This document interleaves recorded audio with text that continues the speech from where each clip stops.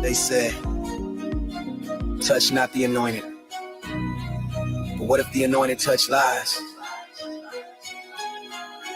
Let's open the word, not twist it. This is exposing the leader. It's kept. He got a Bible in his hand, but the fruit don't match. Built a kingdom of control with a holy mass. Talking truth, but he twisting the facts. If Jesus ain't master, then who got his back? You call it righteous, I call it deceit. You call him pastor, but I see the beast. This ain't no church, it's a throne of fear. We exposing the leader, the lies and hair. Said he the chosen, the only one woke. Painting all truth with control and smoke. Calls outsiders, the world family weak. If you don't bow down, then you ain't got peace. He twists scripture like a loaded tool. Use Paul's letters like a Pharisee rule. Telling women stay silent, men keep rank, but Christ broke chains. Not building a tank. Ain't no freedom where obedience blind. Jesus healed the broken, he ain't break minds. You want fruit, then look at the vine. This one rotten, smelling like pride. He got a Bible in his hand, but the fruit don't match. Built a kingdom of control with a holy mass. Talking truth, but he twisting the facts. If Jesus ain't master, then who got his back? You call it righteous, I call it deceit. You call him pastor, but I see the beast. This ain't no church, it's a throne of fear. We exposing the leader, the lies in here. Forced marriages, polygyny play. Use the scripture to keep love at bay. Demanding loyalty, taking pay. But Jesus said give, not take away. Mocks the weak, shames the bold. Preaches grace, but his heart cold. Turns devotion into debt. Living large while you in regret. He preaches law, but walks in lust. Says obey me, who you gon' trust? Jesus taught with servant feet. This man walking like he on the scene. Yeah, the robe and beard don't make you holy. When the lost cry out while you rolling slowly. Can't love your neighbor if you silence doubt. You build walls where Christ broke out. He ain't Messiah, just a man with a mic. Using pain and fear to control your life. You ain't rebelled just cause you see clear. You're free in Christ, no change here. He got a Bible in his hand, but the fruit don't match. Built a kingdom of control with a holy mass. Talking truth, but he twisting the facts. If Jesus ain't master, then who got his back? You call it righteous, I call it deceit. You call him pastor, but I see the beast. This ain't no church, it's a throne of fear. We exposing the leader, the lies in here. Christ is the shepherd. No more wolves in robes. Truth don't feel like. We're bringing it home.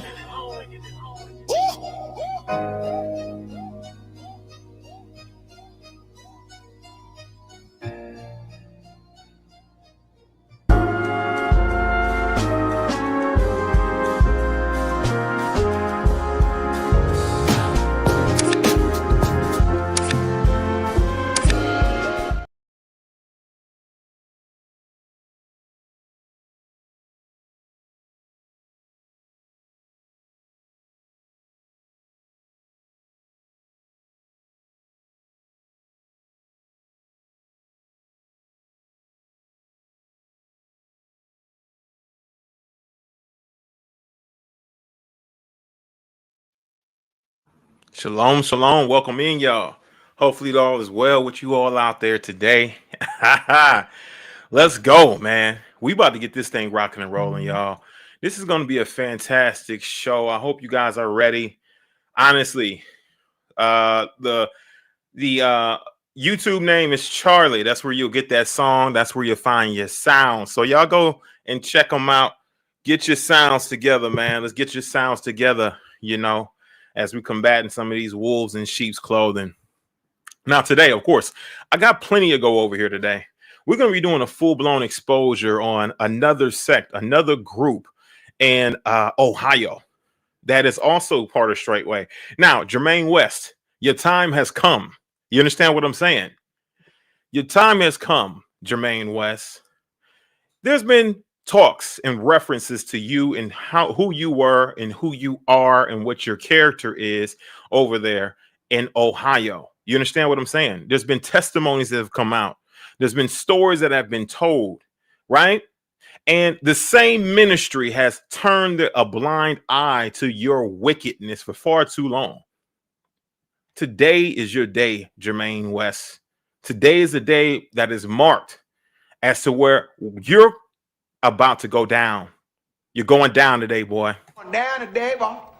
This boy going down today, boy. He gonna go down to the ground, to the ground, to the ground. Look at you, boy. I'm getting ready to take you down, boy.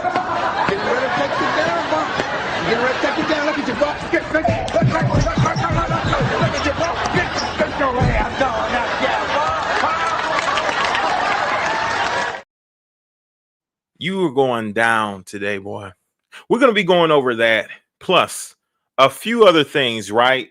There's been some chatter over there. You know, they've been really running amok. They've been really upset about a lot of the truth that's been coming from the podcast. You got to understand something, that I don't care. I could care less. You know, Dow says, of course, they don't, that, you know, me personally, and anybody who speaks on Straightway, that we don't care about his family, that we don't care about him, we don't care about his wives, his Ishas, his young Ishas, and all this other stuff. Listen, Dow, what you're trying to do is garner sympathy, because most narcissists, that's exactly where they'll go. They'll go based on heartstrings, tugging on heartstrings, trying to get other individuals to feel sympathetic for their position. And you're just doing the same tactics as a narcissist, as a Leviathan, trying to tug on heartstrings. Why don't you guys care about my Ishas, my young Ishas? Listen now, you got to listen very closely, okay? Carry on. You'll get no sympathy from me. You want sympathy? Look at the dictionary between shit and syphilis. You simply will not get any sympathy from me. My thing is this, right? Weighing the odds. What is more important in this situation? Is it the souls that will be trapped in Straightway on their way to a living, burning hell, for the simple fact is the leadership do not want to hear, neither do they want to see the truth, right? But they're being deceived. These individuals are being deceived and following a very egotistical, pompous, pious, superiority complex, prideful man who keeps idols. Which one is more important? Is it more important to expose you, or is it more important for your family to have its legacy, right? To continue to enslave the people of Israel, for you to have the opportunity for your family to then own those slaves once you pass on, right? And the rest of their family members and everybody else, you know, their parents and things pass on. Those children, those next generations will be just stuck at Straightway, working for you tirelessly, working for your house, working for the house of Dow. Which one is more important? You acquiring more slaves to feed your beast system, or is it more important for me to tear that down and to free as many souls as I possibly can from that sinking ship? I weighed that many days ago, many months ago, many moons ago. And guess what? I guess I came up with my answer, right? I guess the Father gave me the answer I was looking for. We're going to expose more of that, right? Because they're too busy, right? I'm pretty sure they're not catching the live stream right now. They're too busy working, y'all. They've been working this whole time, y'all. They've been far too busy working. You understand what I'm saying? To be able to actually care about some of the individuals who may have had an issue or a problem. Listen, they far too busy working. Same rhetoric. We're going to unpack that. We're going to uncover that, because, you know, here at the War Sheep Podcast, we like to shed light, because light creates understanding. Understanding creates love. Love creates patience, and that patience will create unity. So let's get unified in the spirit. Is the sheep preaching hate when he says, I'm not going to let the wolf eat me anymore? If the wolf comes in here, next time he comes in here, I'll do whatever I have to do to keep him off my back. Is the sheep violent, or is the wolf the violent one? He wasn't teaching hate, he was teaching common sense. You know, somebody's knocking you over the head, stop them. Do whatever you have to do to stop them. You know, the ones that were knocking him over the head were afraid of the fact that he might swing back. So they said, no, he's teaching hate, he's violent. All right, y'all, let's get to this thing. We're going to do some shout outs real quick. So all my righteous alpha men, drop some RAM in the chat for me, please. And all the elegant women who are exceptional, please drop some sheep in the chat for me, please. We're going to go ahead and get this ball rocking and rolling. You know, the Father ultimately is the one, you know, He's the one. He's the two. He's the three, the four, the five. Can I get a hallelujah? No. Here we go. We finna get into the Christian church real quick. No, I'm talking shit. But either way, yeah, let's get to this thing. Let's go ahead and do our shout outs real quick, y'all. My brother Yoga, welcome in. Good to see you in this thing. Showed up early, pulled up on us early. My brother Vic, welcome in. Good to see you in this thing. Seasons to Journey, welcome in. Good to see you in this thing. Mama Clay, welcome in. Bless you well, and get to see you in this thing. Hallelujah. Sister Rose, welcome in. Good to see you in this thing. My mom, my mother Shay, welcome in. Good to see you in this thing. Bless you and shalom, and grace and love to you as well. Sister Angelica, shalom and blessings to you as well. 100. Hallelujah. Bless you. Farrell, welcome in. Sister, welcome in. Good to see you in this thing. Peace and blessings to you as well. Hallelujah. Bless you. Sister Lala, welcome in. Shalom, grace, and peace to you as well. Hallelujah. Bless you, my sister. Bless you. Brother Timothy, welcome in. Good to see you in this thing. Brother Angelo, shalom family. Love, yeah, definitely. The song is fire, right? Well, listen, y'all gonna have to go over to the page Charlie and check out the rest of the songs, rest of the albums. He recently just put out a few reggae joints. Honestly, cold. You understand what I'm saying? So add that to your playlist, man. The playlist, the page is called Charlie. You understand what I'm saying? Let me go ahead and get a link since I'm talking about it. Let me get a link. Fire music over there. My brother Odell actually is the one who's putting out a lot of those songs. So I just dropped it in the chat, y'all. Go over there and check them out, man. Subscribe to the channel and get yourself some good sounds, okay? All right. Hallelujah. Bless you. My brother, Mega, welcome in. Good to see you in this thing. Yes, sir. The song, listen, Flames. 2LT. Harvey, welcome in. My brother, Odell, welcome in. Good to see you in this thing. Brother Angelo, welcome in. Government coming soon. Listen, hey, they might be tiptoeing on this position, but, you know, they usually in the background lurking until it's time for them to move. Let's go. Bless you and shalom. Good to see you guys in this thing, okay? Because we got a hell of a show to go ahead and go over here today. And honestly, this is going to be something definitely for the record books, y'all. Something definitely for the record books. So my thing is this, y'all.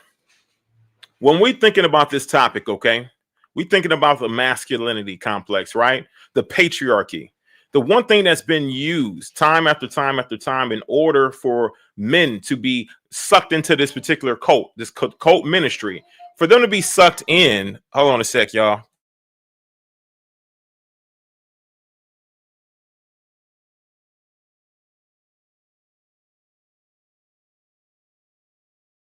All right, thank you. So while we're doing this thing, right, and then they're using the patriarchy doctrine, the false doctrine of patriarchy, playing on men's ego, right? Playing on their ego, their pride, whatever it may be. They are doing so. Oh, bless you, Pastor Rufus. Welcome in. The Honorable Pastor Rufus in the house. Bless you. Shalom. I think I skipped you. Bless you. Good to see you in this thing. Hallelujah. All right. So, yeah. So the patriarchy, patriarchal doctrine that's been pushed, that's been used for decades now, right? By Charles Dow Jr. that has been twisted. These scriptures have been twisted. This doctrine has been twisted. It has been used to manipulate men, right? Turning them into cold, unloving figures in their homes. You understand what I'm saying? But using these men as tools, as pawns to be able to control the women is exactly what they want to do. They want the men to wash their own family's mind into believing the rhetoric, into submitting to whatever doctrine that Straightway is looking to push. What in the world?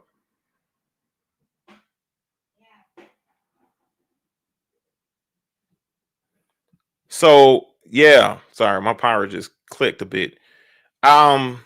Which is odd.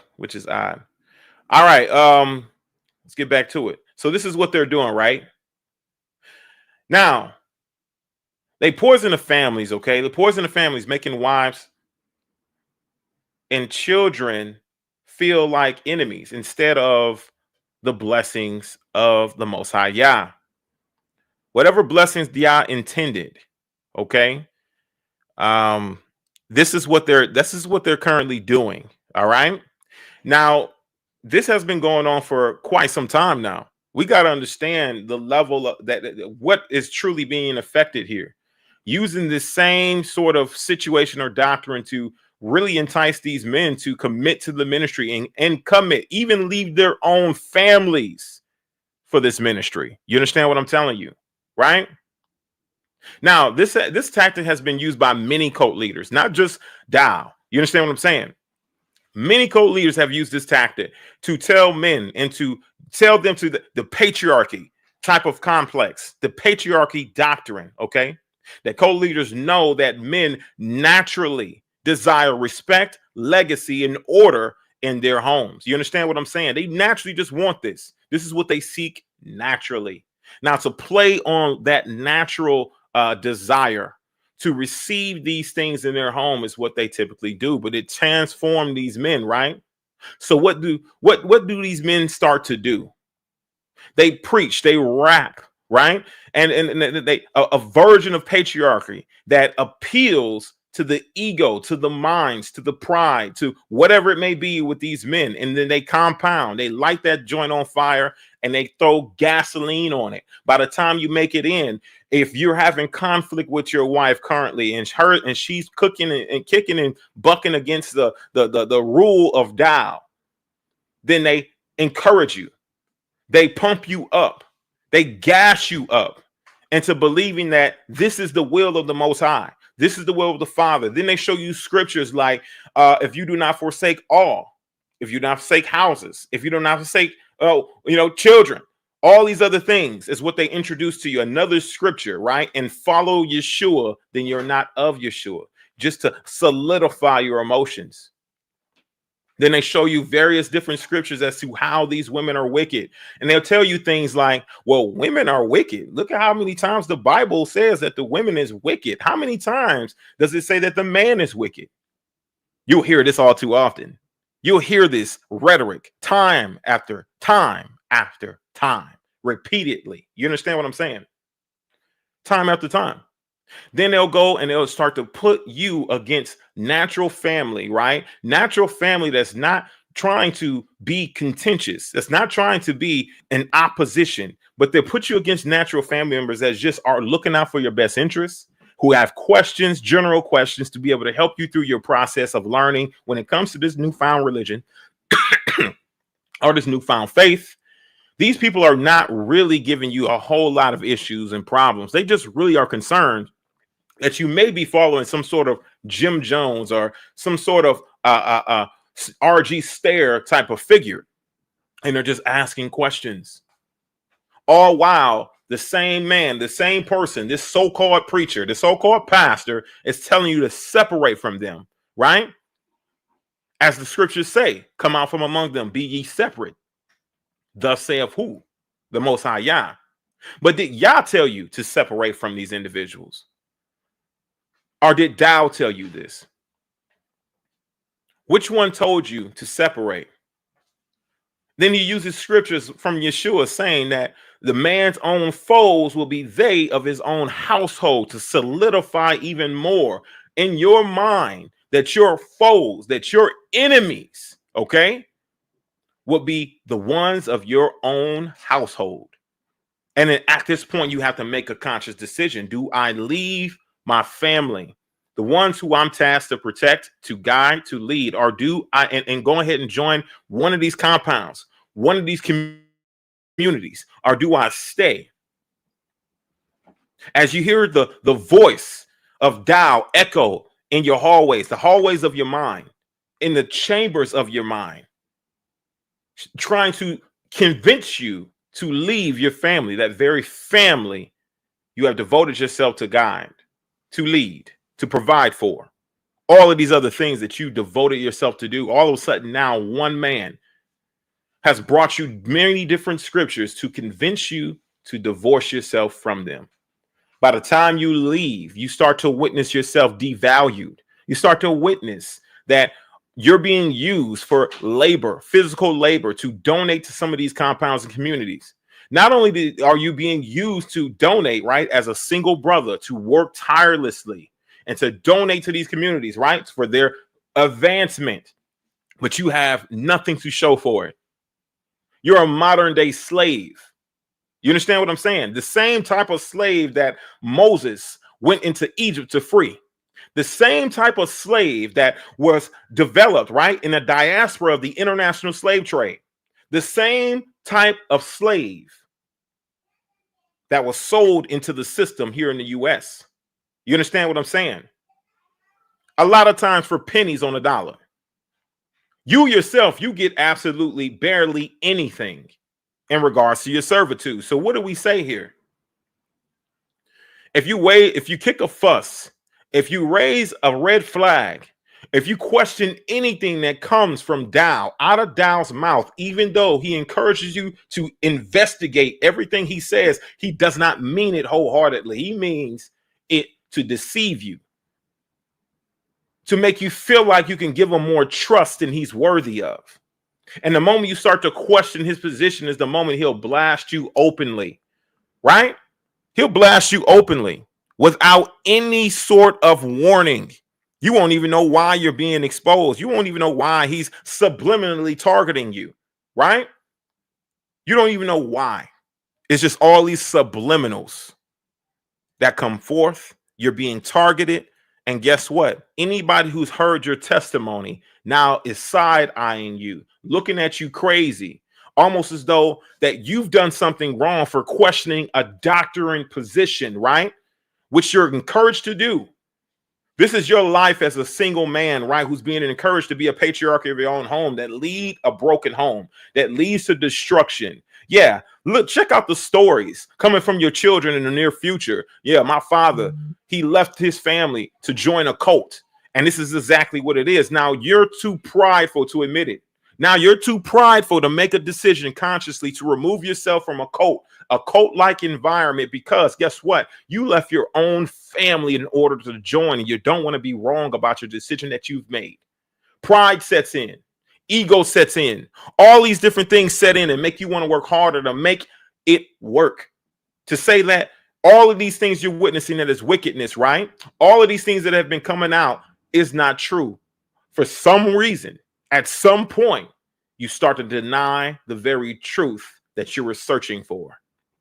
The very truth that got you listening to Tao in the first place, because you were looking and searching for truth. You start to ignore the signs. You start to ignore the idol worship. You start to ignore the man worship, the man pleasing, right? You start to ignore all these things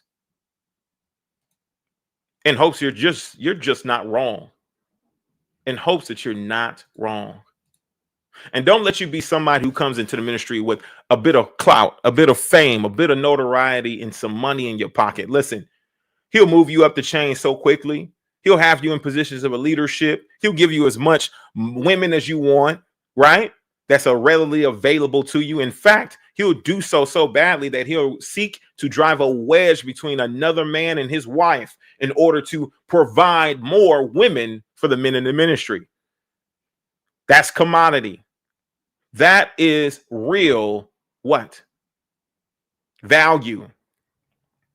If he can drive a wedge between the women and their husbands, he can drive that wedge, take that woman and sell her off, not sell her off, pawn her off to another man in the ministry. As he stands there boastfully saying that he does not want anybody's sloppy seconds. Well, what is your second wife, Dow? What is your second wife? Ain't that insulting to her? Didn't you insult Nellie when you said that you didn't want another man's sloppy seconds? How insulting is that? As you proceed to move forth and marry somebody else's, at that time, wife. I'm not going to call her that. I believe that, that would be very low of me. But why would you call your own second wife sloppy seconds? That's what's baffling to me. And then you're being hypocritical in saying it, right? All while trying your best to separate another man over in Australia from his wife and telling her and enticing her and trying to influence her like a serpent, right? Like the serpent beguiled Eve. You're doing it through what? Carol, who is operating like a madam, in recruiting these women into this ministry to get what? Supply and demand. Kabir wants to have 94 children. How is he going to be able to do that without the right incubators, right? Is what you guys consider them to be. They're not even worthy enough to be considered to be women or Ishas, really. You guys view them as incubators, something that can produce seed, right? And that's about it. That's their value. That's their worth. In fact, you encourage your men, right, through this patriarchal doctrine to view them only as such. You understand what I'm saying? Now, my thing is this. You're doing so in teaching them to view them this way based on what? On fear, on hatred, and not based on love, like the scriptures encourages us to do. It's not based on love, right? Now, he'll say things like this. You're the king. You're the priest. You're the ruler. Your word is law in your home. Your wife is beneath you and must obey without question. This sounds empowering, doesn't it, y'all? Doesn't it sound empowering, you men, so-called men? Doesn't that sound empowering? But what it really does is harden the man's heart. It cuts them off from feeling emotions, from the emotionality, right? And turns them, their families into subjects instead of partners, instead of somebody who is here to help build and grow. The scriptures teaches us something different. You understand what I'm saying? And everything that I just said, I can back this up with a testimony. Now, this testimony that came out, I was new, fresh. I believe it was around the time, it was probably my second or third year a part of Straightway. And so when this testimony dropped and it hit, I was extremely confused as to why he was saying the things that he was saying. In fact, I understand even more so now that I'm on the other end of the, on the opposite side of the fence. Now I get a clear picture painted for me as to why he came out and made this testimony. This is an oldie, but still a goodie. It's an original. Shout out to Brian Howard. Let's go ahead and take a look at what he had to say in regards to the ministry back then, and which was ignored by the vast majority of individuals, including leadership and brethren. We got to rehash some of these things to understand, like, listen, people have been sounding the alarm for quite some time, and we have not been able to slow down enough, to love bomb enough, to remove ourselves enough to really hear the truth. Let's get to it, y'all.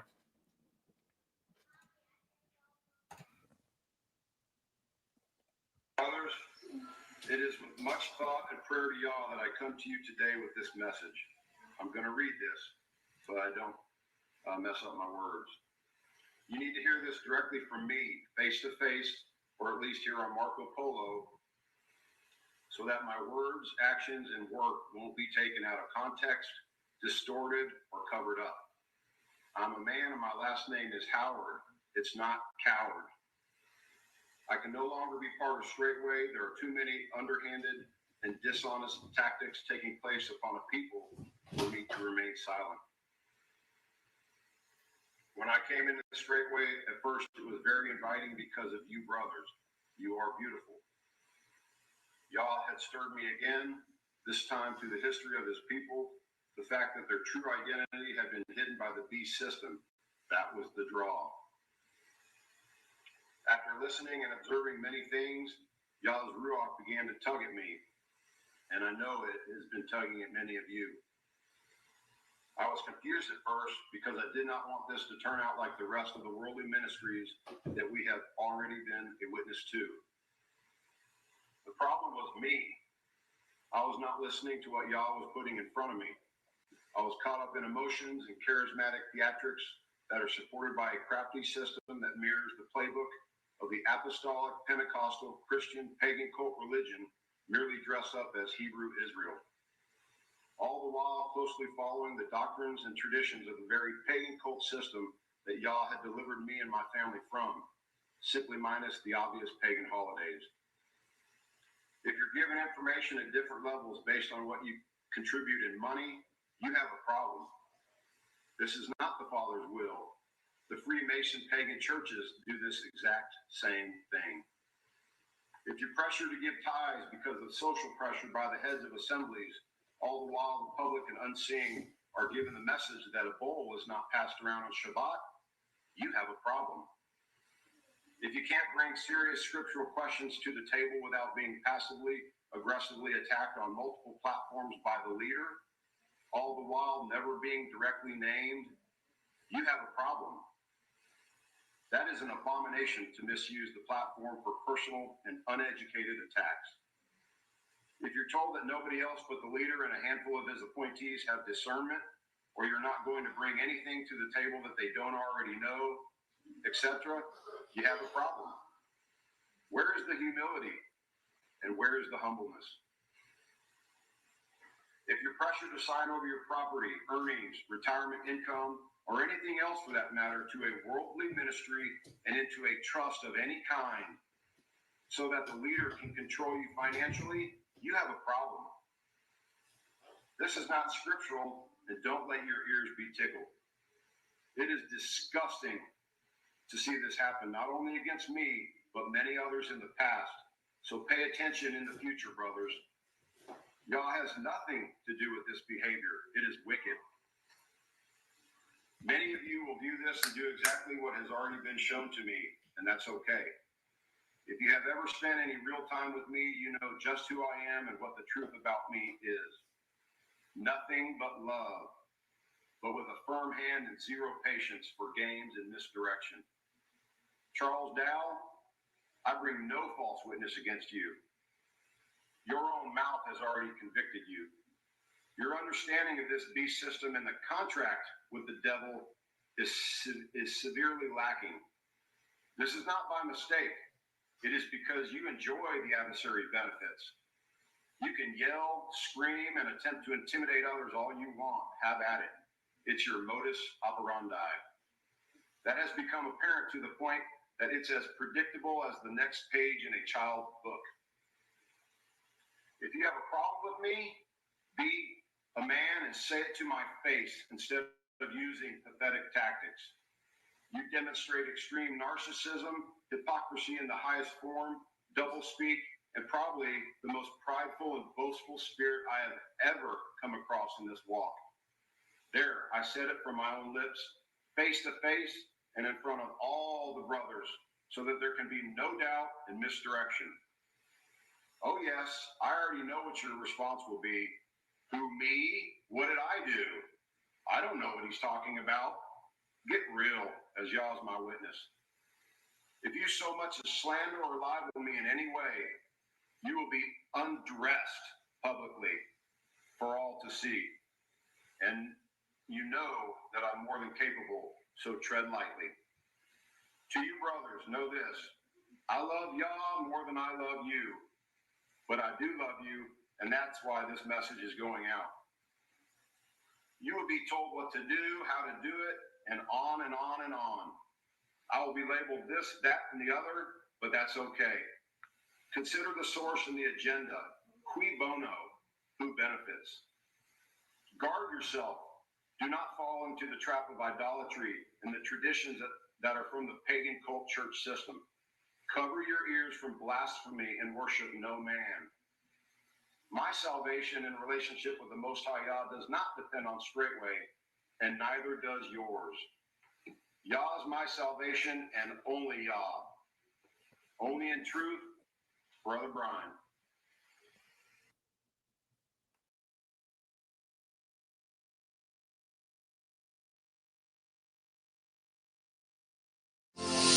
All right, y'all. Listen, as you can hear, Brother Brian, listen, kicking his shit, doing his thing. You understand what I'm saying?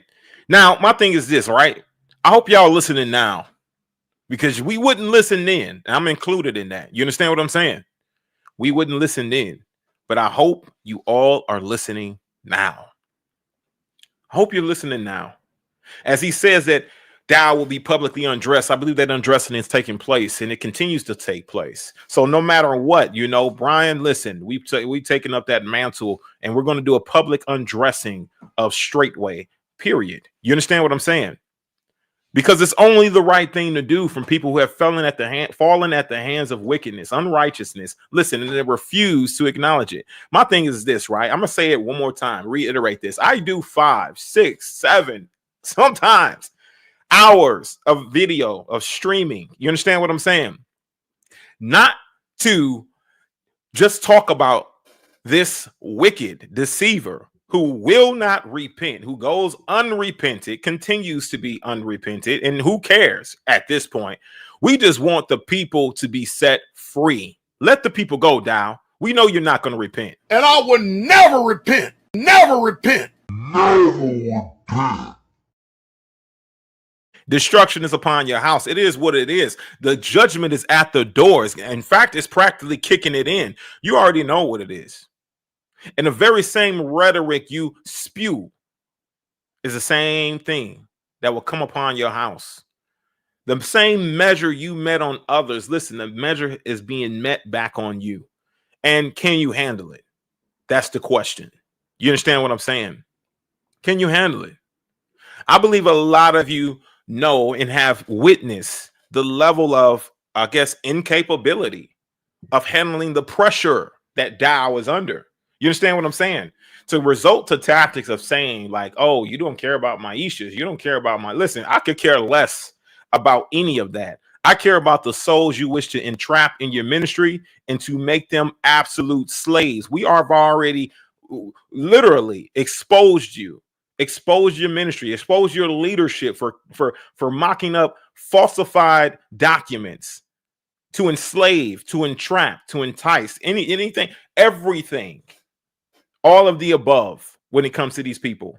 We've exposed at least a paragraph of that in which you're looking to entrap men and women in these agreements, these demonic agreements. They're practically selling their souls to your ministry. Then you honor the Most High Yah with your lips, but your heart is far from him, because his wishes is not for his people to be enslaved, in captivity, for you to drain their pockets and all of their worth and their value to be depreciated as you're there. What was this saying? Of course, that once people join these particular this particular ministry and they get on the community, the leadership, they increase in their wealth, but the individuals, the people, the saints, they decrease in their value, they decrease in their wealth, and they leave with nothing to show for it if they must depart. Then you force them into a contractual agreement for an NDA. What does a man who claims to have his life on display, what does he need with an NDA? What does a man need with an NDA to say that he's a man of truth, to say that his ministry is called Straightway Truth Ministries? Why would you need an NDA, Dow, if you're Straightway Truth Ministries? That means that you will not duck smoke and you will stand on truth, on facts, on all of those things. But guess what? We continue to find a hypocrite. We continue to find hypocrisy. And we continue to find people in leadership, right, who's over there being gobblers and gumpies, right, for his position, to try to do whatever they can to support Daddy Dow. Nigga, I'm Michael, you lying ass nigga. Gobblers and gumpies who will not question the narrative, won't question anything, but in fact, they'll come out and make live stream videos and trying to discourage you from watching the truth. You understand what I'm saying? The truth doesn't need any defense, right? The truth doesn't need any defense. If you are standing on truth, you wouldn't need to do a PR campaign. If you are standing on truth or a man of truth, guess what? You wouldn't need to clean up your image in the public. You wouldn't have to put out pointless and meritless videos in order to try to discredit the truth that we're putting out and presenting. Listen, you would provide facts, tangible proof and evidence. If you hear something, you would actually say something with every receipt that you got. If you know that your ministry is being affected, if you know your bottom dollar is on the line, Dow, you've done it for less before. I promise you. You presented falsified evidence for less. Now that the truth is coming out and people are telling their testimonies, right? And you're getting hit left and right.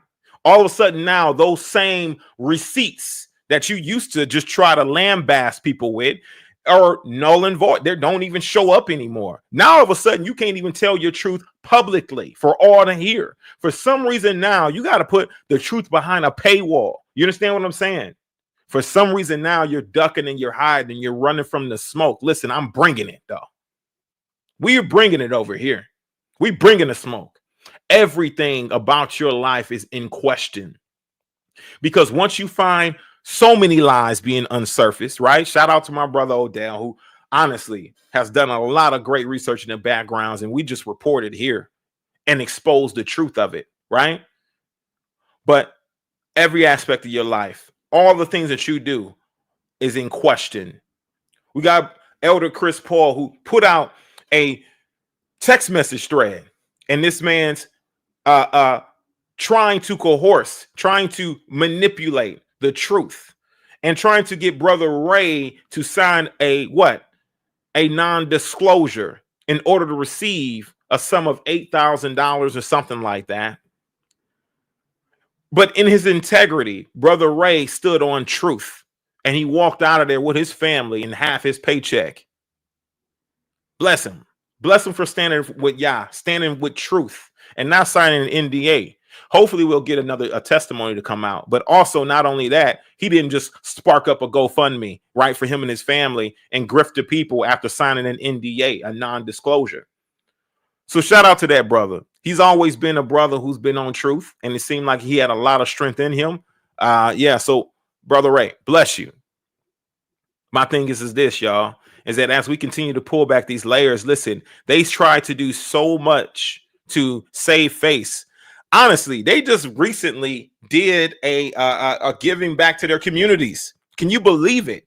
I got some really exclusive video of them actually giving back to the communities now. They're trying to now clean up the look, the reputation and things. Listen, y'all, drop some ram, drop some sheep in the chat if y'all ready to see this this exclusive of Straightway cleaning up and trying to give back to the communities. You understand what I'm saying? Drop some ram, drop some sheep in the chat. I'll wait, man.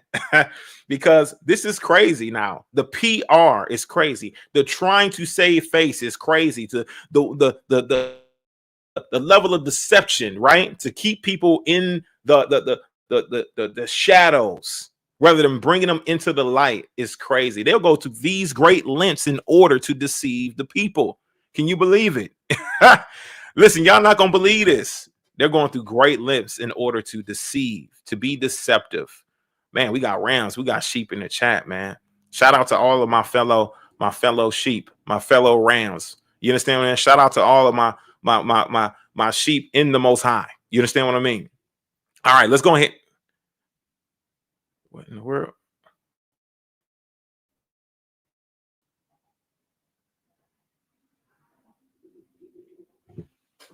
Oh my gosh. All right. Let's go ahead and drop this thing. My bad, y'all. I'm having some issues with my electricity is acting weird. All right, let's go ahead and drop this thing, y'all. We got the rams and we got the sheep in the chat. Let's get it. A number between 1 and 10. Oh, one sec. Gotta remove this.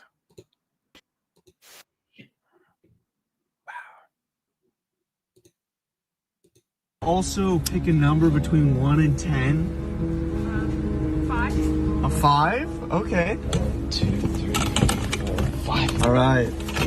Here you go. There's 5 brooms for you. I can't take them. No, you're too kind. We're making a video. We're giving back to the community, spreading some kindness. Oh.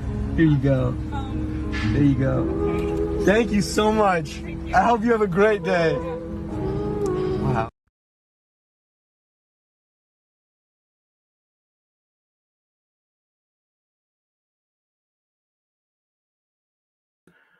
Ain't that cute? Giving back to the community. Finally. Finally giving back to the community, y'all. Giving back.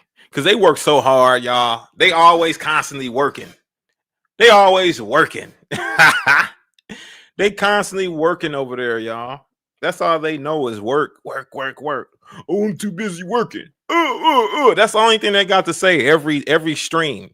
It's like they're a broken record now. There's so much truth that comes out that they can't debunk or say nothing against anything. Only thing they can say is, well, I'm too busy working. You know, I can't do no live stream for no, you just don't have the endurance. You're too busy working to grift the people.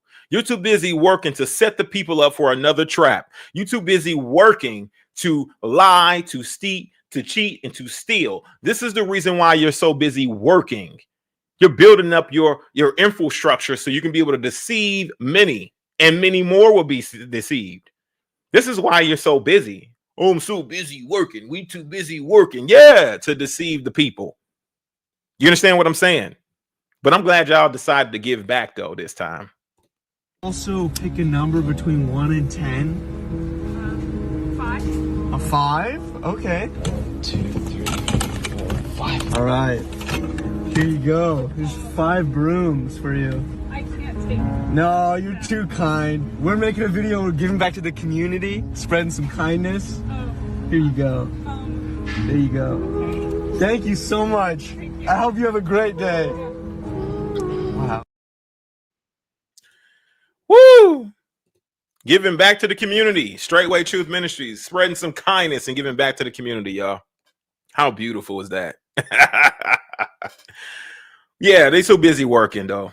My thing is this, right? All of this work, right, and no play makes Charlie a dull boy. You understand what I'm saying? All of this work, putting in all of this work to build up your infrastructure so you can continue to deceive many. Look at all of what I got, is what he says. This is the rhetoric he spews. Look at what I got. Look at my compound. Look at this. Look at that. And he applies that to being fruit. He says that is real fruit. He says that whatever he's producing is real fruit. Whatever he's building is actual fruit. Last time I checked, the fruit that the Bible is speaking of is the fruit of the Spirit, not the fruit of your labor, right? Yeah, Yah will bless you, right? Based on the fruit of your labor, but you're not weighed by the fruit of your labor. You're not being held in a certain light, right? Character-wise. We can't measure that. It's unmeasurable.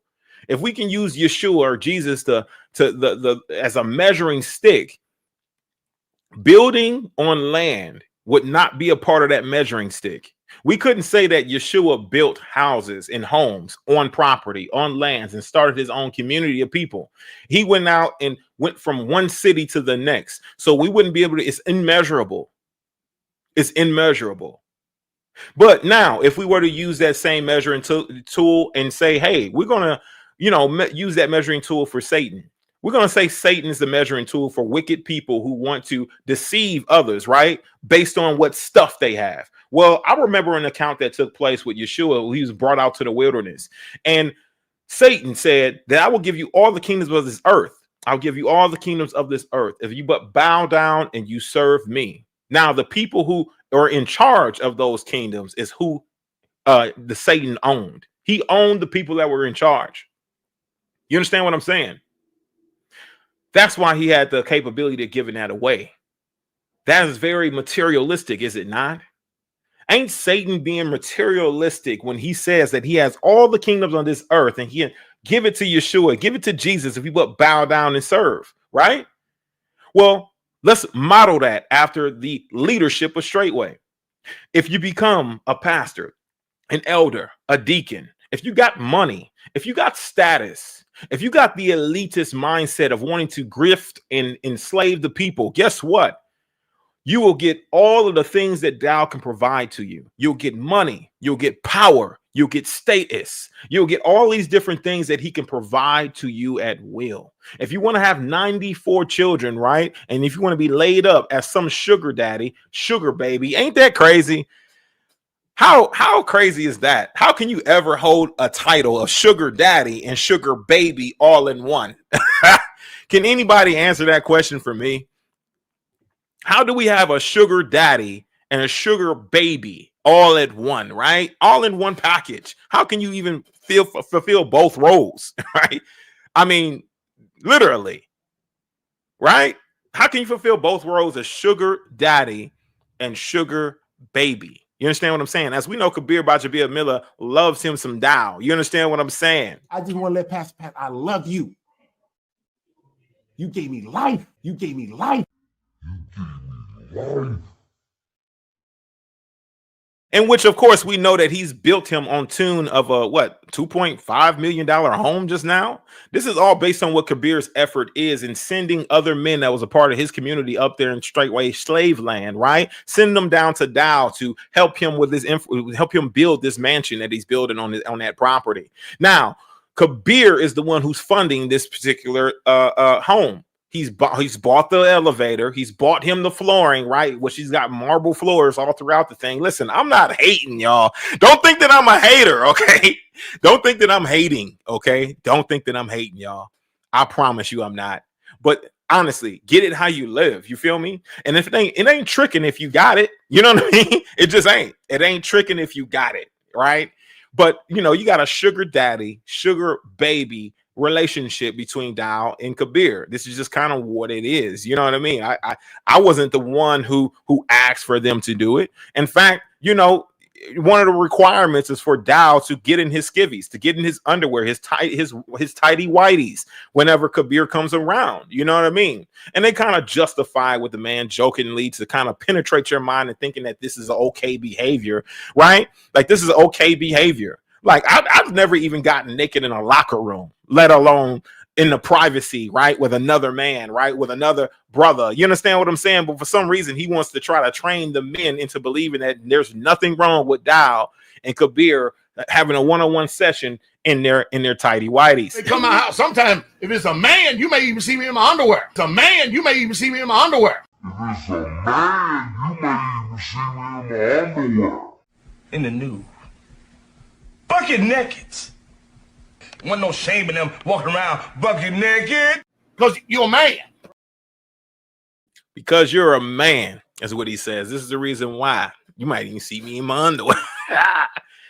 But yeah, he still throws around accusations of LGBTQ, you know, on myself and other people who disagree with his position.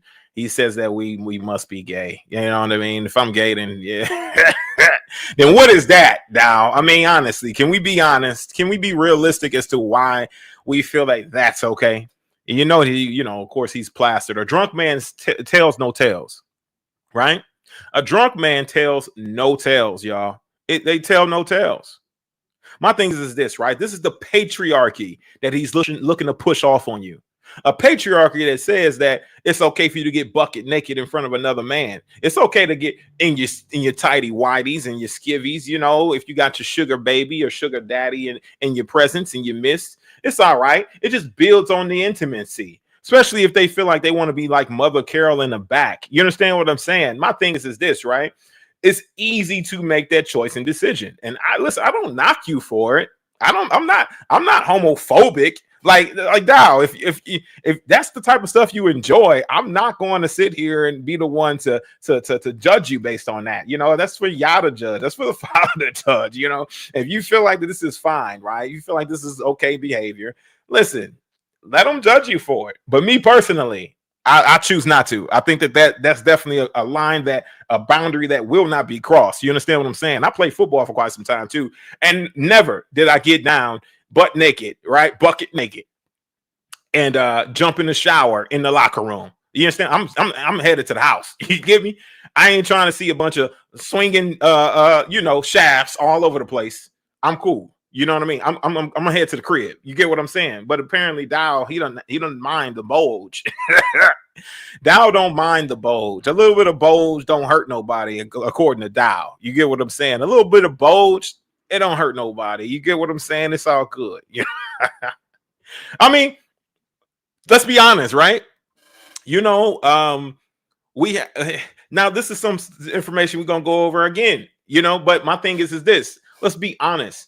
You know, your second Isha, okay, and I'm gonna try to be as respectful with this as possible, okay.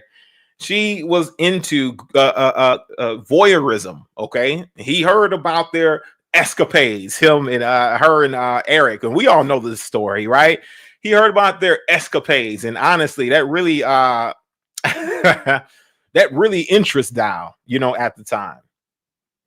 So let's just keep it there. That really interests Dow at the time, obviously, right? Well, she's his second Isha now. She's his second wife now. You know, the voyeurism really turned him on. You know what I'm saying? So a little bit of bulge, I guess he believes it really don't hurt nobody. So let's just keep it real. This is the level of patriarchy he's looking to pawn off on you, all while having you take this position of no love, of no remorse, of no compassion.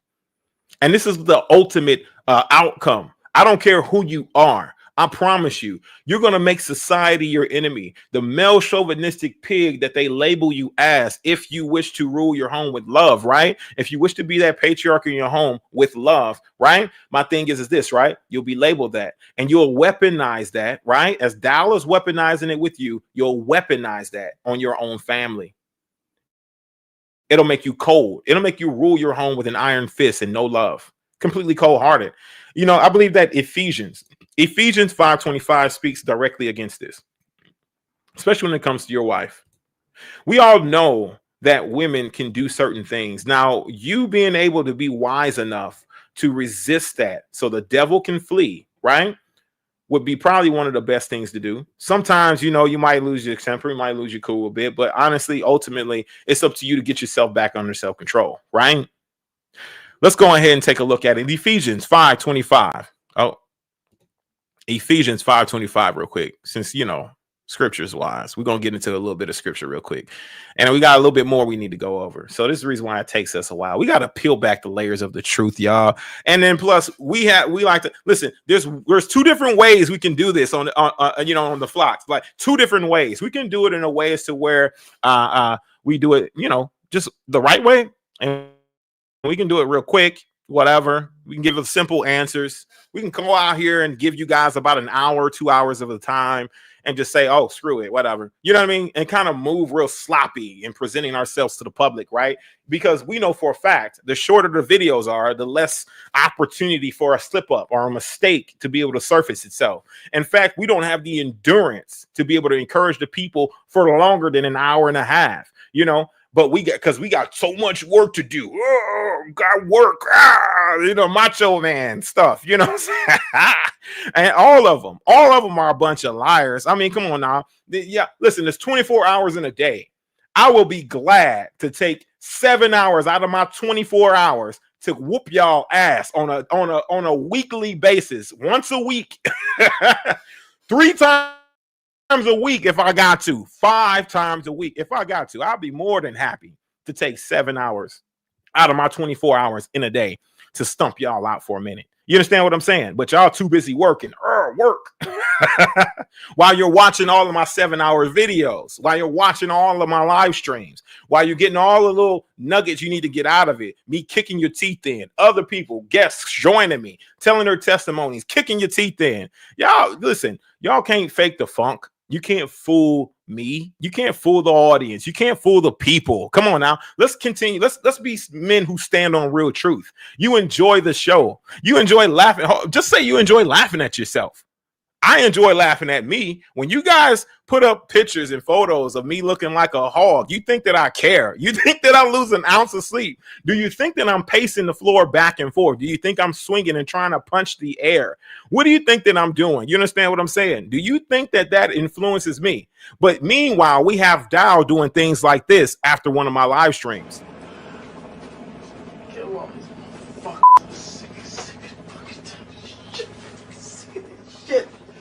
So tired of this shit.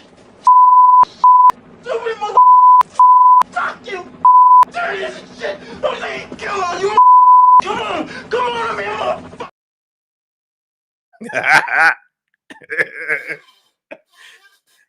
mean, he tuned into the whole 7 hours, y'all. Punch in the air. Yeah. Bro, it doesn't bother me, yo. It's like, it's funny. Like, listen, I got a sense of humor, yo. Like, but this is a sexy looking hog. I mean, I promise you, maybe you should make it look uglier next time. Maybe then you might get a bit of a flinch from me if you make the hog look a bit ugly, or maybe drooling from the mouth, a bit of foam or some sort of pus coming out of the mouth or something like that. But that was a sexy hog that they created. I should probably show y'all, huh? Yeah, why the hell not? I'll show you. It was a pretty funny one. I thought it was dope. I actually screen grabbed it because I thought I was just going to use it. You know how I like to do. All their little jokes, I like to display them on my podcast because honestly, I have fun with them. I think that it's a good time. But it's all a good time because laughter is the best route to peace. You understand what I'm saying? Laughter is the yes, bro. The boys in the hood. Yes, bro. Laughter is the best way to peace. You understand what I'm saying? Laughter is the best route to healing. Laughter is the best route to growth. You understand what I'm saying? If you can get a good laugh in, then maybe your reality, maybe your circumstances will be even less of a burden, bitterness, all of that other stuff. Honestly, putting on the garments of praise, of laughter, of joy. That's what you got to do in these types of situations. Look at that. Y'all see, look, that's a sexy hog, yo. Your boy. Excuse me, I'm all in y'all ear. Your boy. So that was the hog they created, y'all. Look at him. Ain't he handsome? That's a handsome hog. Yeah. He looked like he about ready to sing a country song. Better lock them doors and tell them lies down low. Listen, that's a sexy hog. Now, I mean, bless y'all. I laughed when I saw that. Just like some of these clips I like to use a Dow. Like, listen, he had me rolling. Especially when he did the Dow situation, man. Listen, he had me rolling. He was talking trash. And listen, I got a sense of humor. You understand what I'm saying? Like it might be an odd sense of humor, but I'm not too much of a whatever to not find humor in myself and to be able to laugh at me, you know, whenever you're talking trash. So just know what type of mindset that I have. Like, bring it, you know what I mean? Like, you know, don't hold back. I mean, please, you know. And if you guys can take a look, right? You take a look over there. And you take a look at they're trying to step their game up, right? A little bit, just a wee bit on their production. You know, the Biscuit, Michael Israel, right? The Biscuit is what I like to call him because his channel's so damn dry now. It don't even make any sense. You understand what I'm saying? So the Biscuit is what I came up with because half the time nobody wants to eat that dry ass biscuit. You might have a few people who might like it, but then you got to smother it in honey in order for it to be somewhat enjoyable. You understand what I'm saying? Like, come on, let's be honest, yo. You stop by one of these places and you go get yourself a biscuit. A lot of y'all ain't excited about the damn biscuit, okay? Nobody's excited about it. I mean, yeah, you eat it, but like you're not motivated to take it. You know, it just comes for free. You know what I mean? Like, yeah, he's a biscuit. It is what it is. Like he took some time off his channel. Daddy Dow said, go on, sit down for 5 years, Biscuit. Go on, sit down for 5 years. And you're not going to be able to do another YouTube video, right? You can't make another appearance on Facebook. Just sit down because Daddy Dow says so. You understand what I'm saying? And so the Biscuit, Michael Israel, proceeded to listen. Oh, I'm going to be obedient to the man of Yah, blah, and he sat down, right, for 5 years. And all his following, right, was so upset about this, right? A majority of them never returned. In fact, the Biscuit, his whole channel, the Spiritual Combat, man, that Spiritual Combat platform was booming before Dow. Before Dow, the Spiritual Combat platform was doing pretty well. But the moment that Dow told him to pipe down and he went ahead and, oh, yes, sir, you know what I mean? He went ahead and made himself a little gumpy is the moment his whole channel started to suffer. Now nobody wants to hear anything he has to say at all. I mean, he has some really insightful things. Like I would go on there and listen to a couple of his videos and listen, he would be pouring out some real knowledge. Now it's just like dry. It's just a biscuit. You know what I mean? He's just now a gumpy. What's your sole purpose in this army? To do whatever you tell me, drill sergeant. God damn it, Gump! You're a goddamn genius. That's the most outstanding answer I've ever heard. You must have a goddamn IQ. You must have an IQ of 160. So he's a gumpy now. He actually took Michael Israel, the biscuit, okay? Unbuttered biscuit, I'm seeing in the chat. I second that. I touch and agree. The unbuttered biscuit, okay? Bless y'all. The unbuttered biscuit. He's, you know, the Michael Israel, and utilized his talents to build up his own platform. A lot of what goes on in the inner workings, the details of what's happening with his platform, the YouTuber Charles Dow Jr. has suppressed the biscuit, you know, Michael Israel, and utilized his talents, stole his talents. Like, this dude was like basically like, what's that one character from The Little Mermaid? Damn, it was still in the voice and everything. Listen, Dow stole this man's talents and used it for his own platform to build himself up. That's why he wanted 5 years with Michael Israel. And if he would submit and listen, guess what? He was going to siphon every bit of his knowledge to build up his own platform right there on the Pastor Dow channel. You understand what I'm saying? And that's exactly effectively what he did. In fact, Michael Israel controls everything that goes on with the media for the most part. Okay, there's a tech team that doesn't really tech well, right? They don't really tech well, but they are a tech team. You understand what I'm saying? You got the guy up in Canada who made an AI video, but that's about as far as you get, right? And you can barely really keep up with basic editing. You understand what I'm saying? Like, my skills, I got basic editing skills. You understand what I mean? And you got a whole tech team, a team of guys who could literally launch a full frontal attack and assault on YouTube and do as much tech as possible, right? And you can't even utilize anything because they have no talent. They have no skill. I have more skill in my finger than they have on Straightway's tech team. You understand what I'm saying?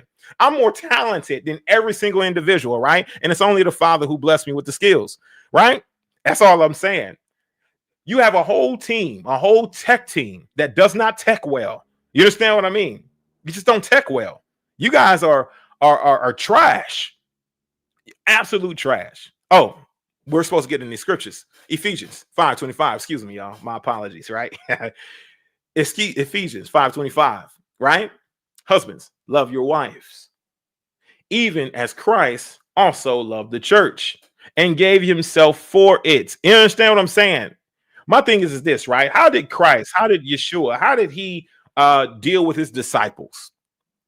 Did he tell them to pipe down, to shut up? Oh, shut up, disciples. Y'all don't know nothing. Like, how did he treat them? Did he treat the disciples, right, who acted as his partners while he was spreading the gospel? You understand what I mean? Did he treat them like they were subservient? Did he treat them like servants? Did he treat them like they were the ones who were inferior? Or did he treat them as superior? As not as superior, but as equals? What did he do really, right? What did he actually do? We can actually find an account of this. You understand what I'm saying? We know for sure the scriptures tell us this very thing, that of course he encouraged them to be as equals, right? As the master, right? That we're equal, that those who are in positions of power and leadership, right, are not only servants to the people, but they're not superior to the people. They're not above the people. So if we were to take that same notion, right, and we were to say, listen, we need to understand how to love our wives, should we not also treat them with some sort of level of respect, just as we want respect? Should we not understand and take their position in consideration? Understanding that we are the final say, the final decision, the final authority, but we don't need to do that with an iron fist, do we? Do we need to do it with an iron fist, or do we need to entreat them and tell them, encourage them, motivate them, sometimes rebuke and reprove them, right? Based on what they're able to handle. What should we do? How should we operate with wives, with women? In which he encourages you, as in your position of patriarchy, to be cold, to be calloused in heart, not to love, not to consider her position, but to completely eliminate her and lessen her, right, to an incubator. And that's about it. That's what he feels women are only worthy of, is incubation. Ain't that a sad life to live for his so-called Ishas, you know, to have to be considered to be incubators only, you know what I mean? And their say and whatever they got to mine or whatever it may be is worthless and it doesn't mean anything. You know, you can't even be heard on a situation or a topic because you're too busy being forced into some sort of submission that a man who believes that himself to be a man, right, is enforcing an iron fist on you and enslaving you and empowering, literally confining you to a box that your worth is worthless. You understand what I'm saying? Hey, there's nothing wrong with you being a man who wants to be the man in your own home. There's nothing wrong with that. But how are you doing it? Are you doing it through love? Or are you doing it through an iron fist? You got to consider that, right? You got to consider that. So my thing is this, right? We got so many more different scriptures we can go over here. Leaders like Dow weaponize the patriarchy, right? Because it's an easy tool to control men. It's an easy tool to control men. If the man sees his wife as the enemy, if he won't listen to her, right? If he won't listen to her, if the wife is silenced, it's easier to control the home through that man. You understand what I'm saying? And this is what it's all about: control. The leaders become the only voice, right, of so-called wisdom, of authority, not only in your home, but also in your internal life, your heart, your mind, as this rhetoric of submit, right, is echoing in chambers through your mind. You understand what I'm saying? Constantly, repeatedly. Do receive not an accusation of an elder, right? And he usually stops there. Then he slips up every now and then and says, what? Receive not an accusation of an elder unless out of the mouths of 2 or 3 witnesses. And then he has to go and say, look, well, where's the witnesses? And pretend as though he doesn't know where they are. You understand what I'm saying? Pretending as though there are no witnesses, that nobody has a sin to place at his doorstep, right? Well, we know the sins of the father will be passed down to the 4th generations. Well, let's go ahead and do this, right? We're going to go and review a bit of a video here. And then in this particular live stream, let me tell you this: it was almost nearly 2 hours. Listen, listen, we nearly held their attention for 2 hours, right? We got the biscuit and we got the fat boy Ellis, who's speaking, right, nearly for 2 hours on a particular topic. I just want to cover a couple of points, because my thing is this, right? I really don't have time to go over the whole thing. Let me just say this. This whole live stream, the reset, right? Enduring hardness is what it's titled as. It's over on the Biscuits channel. It's got 1.1K views, literally more than what he's used to getting in any lifespan, right? My thing is this, right? It's just them repeating the same shit over and over and over again. You understand what I'm saying? If you listen to this whole almost 2 hours, right? Hour and 40 minutes, they're literally saying the same thing over and over and over again. Oh, I got too much work to do on live streams. Don't you got too much work to do live streams? I got too much work to do live streams. Don't you got to? It's just the same rhetoric. It doesn't stop. You understand what I'm saying? It's just like a broken record for an hour and 40 minutes straight. My thing is this, right? That's the reason why he's the biscuit. And then you got, of course, Fat Boy Alice, who all are bored whenever they go to his channel. You understand what I'm saying? Anybody, all are bored, truly. You understand what I'm saying? Whenever they go to his channel, all are bored. So now you got him, right, who comes through.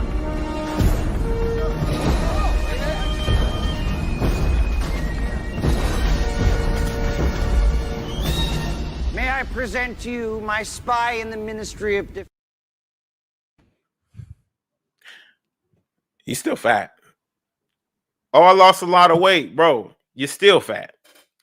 So either way, nothing's changed, okay? Nothing's changed.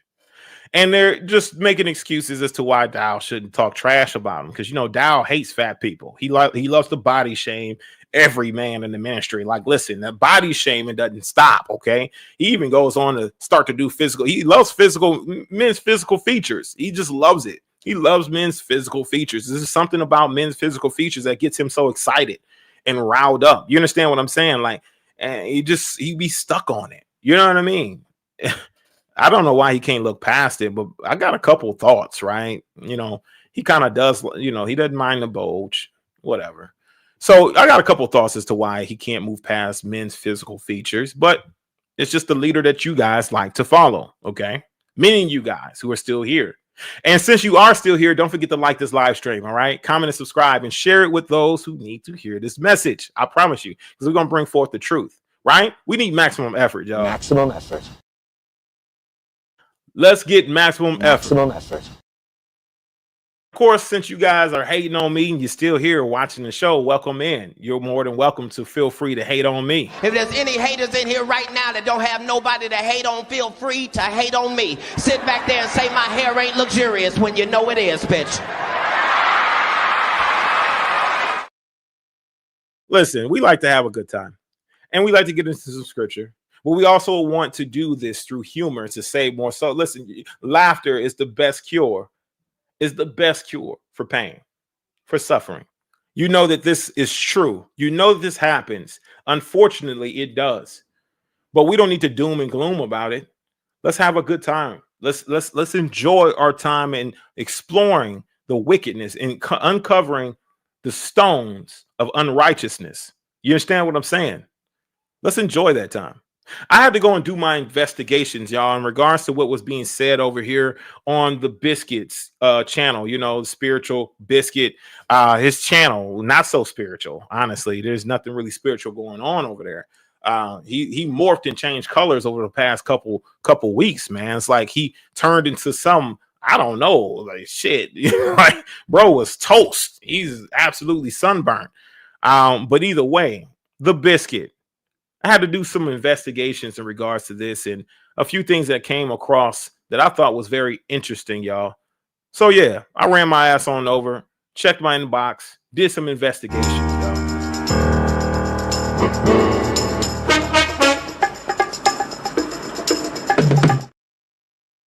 And not to my surprise, listen, we had a lot of rhetoric coming out in regards to people who are speaking about Straightway. And, you know, not just me. It was mostly about me, right? But we had shots being thrown at Brother Jordan. We had shots being thrown at Pastor Rufus. Of course, you know, they're going to throw their shots.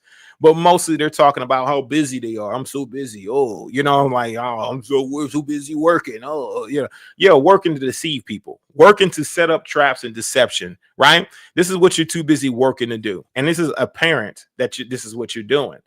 That's why you're working so hard. You're working so hard so you can get more dollars in your pocket, right? And then you do this PR campaign. You all sound the same. You all sound the same. Let's go ahead and get into this thing, y'all. You all sound the same. We're going to go ahead and check a few timestamps. And because I'm not going to bore you guys with all of this, but something that I need to bring into more focus and more context. Listen, we got real things going on. We got real and obvious situations here. Okay.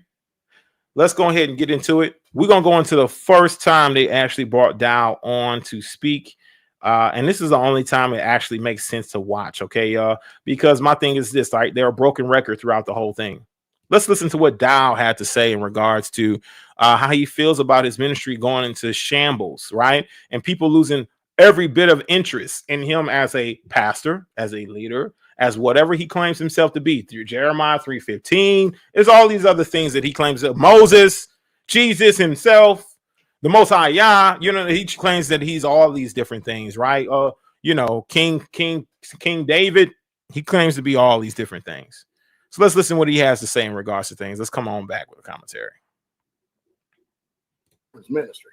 Ain't none of us above any of that, but we all know, and especially as time has done played out, we all done found out who the liar is. We all done found out the people who's being used. Well, guess what? I got breaking news. Come on, sir. I just got finished having a meeting a couple of weeks ago. 2 weeks ago. Because we had another elder up at Straightway, Kentucky East, that was sitting here spitting in the brother's ears for over a year and a half.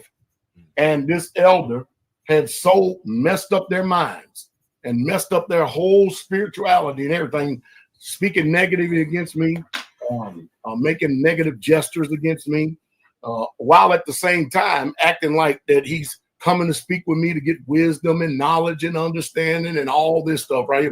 It got to the point that his brother got so upset and got so mad at the hypocrisy of it. He says, you know what? I'm going to the pastors. I'm going to the pastors about this. This is asinine. This is over with. So you ask pointed questions. You've been talking with Rufus? No. but every time Rufus calls him, they on the phone. Have you been talking to people out here? And the questions that they ask is the same questions that these people who are falling away because they listen to these people who are the ones who have these evil spirits on. So this brother had the whole community, this elder had his whole community turned upside down, completely upside down, to the point that when we was in that meeting, and you was in that meeting, Michael Israel, you were there. Yes, sir. And we saw what was going on. So after they get back home, after that meeting, man, these brothers start repenting to each other left and right. And they said, we all are going to go down and see if we can get a time that we can repent to Shepherd. And I accepted two of them to come down, Brother Calloway and Brother Howard, to come down. And man, you should have seen the sincerity in their hearts. He said, Pastor, we've been lied to the whole entire time. Calloway said, man, you can fool me once, but you'll never get me again. And the sad part about it is that every one of them broke what the scriptures continually telling us what not to do. Against an elder, receive not an accusation, but out of the mouth of two or more witnesses. And guess what? Once again, where are the witnesses? Nowhere to be found. So I have the elder who wants to meet with me tomorrow, which we're not, because I got other things to do right now, and I'll let him know when I'm going to meet with him. And when I do meet with him, I'm going to be the one that's doing the talking, because I've had numerous of meetings with him. I'm going to be the one that's doing the talking for a while. I got a lot to say. I got a lot of questions that need to be answered my own self. You know what I mean? Because I treated this man like my son. You know what I mean? And both these men, man, I've done nothing but good to. And I can understand that, hey, I was wounded, in the house of my friends. I get it. I get what the book says. We're not above that which is written. But I tell you, man, it's sad when you're going to come and be like a stage playing hypocrite. And you're going to act like your hands are clean when they're dirty. And you're going to sit here and you're going to be slandering my name Sabbath on Sabbath after Sabbath after Sabbath after Sabbath, week in and week out, week in and week out, just continually keep bombarding and bombarding. Every time I say something, look, see what I'm talking about? I mean, stuff like, well, you know, he got his Ric Flair woo corner in there on Straight Talk. Whoa, you know, all kind of just asinine stuff, man. Spirit done turned and everything, right? Well, now it's my turn. Now it's my turn, because when we was at that meeting, man, after those meetings over, man, those brothers are so repentant, man. I had such a beautiful conversation with Calloway, had a beautiful conversation with Howard, and y'all remember me talking about Brother Willie last Sabbath. I said, not Brother Willie. I got a message today, Brother Willie, Pastor, can I come down and talk to you? Can I, at your leisure time, please, can I come down? Brother Willie, man, I love you, brother. You know I want you to come down. I want all y'all to come down.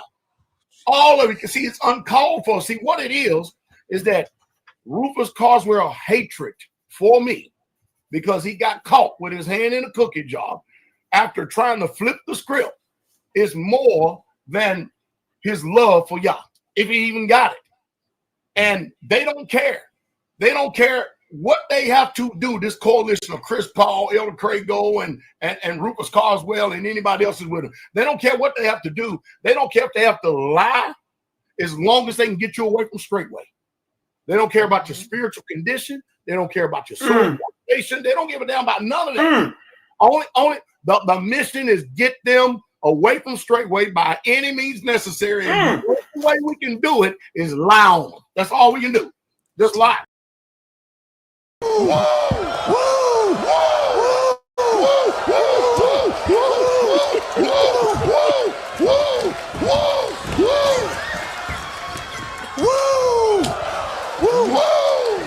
It's the damnedest thing I've ever seen.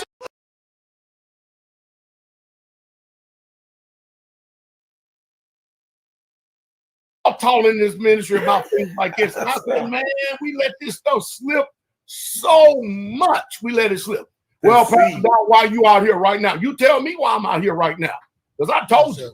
I said, you talk about me behind the scenes when I don't know it. But once I get all this information on you and you get confronted about it, I'm going to get you out in the open. I'm going to let all of Israel see you for who you really, truly are. And I'm talking. Wow.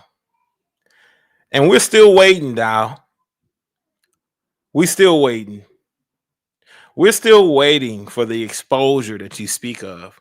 We're still waiting for you to get all out in the open for them to see who you.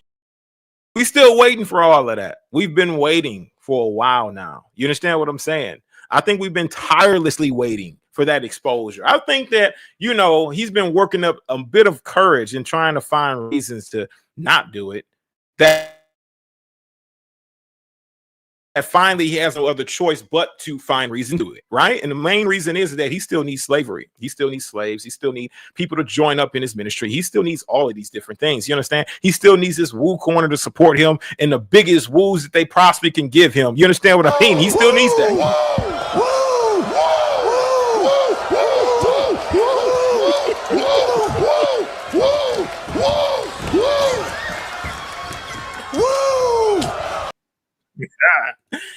And that's the biggest thing that we need to know. He needs the biggest woo corner. He still needs all of these things. You understand what I'm saying? Yeah, he should never said that. Shout out to Mitchell, even though I don't mess with you. I don't rock with you like that, fam. But that was actually funny. The woo corner. That was hilarious. Now, my thing is this, right, y'all? We've been waiting on this exposure. We've been waiting on his side of the story and his testimony when he came to Pastor Rufus. Now, my thing is this, is that whenever he speaks on it, it's never in the light of being public about it. It's never in the light of, listen, I'm going to come out publicly and not put this thing behind a paywall, but I'm going to deliver the message in a way that the people can receive. You understand what I'm saying? Something we can really get behind, something that we can really be proud of when it comes to Dow, right? We can be proud of the message he delivered. We can be proud of the truth and the boldness and the braveness that he talks about all the time, that he makes the rest of his men in his ministry feel terrible about, right? And makes their women lust after him about, right? This man that he speaks of, right? You understand what I'm saying? Because he definitely getting those wives and women to lust after him, right? Talking about some sort of form of man that he's never personified a day in his career. You've never put yourself out here truly. You've never actually been this brave, bold, daring, presenting all facts and receipts and coming out here to the public. Man, you've been tuck and tail, running, ducking behind lies after lie after lie. You tried to spin it to the people. You tried to teach them and brainwash them as to what a witness is, a true witness is in the scriptures. Lied to them about that. Had to kick you in your teeth about that. You went and lied about the sequence of events that took place with Pastor Rufus. Lied about that. Then you tried to trump up charges on him using a certain section of the Bible, right? And then you moved and shifted gears and went to the Apocrypha, tried to get something out of there. Then you went back to Deuteronomy, Old Testament, tried to grab something out of there, right? You went all these different ways and all these different angles and ducking, tucking, tail, and all of this shuck, bucking, and jiving. And honestly, tell you the truth, the rest of your leadership ain't no better. This is what you've been doing for the past year and a half, 2 years of ducking and hiding from the truth that literally will find you out, right? And it is finding you out. Like my brother Brian Howard said, you will be publicly undressed. And the rest of them, just like Greg, who stabbed his own brother in the back for a position of authority and leadership. Listen, they'll smile in your face, y'all. In your face. All the time they want to take your place, the backstabbers. Backstabbers. They will smile in your face all the time. They want to take your place. These backstabbers out here, these wicked deceivers. You understand what I'm saying? These bewitchers of the truth. Dow's been jealous of Pastor Rufus for quite some time based on the amount of love and sheer personal relationship that he's able to acquire with the saints, right? All while serving in his ministry and promoting Straightway faithfully. You understand what I'm saying? Denying all odds. You know what I mean? He's been jealous of it. He's been fearful of it. And you got to understand, this is not just a one-time scenario. Listen, Yaki, he had a great following. Listen, he kicked Yaki out. Pete Rambo had a pretty decent following. He wanted to remove Pete Rambo before he got too much influence in his own ministry. Who else? We got another individual. We got so many more who they've had a following. They've had a level of charisma, whatever it may be, right? To where the people would trust them more than they would trust Dow, and he will possibly lose his position. As he says, never outshine the master, right? This is a constant thing. He gets extremely nervous when someone it can compete and rival him in his charisma. You understand what I'm saying? This is just what takes place.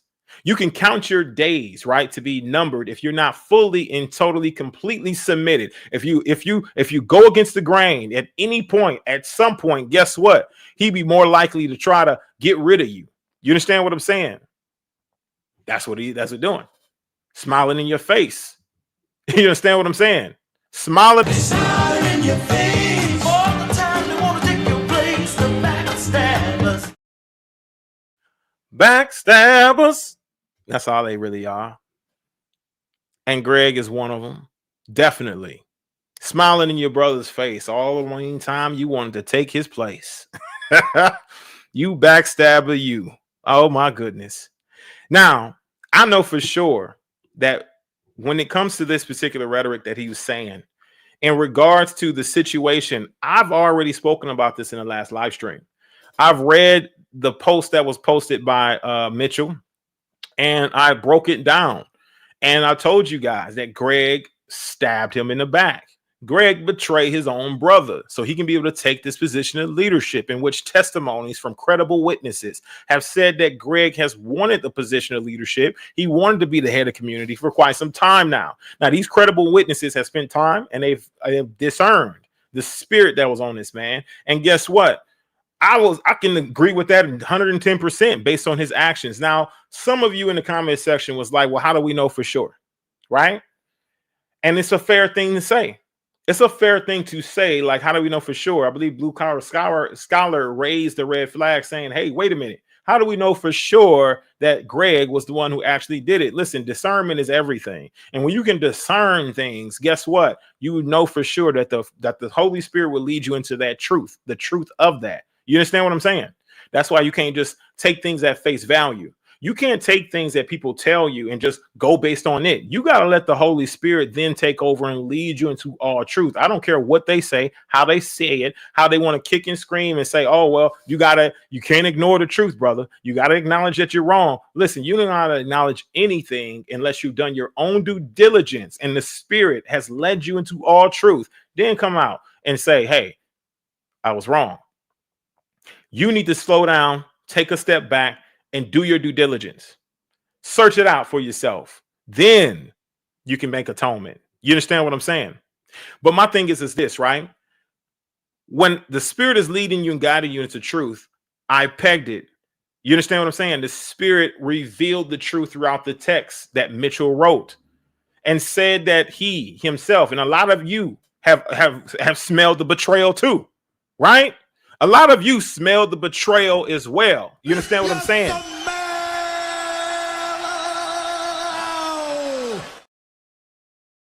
A lot of you smelled the betrayal also.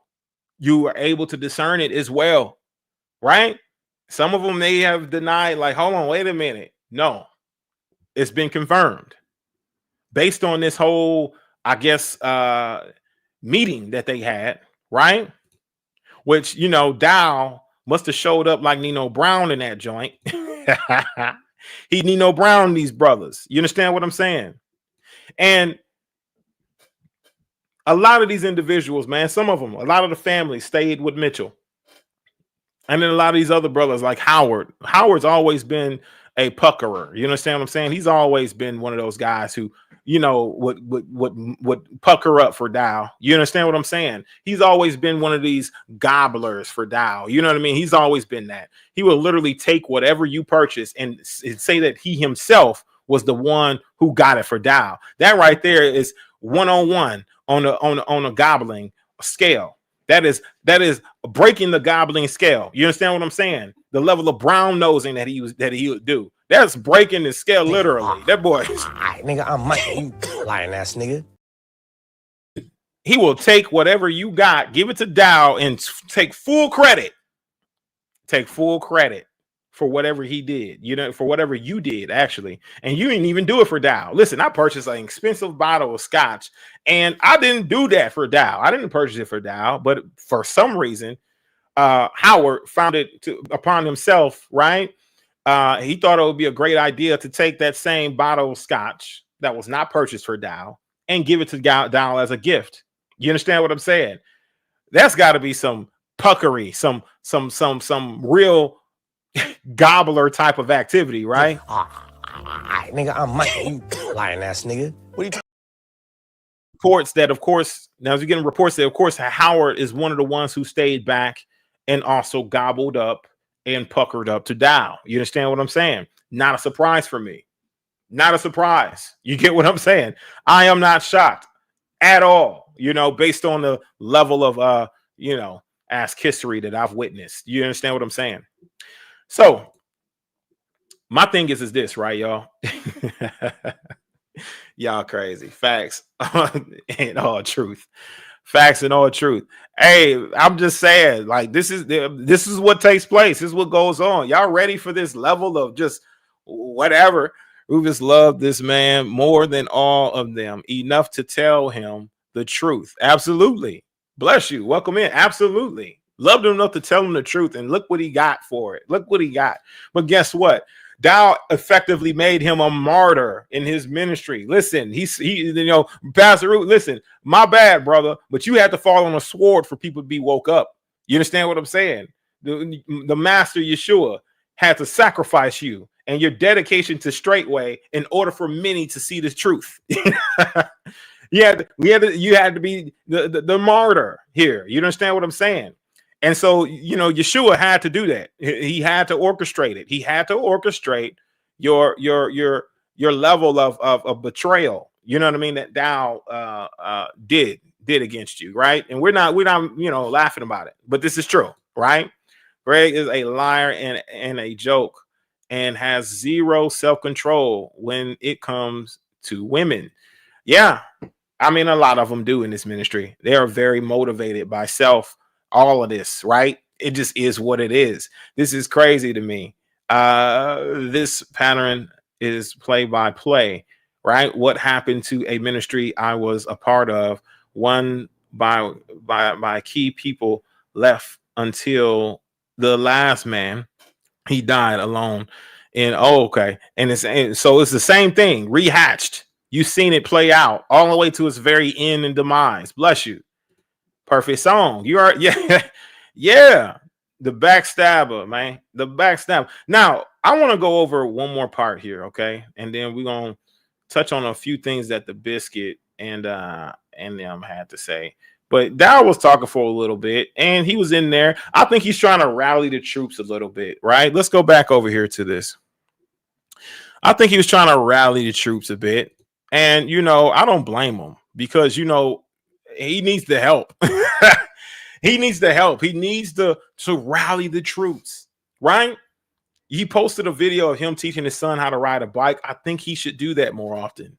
I think he should do more PR like that and force his family to get on camera and like, you know, tug out some sympathy strings. He needs a little bit more of that because his public image is all but shit now. And so, like, if we can be able to get more of a PR save, right? From the family, from the children, you know what I mean? Like all of that, then guess what? I think it'll be a great thing for his career. You understand what I'm saying? Now, you know, this is me. I'm not like Dow's agent or anything, you know, and his well-being and all that stuff. I'm not really too much caring about it, but I want to go to this next timestamp real quick because I thought it was pretty interesting what he had to say. And then we know that he said, I'm going to start providing receipts and all that. We still waiting on those receipts, Dow. We ain't forgot, okay? We've been waiting for you for quite some time now, sir. My good sir. Dow, Chucky, Charlie, you know, Junior. We've been waiting for quite some time for those receipts, sir. It'll behoove you. It'll behoove you to produce some tangible proof and evidence instead of running your mouth. Right? Jabbering on.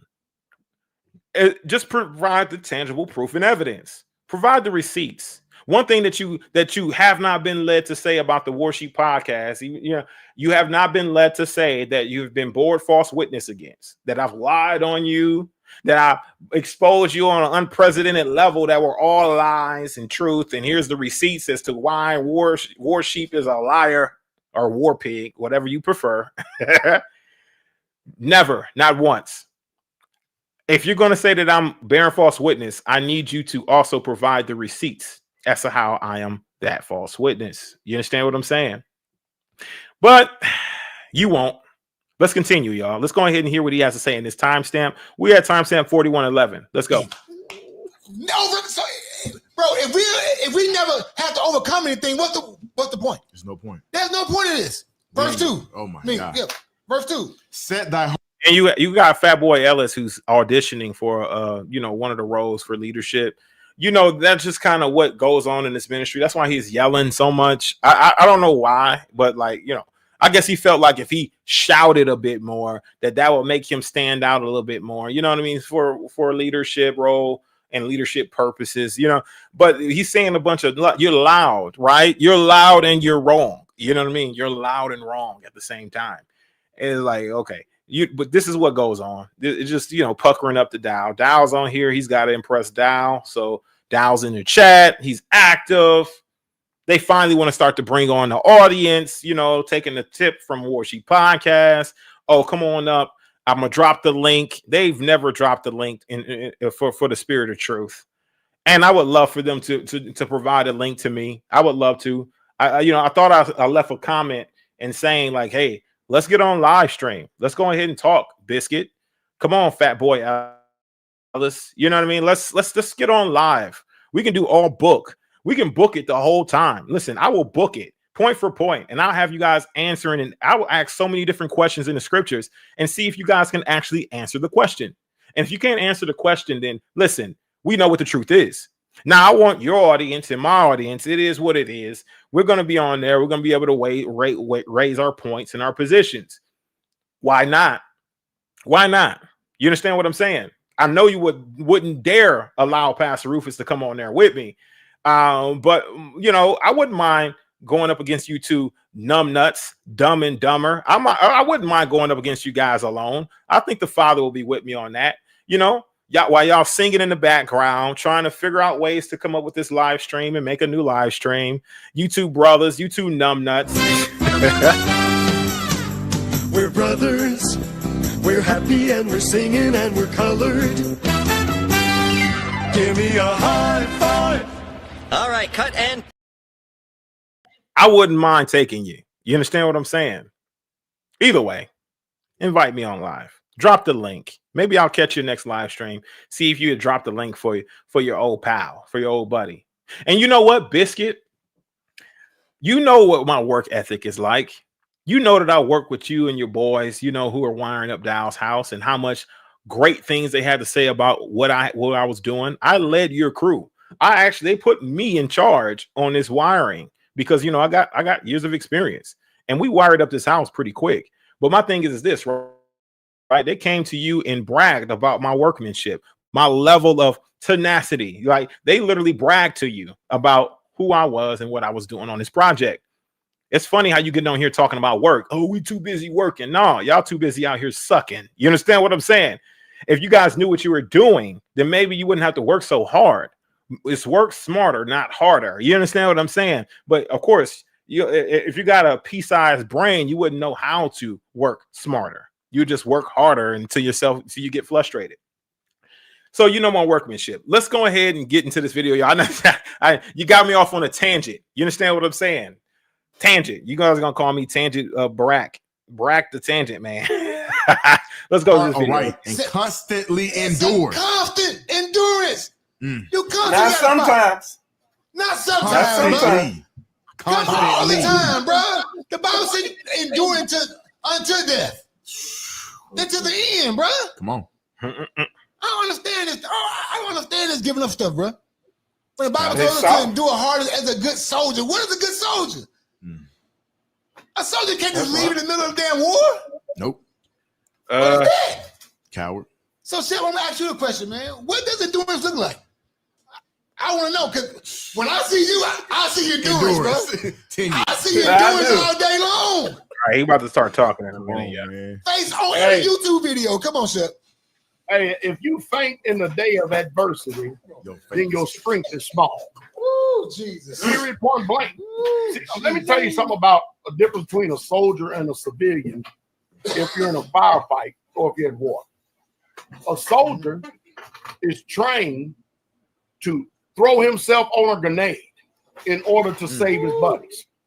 A soldier, if he gets shot, I don't care where he gets. Look, if you're going to shoot me in the side or in the arm and I can't use this one, you know I'm going to do every damn thing I can to make sure this arm getting loaded. I'm going to put it between my legs and I'm going to keep on fighting until the end, until the breath go out of my body. I'm just not going to get hit by a bullet and roll over and die unless somebody get a headshot on me or something that's going to take me out, if you understand what I mean.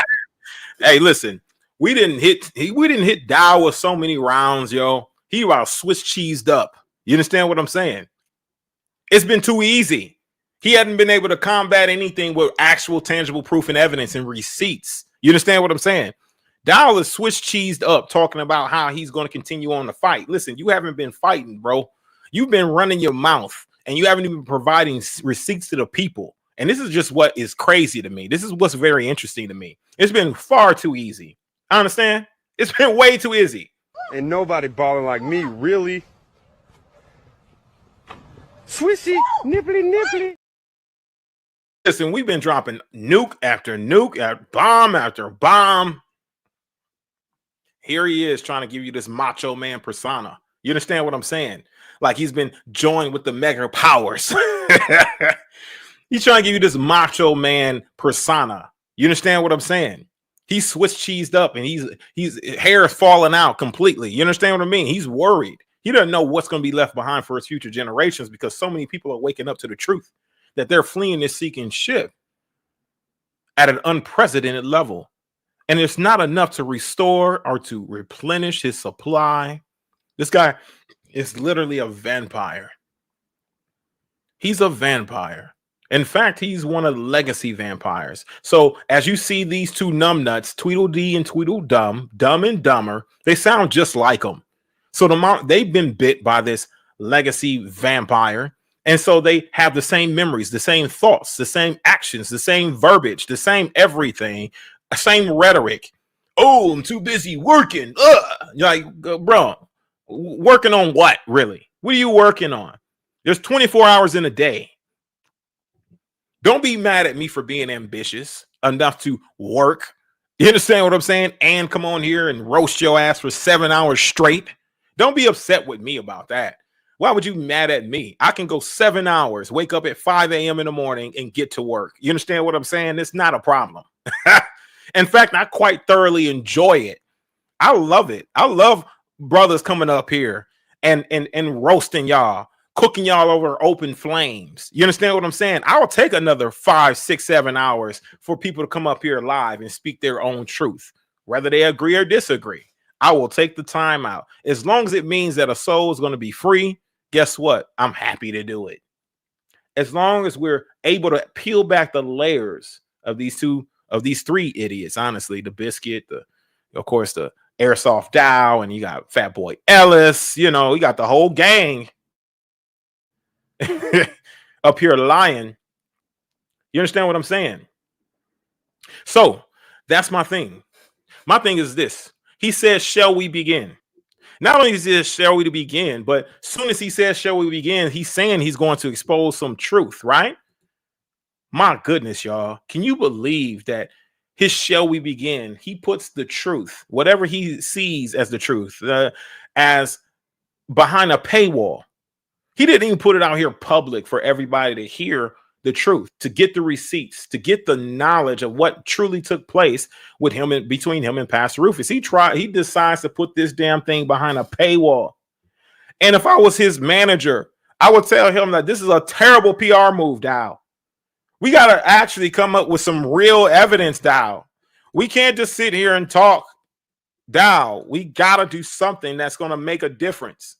You understand what I'm saying? That would have been my advice if I was his PR, right? If I was his PR, if I was his manager, if I was Dow's manager, y'all, I would advise him to actually come out with something real, not to just talk. Okay. Now, my thing is this, right? This video was shared on Patreon. He put this thing behind a paywall. I want you guys to listen into what his version is of the truth. And now, listen, we're just going to touch on this because obviously he thinks he's got some idiots, amongst him. Obviously, he thinks you guys are half-wits. Whoever is subscribed to his Patreon, he believes yourself to be half-wits. And I'm literally curious as to why he even came out and said what he said. Listen, this is crazy. I'm just going to go ahead and play this thing, okay? This is what we're going to do. I'm going to share it because a lot of you ain't heard this. A lot of you haven't come across this just yet. And unfortunately, we know for sure that he can't handle it. So unfortunately, there's nothing he can do. The more you come out here and lie, the more we're going to expose your lies. You understand what I'm saying? Now you see that this is him. This is Dow, right? He's sitting in his little chair. Okay.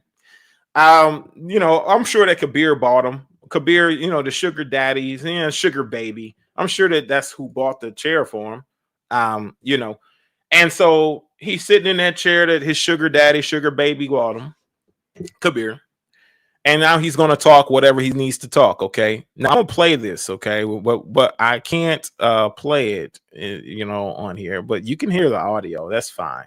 Let's go ahead and get this thing played up. And I got to come in with commentary because, I got to keep it YouTube friendly. They're going to try to listen. They're going to try to have my ass for this one, y'all. I'm not going to be surprised if they're going to try to hit me with a copyright strike again. Okay. Trying to suppress the truth. Once again, I'm going to come out here and embarrass him again, kick him in the teeth once again.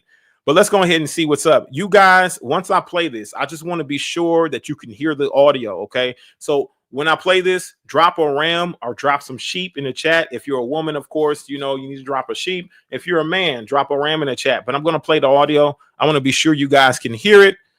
I'm going to go ahead and play it now. All right, let's go.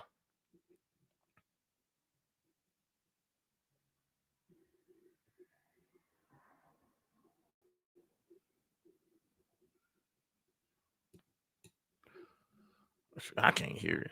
If you can't hear it, drop a 0. Okay.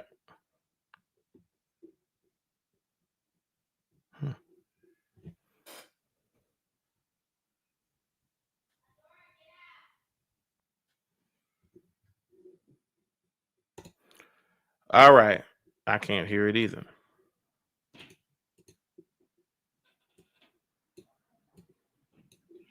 Give me a sec, y'all. Let me work with this thing real quick. And it might be. Hold on a sec. Curious.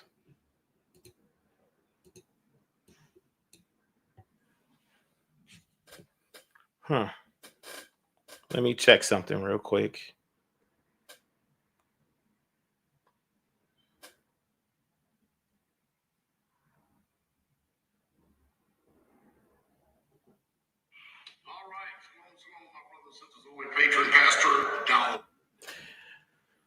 All right.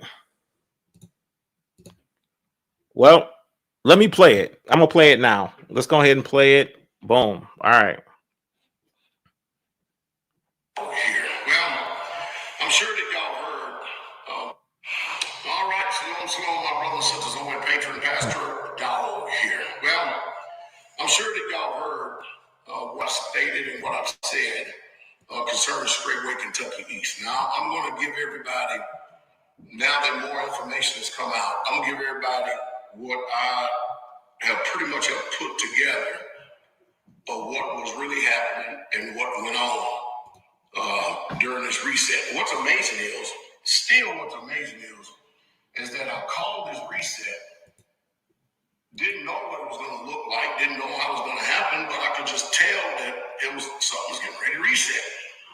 Well, I'm giving you my opinion in the way that I think things played out, but I'm also going to give you a lot of facts about things that has taken place as well. So in my opinion, Rufus Carswell and Douglas Becker started years and years ago when they would go back there and meet at his house. And who knows what was said. We would never know because they don't tell us.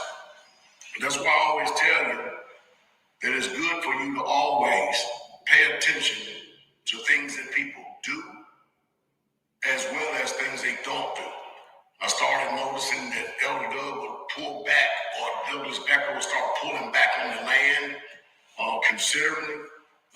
He would still work. Now, don't get me wrong, he would still work here and there and here and there. And I know some of it had to do with medical, but there was just a different spirit.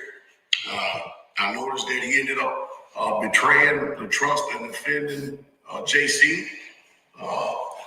And then I noticed that now it was Elder Becker, Elder Rufus, and Elder Mitchell that spoke quite often. Now, Elder Mitchell tried to deny the fact that they're speaking quite often, but after we had that meeting, it's obvious that they were speaking a lot. And for whatever reason, they come up with this theory, and this Rufus did, that Pastor Dow has this evil spirit, or this spirit upon him.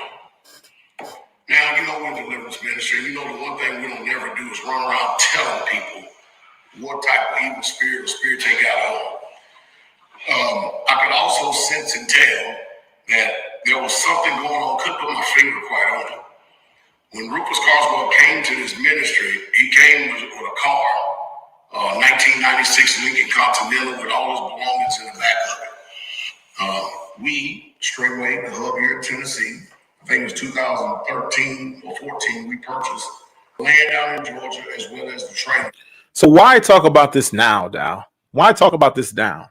In which he's saying in Lincoln Continental, he's coming back and basically saying he's homeless, right? My thing is this, right? It took you this long to even want to address this.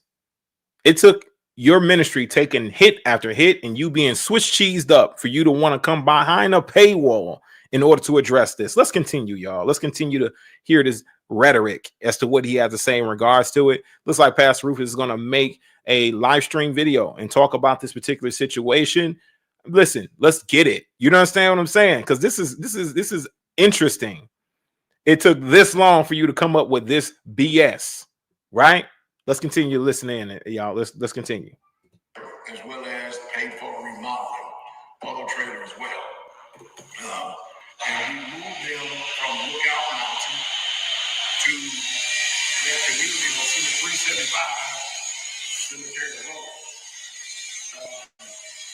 There in Georgia. And of course, you know how we do. You know, we made it a little small community. He started coming up with all different types of theories that I've never even discussed with him. He would tell us things, we're a transitional community, we're doing this, we're this and that, which I've never even said. That's just what he was saying. What really upset him more than anything is that when he would perpetuate a particular doctrine, teaching, or theory behind the scenes that I didn't even know nothing about, and when I would get on YouTube or Patreon, it would go contrary to what he was teaching, unbeknownst to me, it would cause an offense. Well, he had asked Elder Mitchell, how did I get into Pastor Dow crosshairs? He said, I know Pastor Dow. No, you know of Pastor Dow. You don't live with me. We traveled together, and we spoke considerably on the phone. But if you notice, Rufus Carswell has never been up here on this community that I can recall and has ever lifted one finger in helping us do anything on this land. Now, flip that around and see how many times that I myself have been not only to that community, but many other communities and help people. Nevertheless, they come up with this theory, and it seems like it was like a cool setup getting ready to try to overthrow or at least move me out of the way. Now, isn't that amazing? The Most High y'all use me. So I'm so confused. Overthrow or move you out of the way. Out of the way of what, Dow? Like, can you explain that? Can you elaborate? Out of the way of what? What are we moving you out of the way of? What was Pastor Rufus moving you out of the way of? What was he trying to overthrow you with? How was this going to be effective if you're the face and the voice of the ministry, right? Of your ministry? How would this be effective if they're not on the paperwork, right? For your foundation, how could that affect you? I'm just really confused. I'm curious. I'm pretty sure the audience is as well. Your listening audience ain't gonna ask the tough questions. They're just gonna go along with whatever you say. You understand what I'm saying? But my thing is this, right? How, why, who, what, when, where, and why? Why do you feel like he was? And how successful would he have been in doing so? That's what I'm trying to figure out. Why do you keep coming up with this notion of trying to overthrow you or whatever it may be? This sort of thought of kingdomship, you know, like your kingdom is someone's trying to raise up a coup against you, and you consider yourself to be the king, right? Of Straightway. And so, you know, in order to do that, there has to be a removal of power, meaning you would have to be removed out of authority, and someone would have to replace you, right? And so how would that be done if you're the personality? If you are the star of the show, everybody's just living in your world when it comes to Straightway, right? Everybody's just living, they're just squirrels trying to get a nut. You understand what I'm saying? You are the main character in your world. You understand? So how could they remove the main character and replace themselves? That means they would have to take over the Pastor Dow channel. That means that they would have to come on here and preach on the Sabbaths. They would have to do everything and effectively removing Dow. This is what I'm just confused by. But we'll continue to let him explain away whatever he has to say. Let's go. To build this ministry. The people come to this ministry because they heard me. Not because they heard Rufus Carswell, not because they heard Mitchell Polydor, not because they heard Douglas Becker. They hear none of them. And that's why I take it personally whenever I get people who are supposed to be in elders and trusted elders in positions and places, that you're supposed to have a righteous leadership and a righteous stewardship over people, to not sit up and defile y'all's heritage and take advantage and fleece the flock of y'all. And some take heed, some don't. It's to be expected. Some people are extremely serious about this walk, some are not. Well, anyway, as we get up to the meeting, and I'm just giving you just quick notes right here, right? As we get up to the meeting, Craig and Mitchell came to me and said, do you mind having a discussion on meeting? Because they perceived, based on whatever this tension was, and the tension didn't come from me, it came from Rufus, who continued. Now, Dow, come on, man. Cut the shit, okay? Cut the shit. Let's get to the real tangible proof and evidence. Can you please pull the files? Can you please pull the audio recordings? Can you play those while you're sitting here talking, okay? While you're sitting here talking, you're talking about the meeting, all this other stuff, right? The work goes on, whatever it may be. You're talking about this meeting, right? Well, where's the audio files? Why don't you play the audio files and then tell us what dissected? Tell us what you think happened during that time. But instead of providing the tangible proof and evidence like you should, you continue on to spew rhetoric, to blow smoke up everybody else's rear end. You understand what I'm saying? What do you think that we are, really? You must think that we're a bunch of idiots and a bunch of gumpies, right? Like the rest of your people that follow you. You must think that us to be very half-witted. My thing is that why are we still talking, Dow? After all these years, after 2 years now of stumping a mud hole in your rear end, now all of a sudden you want to try to articulate an excuse. It's because of the simple fact that this whole thing started on with the martyr of Rufus, right? Pastor Rufus as a martyr. And then you sat back and witnessed the public undressing and the public humiliation and destruction of your ministry.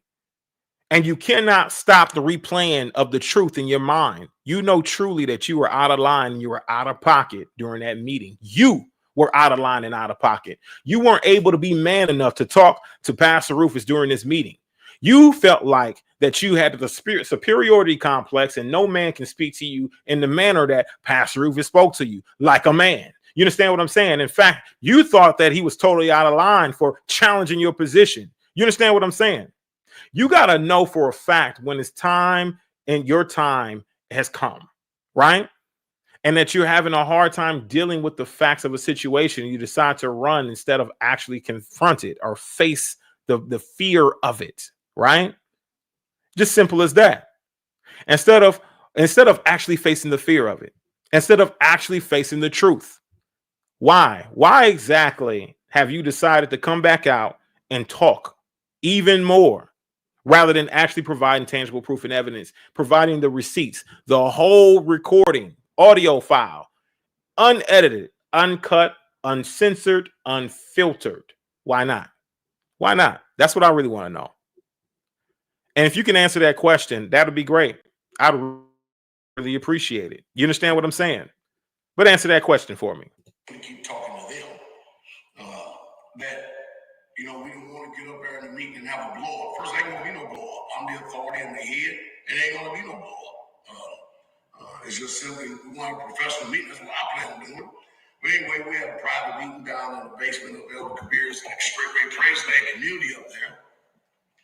Then this group was Carswell proceeded to attack me and go at me and come at me, out of which I can say that it seemed like it surprised Elder Mitchell. It didn't surprise Elder Craigo at all because Craigo was team ruthless. No matter how many lies that we called him in, no matter how many times we called him falsifying information. Think about this, man. This is a man that comes to the ministry with nothing, and he leaves the community with over $300,000. $300,000. That means he's been embezzling funds from the Israelites, saving money for a long time, anticipating a time when he was. That was all my fault, man, because I didn't put it on airplane mode, and I get all these spam calls that for no reason. I mean, just it's just sad, just spam. No matter how many times you decline it, but nevertheless. Oops. All right. So we're going to let you guys go ahead and go through the rest of it. Now, he doesn't really talk about too much more. We're going to let Pastor Rufus break down, dissect the rest of that thing.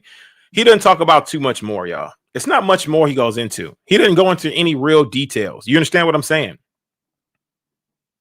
And so I'm very confused as to why all of a sudden now, after this much time, you decide you want to speak on the topic, speak on a matter, and try to tell your side of the story, which doesn't really, honestly, it kind of just almost adds up with what Pastor Rufus was saying. You just kind of flipped it and made it seem like it was him mostly, right? And so that's what it really is, but without providing any hard evidence, in which I think a lot of people are asking for. Where's the hard evidence? Where's the hard truth? If your ministry stands on truth, if it stands on facts, then provide the receipts, provide the truth, provide the evidence, and provide the receipts. You understand what I'm saying? And I'm not too sure what this guy's talking about. If this stream is gay, then why are you here? You understand what I'm saying?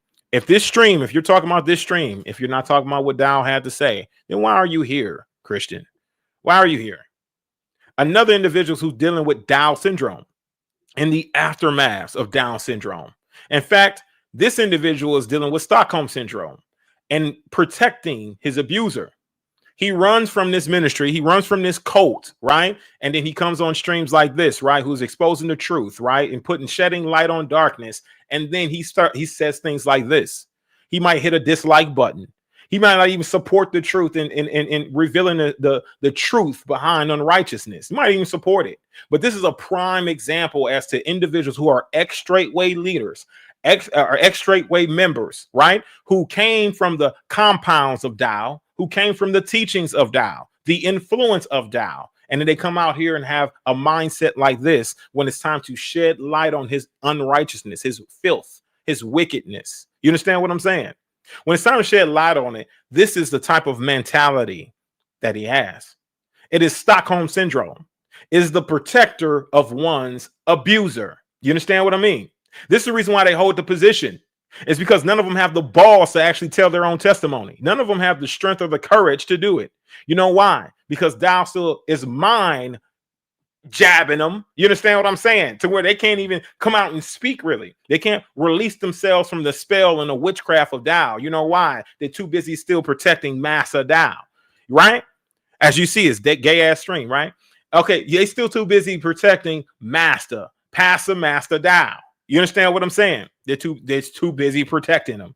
So they can't support the shedding light on the darkness. the unrighteousness of everything that comes from what we're witnessing here, right?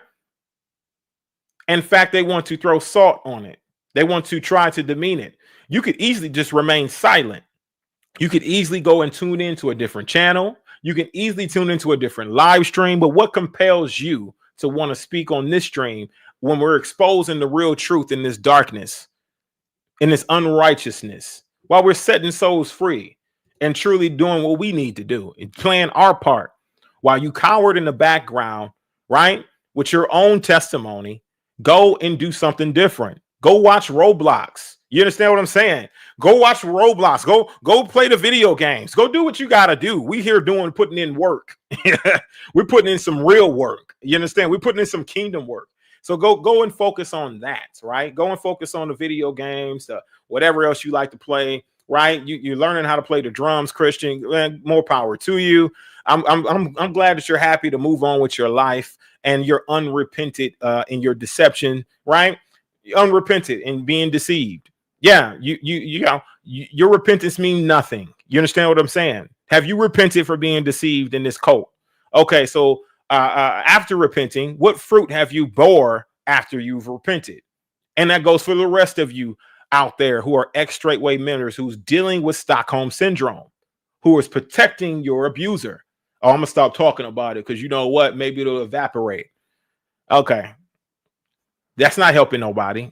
You're not saving nobody. You're not helping anybody be enlightened by the truth, right? Even your repentance goes empty because you're not putting forth the actual work to walk out your repentance. In fact, Christian, you're too busy wearing Daisy Dukes and sandals at the gym in order to actually speak your truth. You're too fearful.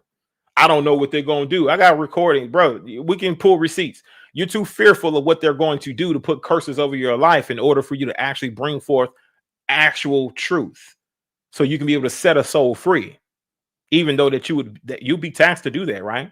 But you're in my comment section, though. But you are in my comment section, though. Okay, we're going to move on, y'all.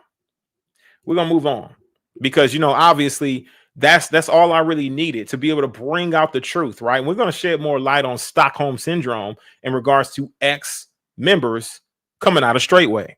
You understand what I'm saying? Ex-members coming out of Straightway and dealing with Stockholm syndrome. It's a real thing. You understand what I'm saying? In fact, they'll go through great lengths in order to protect their abuser. They will jump in your live stream, jump in your comment, your chat, and try to kill the morale. Listen, that's just what they'll do because they're dealing with Stockholm syndrome and somebody who's trying to protect their abuser. All right. So we're going to move on. We're going to move on with more spiritual people who have overcome the witchcraft and the mind influence of Tao, who are able and capable of telling their journey, their testimony, who are strong enough to tearing down strongholds and these ungodly soul ties that they are, that is completely without, not only with current members of Straightway, but ex-members as well. Me, myself, I had to kick that. The Father had to deliver me from this Stockholm Tao syndrome, right? Who didn't want to speak out, who didn't want to say anything contrary to Straightway, who's fearful of it, right? Because, of course, we know all the rhetoric that comes out and the mind control and the MK Ultra warping of the mind that takes place when these individuals are training you not to talk about the truth, not to talk about this ministry, not to talk about the wickedness, so they can continue to perpetuate the evil, right? So they can continue to perpetuate it. Since you know, we're gonna shift a bit of gears here because we got individuals who are currently dealing with not only Stockholm syndrome but Tao syndrome all at the same time.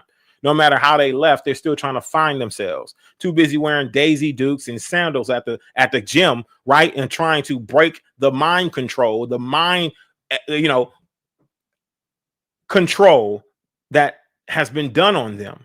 The MK Ultra, where you go haywire when you start to try to find the truth again. When you start trying to find yourself again, you start to go a little haywire. Some of you who aren't as strong-minded and strong-willed as some of us who are able to actually take back our power, our control, our patriarchy, our priesthood. You understand what I'm saying? How are you going to step to real priests who are actually out here doing the work for exposure and then try to say and call their streams gay? You're not a real priest, bro. You haven't even broken the chains off your mind yet. You're still trying to find the nipple. You haven't even latched on. You understand what I'm saying? You just came out of captivity. Y'all say be gentle, be merciful. Bless you though. Hopefully one of these days, as I'm loving on you, as I'm saying what I'm saying, you will find the courage to actually speak your truth so you can break the chains, so you can break the mental bondage that you're under and actually be able to expose unrighteousness, at least for once. You know what I mean? Instead of worrying about yourself and your Daisy Dukes and your sandals at the gym. All right, so let's move on. Let's move on. Yeah, that's what I got in store for you. All of you Dowlites, ex-Dowlites, right, who have issues with Stockholm syndrome, with Dow syndrome, who's still trying to latch on to a nip. I got some work for you. You understand what I'm saying? So comment if you want to at your own risk. But you need to listen up, boy. Listen up, boy. Regret. Hey, boy. Don't call me boy. Oh, hello. Let me remove this. I got something for you. Yeah. You. Oh, don't treat me like a boy then. I'm gonna finish my sentence. Yeah. Regret. Hey, boy. Don't call me boy. Don't finish. I told you. Oh, don't treat me like a boy then. I'm gonna finish my. Yeah. My thing is this, right? What leads them to want to actually take the position? I think I just named it. Dealing with these particular things, right? Let's go ahead and get it.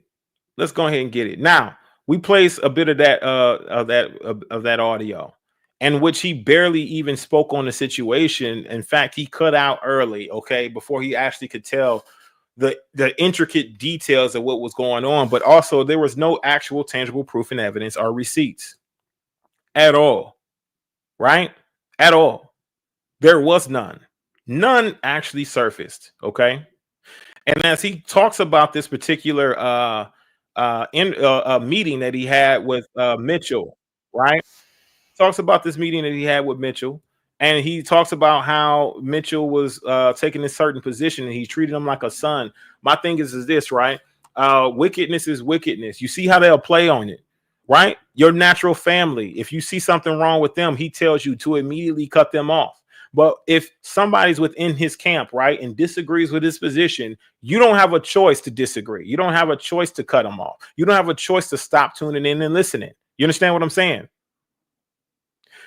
The only options you have is to agree or say nothing else. You understand what I'm saying? You have to submit. That's it. Now, we're going to shed some light on this Ohio situation now. We're going to move on to the next topic. We're going to shed some light on this Ohio situation. And you got to know who we're dealing with when it comes to this guy named Germaine West. Now, Germaine West, right? I know him. I fellowship with Germaine. You understand what I'm saying? Now, Germaine, I've been out to Ohio at least on a few occasions, right? In regards to fellowship.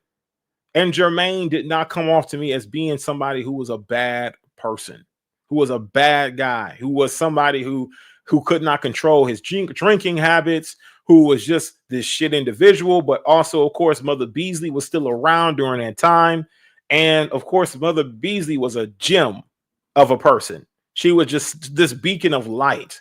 You understand what I'm saying? Mother Beasley was an older woman who's just like anybody's big mama. You know what I mean? When you see Mother Beasley, she was like a big mama to you. You get what I'm saying? One of the just beautiful spirited. To learn about a lot of the stuff that Germaine has done to his big mama. And yes, we will be inviting people on live tonight. Yeah, absolutely. We'll drop the link. Let me breeze through this Ohio situation real quick, enlighten the people, break some scales off the minds real quick, some chains off the minds, and we're going to go ahead and drop the link. But my thing is this, right? With Mother Beasley, with this whole situation, it is disheartening to know that upon her close to passing, okay? Now let me fill you guys in. Germaine himself was just a single man. Not by, I guess he claimed it was by choice. You understand what I'm saying? But I got reports that he would be cutting this homosexual guy's hair in his house, right? He said he'd been in the pen with him, been in prison with him, and he met him in prison, and this guy was homosexual, okay? He was LGBTQ, but they talk about me, right? Why they got men who are in positions of leadership who cut the hairs of some of these members of the LGBTQ community. And if you're part of that community, you're in my chat. Listen, I agree with biblical principles. Okay, so just whatever, you know what I mean. My thing is this, right? He used to cut this individual's hair, right, on a weekly basis, right? He didn't take a position that Dow would tell you to take. He knew him from prison. I wonder how well he knew him from prison. I wonder how well. I'm curious about that. But not only that, it's disheartening to find out that during this time where he was supposed to be caring for Mother Beasley on a high level, that he wound up selling her house. Her house was sold. You understand what I'm saying? Sold to banks. He refinanced the home, and he put it on a perpetual level. So meaning once it was sold, it was going to be sold, right? Once she passed away, that house, the bank gets to keep it. He refied the home for around, I believe, $300K. He refied the home for around that amount, and he actually took the money, right, the proceeds, and a lot of it he blew it on women. He blew it on a particular woman. Okay, he blew it on a particular woman, and that woman was taking him for all that he had, in which Mother Beasley didn't really have any real knowledge of what he was doing. Okay, now my thing is this, right? He kept her in the dark. He refied her home. It was an older home that's been around for a while over in Ohio, right? Older home. Still has some good bones about it. You just need a little bit of remodeling and it'll been fine. He refied the home. He said he bought a new hot water heater. He did a few things for the home, but he never truly repaired the home, right? He never actually repaired it. He just was acting as though he was actually doing something, but he wasn't. Okay. Now, this is just credible sources that actually have witnessed what he was doing, in which Mother Beasley had to contact a few folks to have a little bit of help with the situation because she didn't know what was happening. She just knew that he refied the home. This is him here. Okay. She just knew that he refied the home. Just to give you guys some context as to who this fella is. Listen, he's using AI photos, AI generated photos, because he has this certain perception of himself that's not real. In fact, look at this. Why are you using AI generated photos to try to make yourself look like something that you're not? Bro, you're pudgy. You understand what I'm saying? Look at him. He looks like he's supposed to be some fit guy. Now, he spends a lot of time in the gym. I don't know how, right? Because it doesn't reflect in his physique. As much time as he spent in the gym, you would think that he'd have a physique like this, right? You'd think that this is how he looks. No, this is AI, y'all. You'd think this is how he looks. This is not how he looks. He spends a lot of time in the gym. I wonder what type of time he's spending in the gym. And why is he there? Because he's still pudgy. You understand what I'm saying? He's still a pudgy guy. So now this guy, Germaine, and the reason why he's wound up on the shit list is because not only is he an abuser, he's a drunk, right? And not only that, he's one of these false and fake macho men, so-called, right? Wannabe, I'm a manly man. Wannabe. You understand what I'm saying? Want to just say stuff and do stuff based on oh, there he is. No, that ain't him. That ain't him. I'm trying to show you guys how pudgy he is. He's still pudgy. I'm not too sure as to why he's using this AI. You understand what I'm saying? That's not how he look. But Mother Beasley, where is she at? These guys, there's the so-called tech team minus Elder Becker back there, minus Elder Becker and who else? These two, Victor and Bell. This is his so-called tech team, and yeah, not so tech team. Okay. Not too sure as to why he has a whole tech team, but they're worthless. Honestly, they're absolute trash. Now, this is Mother Beasley. Y'all see how tight her lips are? You see how tight her mouth is? Do you think that she wanted to actually take this photo with him? Look how tight. She's like, man, come on, bro. Deacon Josh. Okay. Yeah. Deacon Josh is going as well. You see that she's not looking too excited about this photo. You understand what I'm saying? But that's Mother Beasley, sweet Mother Beasley. That's the reason why I really wanted to go in Ohio on fellowship. She reminded me of my big mama. You understand? I wanted to go just to really fellowship with Mama Beasley, because man, she reminded me of my big mama. Absolutely love Mama Beasley. And Germaine was cool. He was cool, you know what I'm saying, at the time. Now I'm going to get into what I'm talking about here today and why I'm bringing up Germaine. Why am I bringing up Ohio? Why? What's going on? Now, this is going to take me probably a span of a couple streams here. I'm not going to divulge it all right now, but I got more receipts to pull. I got more evidence to bring you, but this is just the surface of what I got for you. Okay. This is just the start. This is a testimony, and I got to dig deeper into getting more testimony, right? And I'm not going to be able to present that here today because I'm still actually putting pieces together for the second part of this Straightway Ohio abuse or situation. YouTube, they're gonna get mad at me for using that word. Y'all already know. So, but oh well. Either way. Now, Germaine, his background, he served time in prison because he actually shot somebody. I believe passed away. They did die. Germaine shot them. They passed away. And I believe he got out at some point, right? Or maybe he got off because it was like self-defense or whatever it may be. But he was actually arrested for battery. Let me show you guys this real quick so you don't think that I'm blowing hot air, right? Let me go ahead and pull this report. We got receipts. Y'all. We got receipts. Now, Germaine was arrested for shooting this guy. You understand what I'm saying? Now, this is his report. Just so we'll have context, okay? It says shooting by neighbor Germaine West. He was 23 at the time, okay? And he shot this man, right? And this is getting down. Now, my thing is this, right? Shooting by neighbor Germaine West, 23, right? Burstock apartment D.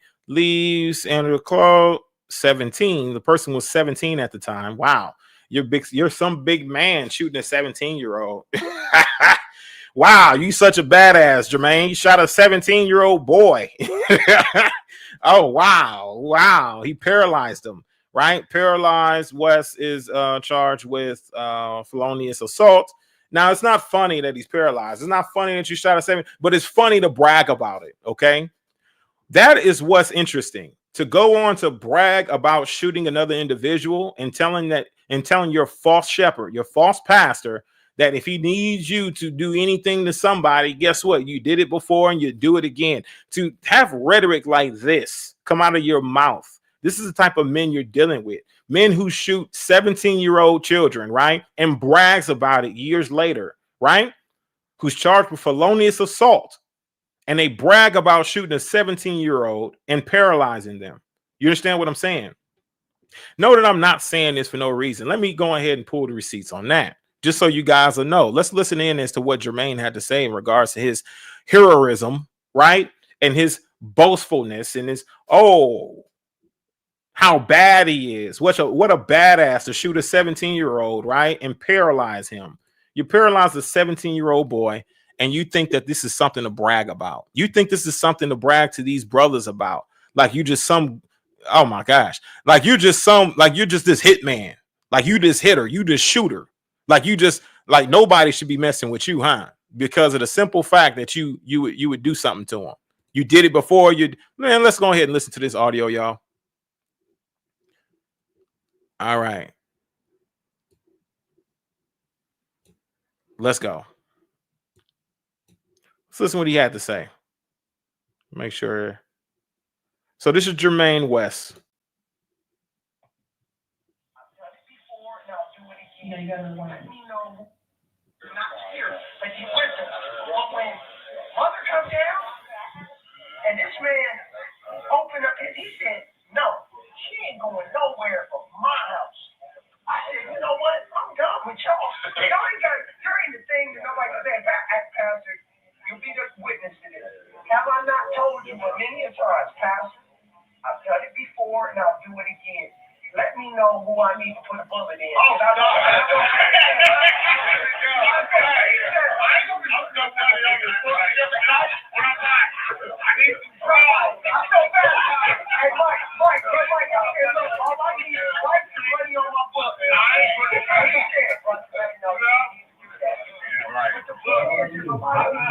Can y'all hear that okay? Because I'm hearing the volume is extremely low. All right, so let me see what I can do about that. Can it be heard? He did 8 years in prison. That's right. So you hear him bragging in this audio, okay? Now my audio, my video, this is all up 100. Let me see if I can do something in my back end. Y'all tell me if you can hear that just fine, right? This is a man who shot a 17-year-old and paralyzed him, okay? And he's bragging about what he did to the rest of these brothers, and he calls on Pastor Dow and says, "Hey, haven't I told you many times before that I've done it before, and I'll do it again? Let me know who I need to put a bullet in." This is what he says. This is the rhetoric he's spitting, okay? Now, heard the audio just low, okay? Okay. Unrepented devil. Yes, absolutely. Germaine West. This is Germaine West talking after 8 years of prison, paralyzing a young boy, right? Paralyzing this young boy. You understand what I'm saying? Bragging about it in the dining hall in front of a so-called pastor. You understand what I'm telling you? Who's glorifying the behavior. Obviously, he ain't checked him. Obviously, he ain't told him he needs to be in a converted mind, having a converted heart. All of the other shit that he talks about with us, who's exposing his wicked tail. Everything he talks about with us, who over here, who is exposing his wicked tail. Why he ain't telling Germaine the same thing? Why is Germaine able to run rampant and do all of this abusive stuff to these people that are up there in Ohio who rely on him for leadership? Why is he able to do it? I'm going to play it one more time for you guys, because this is absolutely disheartening. This is gut wrenching. This is what you got to focus. This is what you got to pay attention to.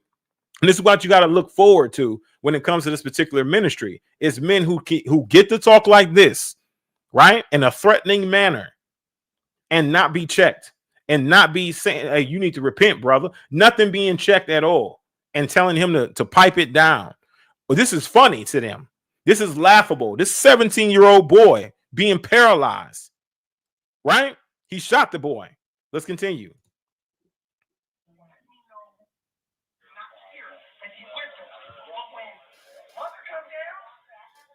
And this man opened up he said, "No, she ain't going nowhere from my house." I said, "You know what? I'm done with y'all. Y'all ain't got during the thing that nobody can say, Pastor, you'll be the witness to this. Have I not told you many a times, Pastor? I've done it before and I'll do it again.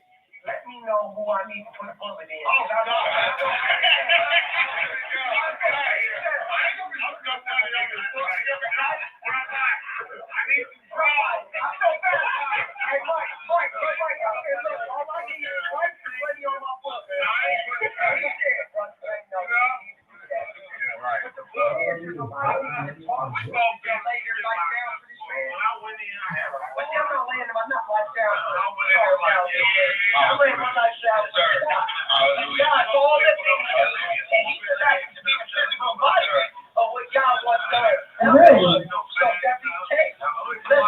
Let's roll. I don't care. But yet there's a whole lot of people that talk a whole lot of stuff about what they'll do.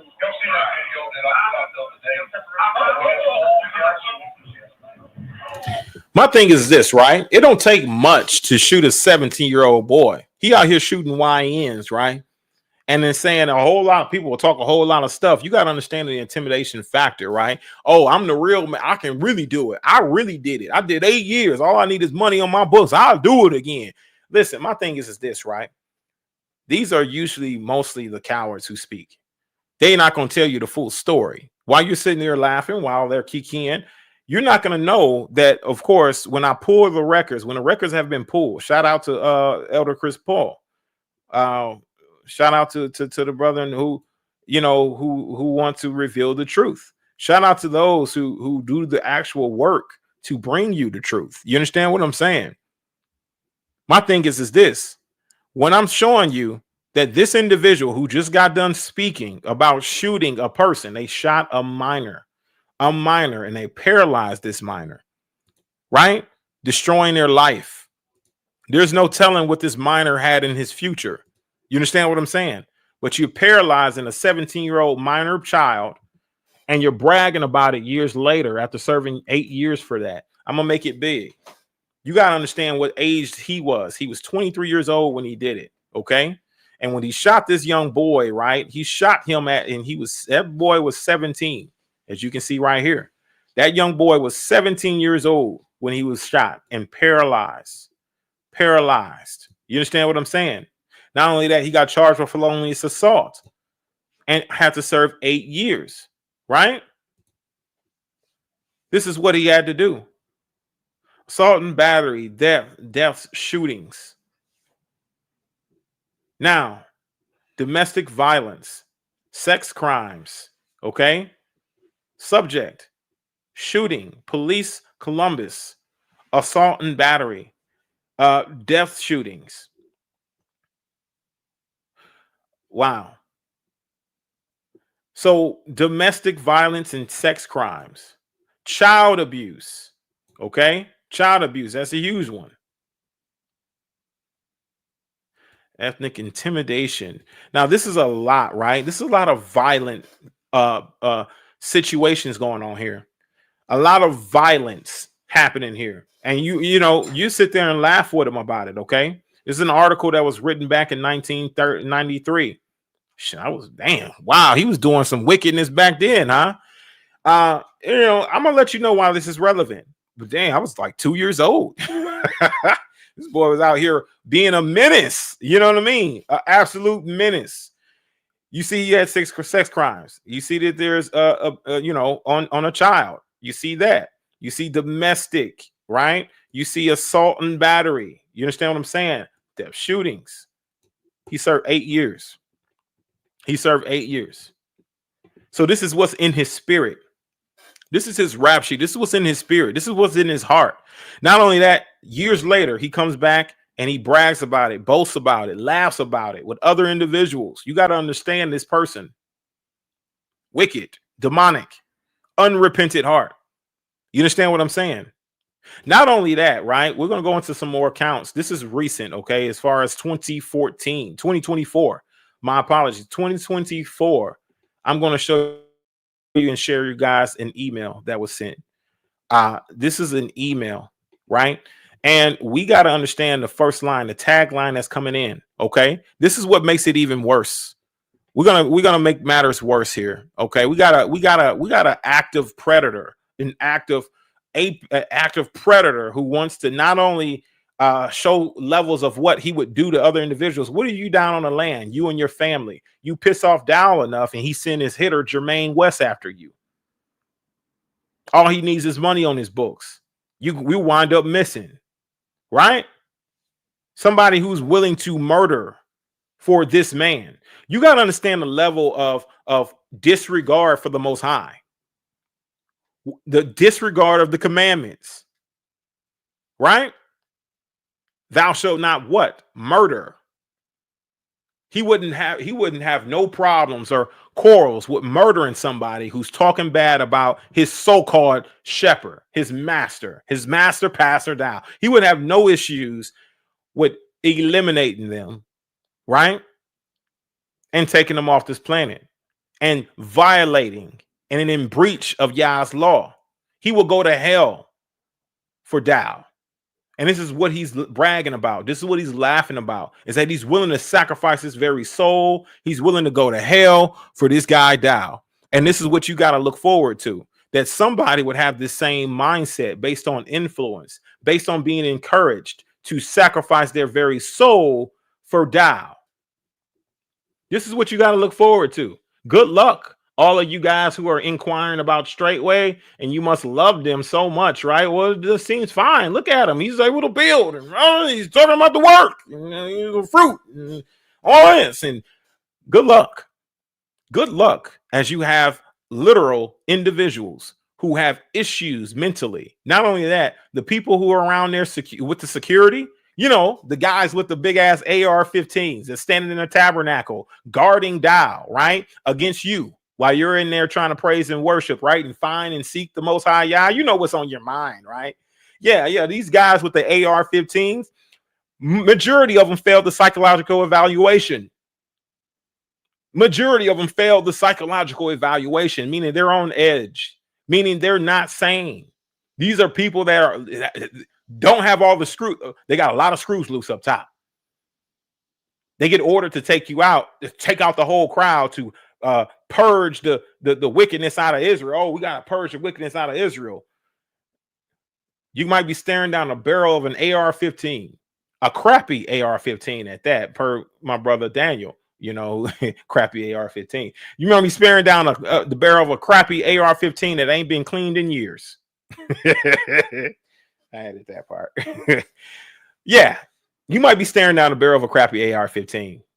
Let you speak against them. Let Dow feel like that. Okay, we need to prune this ministry. It's time to prune it a bit. You know, we got to get some of the fat guys out the way. You know, we got to get some of your elderly out the way too. And maybe some of them can catch a couple strays. You know what I mean? Go ahead.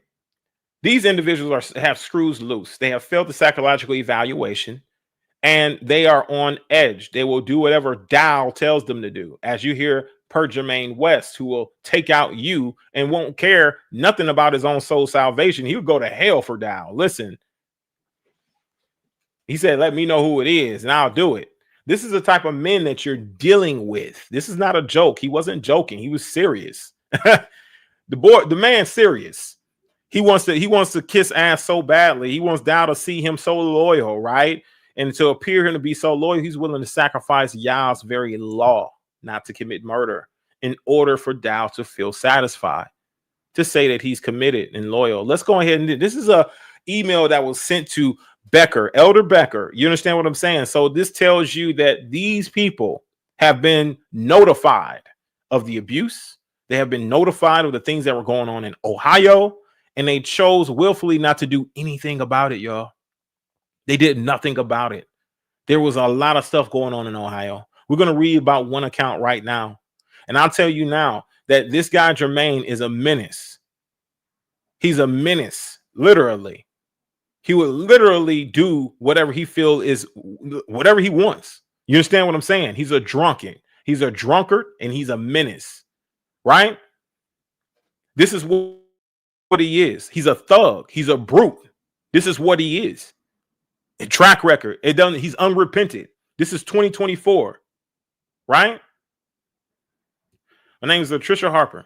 I am a single mother of a 10-year-old son. Now, they treat single mothers pretty poorly, as we went over, right, in this ministry.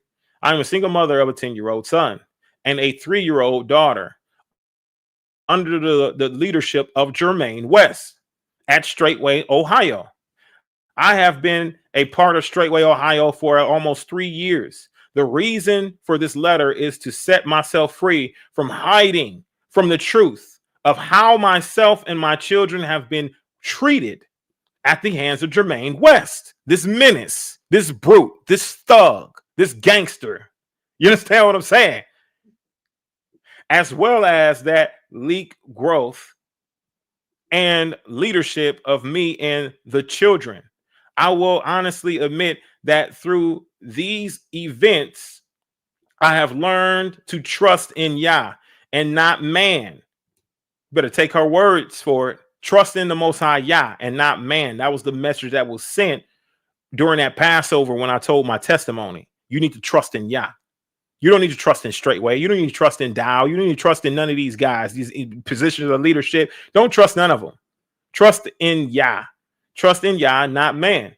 And ultimately seek to please the Most High first. You understand? It's funny how a lot of us learn this lesson, right? We realize that these people that we're trying to be of servitude to, right? We want to learn how to love the Father in the ways that we never were taught from the Christian church. And we fall victim to this. And we have to come back and backtrack and listen. I need to focus and lean on the Father more. Also, not to be afraid of man's faces. Listen, all of you with Down syndrome, with the side effects of Stockholm syndrome and Down syndrome. Listen to this woman. Don't be afraid of a man's faces. Don't be afraid of their faces. Come on out. Say what you got to say. Speak your truth. Support revealing the truth and unrighteousness. Stop trying to speak against it and protect your master Dow. You know what I mean? One last time, which is Stockholm syndrome, right? Look at her. Wisdom. Listen, the man's faces. Don't fear it. Why are these women more bold, more brave than a lot of you men out here? This is crazy. As well as not to be afraid of standing up for Yah's righteous laws, right? Absolutely. If the men can't get it done, then the women will. If we can't get it done with the men, then guess what? We'll get it done with the women. They'll have more balls than you. You understand what I'm saying? While you're still typing in my comment section, gay stream, things like that. Go worry about wearing your Daisy Dukes and slippers in the gym. Then let us real men do the real work and let the real women have more balls than you while you're still dealing with Stockholm syndrome and Dow syndrome. You're still a Dowlite at heart and at mind. You're still afraid of what they're going to do to you. Oh, they're going to pray curses over me. Oh, big goddamn whoop. Right? Oh, well, I guess you better strengthen yourself spiritually. Right? The righteousness of in laws and examples that are being taught by Pastor Dow, Straightway Ministries as a whole. You understand what I'm saying? So now she's trying to show some honor and respect. I don't blame her. You understand what I'm saying? One evening, Germaine was chopping veggies in the kitchen on the edge of the table where I was washing dishes, and my son accidentally knocked over the cutting board. Germaine immediately, you understand? Immediately throws his hands up and in the air, immediately throws his hands up in the air and begins to pace from living room to living room. So he's literally having issues controlling his anger here, right? He's losing his shit. He's pacing back and forth just based on an accident being done. You understand what I'm saying? The child knocked over the cutting board. He's upset. Okay, he's pacing from living room, yelling, screaming. He's yelling, screaming, calling my son stupid, calling him stupid, and going on about how he did it on purpose, and he can't do anything right, and how this is mental abuse.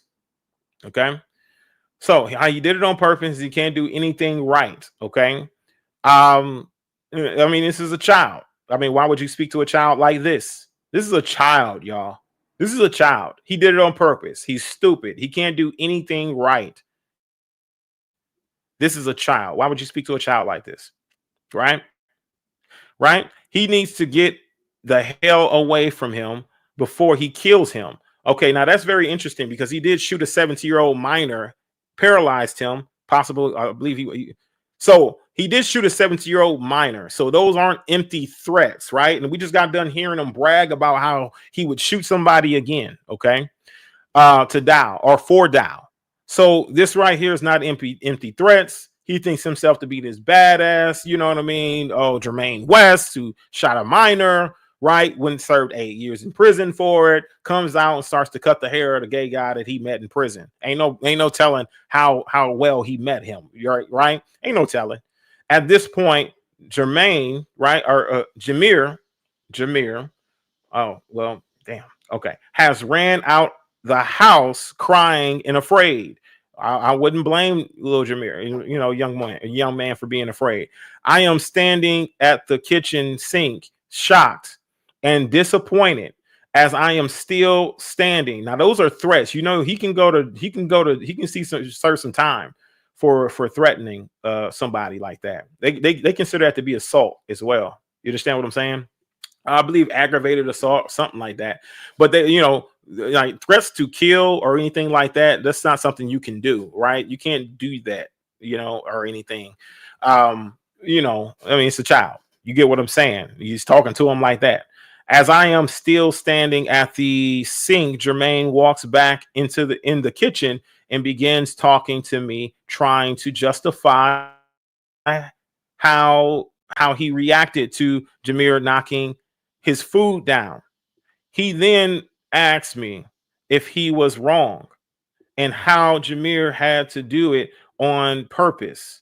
Right now, he's justifying his actions. Okay, I took many deep breaths. Right, he's justifying his actions not because he feels bad. He's justifying his actions so she won't tell on his ass. You understand what I'm saying? Now he's trying to pick her brain and see where she's at mentally to see if she's going to actually reveal the truth to somebody, right? Because she is the witness. So press her. Let's press her real quick. Let me see where she's at.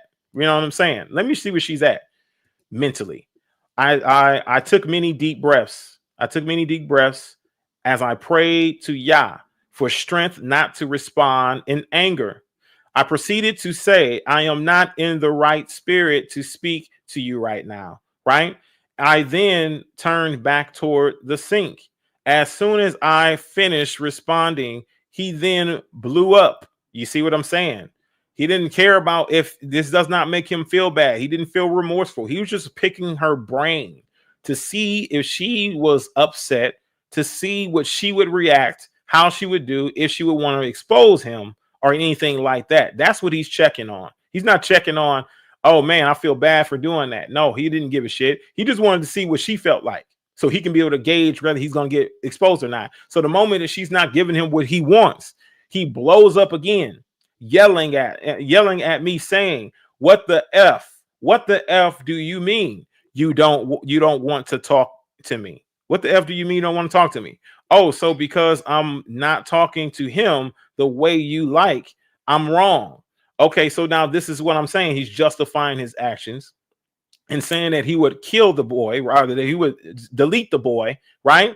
He's justifying his actions in saying this. He's justifying his action and acting out of his anger, right? After the boy caused the accident or whatever it may be, instead of addressing the matter and reprimanding the boy in an appropriate way, like a man should do, reprimanding him, telling him to be careful, right? Things like that. He gets upset about him knocking over this cutting board with food on it. Like, this is crazy. It's not like it was a safety risk. Maybe more of a safety risk for the boy, because if there was a knife on the cutting board, he would have got hurt. He would have gotten injured.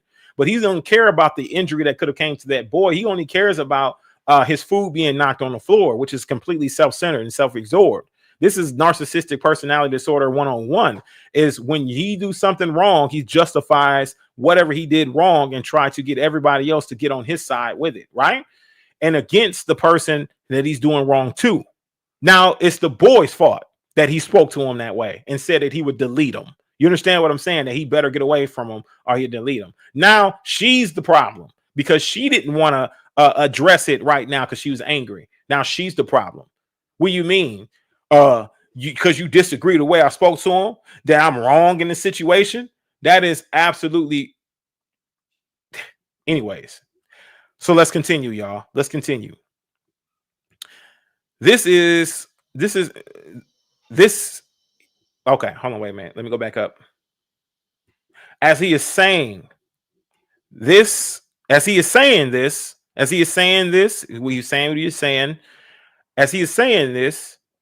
pacing and walling his arms and moving closer to me, I then say, all I am saying is that I am not in the right spirit to talk to you right now because I don't understand how to justify that. He is 8 years old. As he is still pacing and ranting, Brother Ray comes in the kitchen. Now he's doing this in front of other saints. He's not just doing this in front of her and the boy. Other saints are there too. And they had opportunities to calm him down. But Brother Ray, who was man enough to step in, comes in the kitchen and grabs him and holds him from coming back into the kitchen, saying to him, she's a sister, brother. She's a sister. Meaning he was so irate and so upset that he's looking like he's going to put hands on his sister. Okay. He's looking like he's going to, take out his frustration on her, whatever it may be. Maybe it's a sense of control. He wants control. So he instills the fear in order to gain the control, which, in order to still proper fear, you got to punch her. So he's trying to keep him from going in there. You understand what I'm saying? And trying to calm him down, right? From whatever he's doing. She didn't do nothing wrong. She's just sitting there telling him, listen, it's not justified. He doesn't want her to out him. And this is where he's fearful at. At this time, Sister Cameo comes in the kitchen to ask me what happened. I then explained what had taken place. Germaine was still yelling and upset, talking to Ray, saying, who is she to tell him she doesn't want to talk to me? Okay, so now she has no autonomy. She can't make a decision whether she wants to speak to Germaine or not. Who are you to tell me that you don't want to talk to me? You ain't nothing but an incubator. You ain't nothing but this. This is the reason why I'm telling you this. This level of false perception of patriarchy. You understand what I'm saying? This is what it'll have you do. That rhetoric, that teaching, those sermons will puff your mind up in such a way that you read this, right? Germaine West has his mind so puffed up that he says that she doesn't even have the right to say that she doesn't want to talk to him in a bad spirit, right? She don't got the right to say that, right? Sister Cameo then sent me upstairs until things cooled down, and she went to find my son. This took place about 8 to 10 months after my son and I moved into the assembly. From this is about 8 to 10 months. Okay, they moved into the assembly. I believe they were doing homesteading. From this first situation with Germaine, fear had sat in over me and my son. I never wanted to say or do anything to disagree or question him on the things he did or said, because there was always backlash or uprising. Okay, now this is that false patriarchy, that false sense of patriarchy, that man, I'm the man, this is what they get from Dow. This is the energy that's siphoned. He tells them these things but never truly teaches them how to do it in love. Okay, so they run off and they do everything with an iron fist and anger and malice and ill will and hate and murder. The same spirits that literally will ooze out of him. This is the personification of what manifests in these men.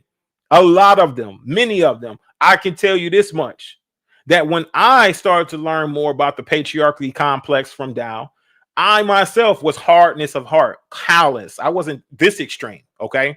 Never was this extreme. You understand what I'm saying? But I was ruling with an iron fist in my home. That's what it was. It wasn't a loving manner at all. It wasn't in a teaching manner. It was a iron fist mentality. I gotta take control. I gotta take the ring. I gotta be me. I, me in this whole situation, and not a team thing. So my thing is this, right? This is a severe case of what you're witnessing in this teaching of patriarchy. This is a severe case of it. You understand what I'm saying? He is going as far as stripping her autonomy away from her completely. You know what I mean? And she can't say anything. Not only that, he's looking to outwardly show a force of aggression of a murderous spirit, of a spirit that literally wants to harm and hurt individuals, literally saints. You understand what I'm saying? Children. This is what he outwards displays of. Okay, this is a severe case of this false patriarchy in this ministry. This is a severe case, and Dow knows about this stuff. Becker knew about this stuff. They all knew what was taking place. It's going to get worse, y'all. This is just the tip of the iceberg. It's going to get worse. They chose to do nothing about it. In fact, this is the exact reason why Dow continuously says on camera for you all to know that he is not involved with the day-to-day in these homesteads, in these communities. He doesn't even talk to them. He has nothing to associate with them about. He has nothing to do with them, because allegations like this come out, things come out like this. Guess what? He will be on the hot seat. They will be investigating him. So he wants to be sure he alleviates himself from any wrongdoing, even though he knows everything that's going on with Germaine West, even though he knows everything that's poor that is happening in these communities, to these children, to these people, right? To these single mothers, to these women in general. He knows it all. Once it's been raised to them, brought to their attention, they sweep it under the rug. They ignore you. You won't hear nothing from Dow, from Becker, from any of them, right? Becker's gone now. From Dow, from Bud, whoever else he puts in charge, you won't hear nothing from them. They're not going to do anything to help you. It is empty promises. They tell you, oh, snitch game strong. You go to use your snitch game, right? And your ass get thrown under the bus. That's exactly what will happen. And then good luck for the rest of your career with Straightway Truth Ministries, because eventually you're going to get kicked out, put out, whatever else, before they actually ostracize you, condemn you, and then stomp and put their foot on your neck. You understand what I'm saying? Treat you like a doormat, treat you like you're beneath a slave, like you're less than cattle, like you're a dog. Now you got to do everything to make up and kiss their ass, right? This is what this is. That is what you're going to face. So the best thing for you to do is shut your mouth, go along, get along, no matter what wickedness you see, right? This gets worse. This highlighted part, y'all gonna want to hear it, okay? A few months later, I verbally corrected my then 2-year-old daughter. Okay, she was 2 years old at the time. My then 2-year-old daughter, and she began to cry after I had instructed her to then go upstairs. As she is walking past Bro Germaine, he begins to yell at her, saying, "Shut up, shut up." She's 2 years old. She is 2 years old. He's yelling at this little girl, this younger lady, this little girl, telling her to shut up repeatedly. Shut up, shut up. He then paused for a second and stood up in front of her. Once she doesn't stop crying, right? Once she doesn't stop crying, he then grabs her by her ankles upside down, whoops her behind, and from his arm's height, okay, she's 2 years old, he's dropping this young girl from about 6 feet, okay? Let's say that. Let's say she's about 6 feet in the air, okay? Dangling from her ankles, okay? Right? She's arm's height. He then does what? He drops her on her head to the floor. So he drops her then on her head. Now he drops her. She hits her head on the floor from this height. You understand what I'm saying? I couldn't believe what happened. Y'all got to let that sink in for a minute. I can't believe that. Held her up at least close to 6 feet in the air. Okay. Whoops her, right? First of all, shouts at her, "Shut up, shut up." You understand what I'm saying? Whoops her. Doesn't try to teach her self-control. Doesn't try to teach her how to control her emotions. He grabs this girl, holds her up close to 6 feet in the air, whoops her, then he drops her on her head.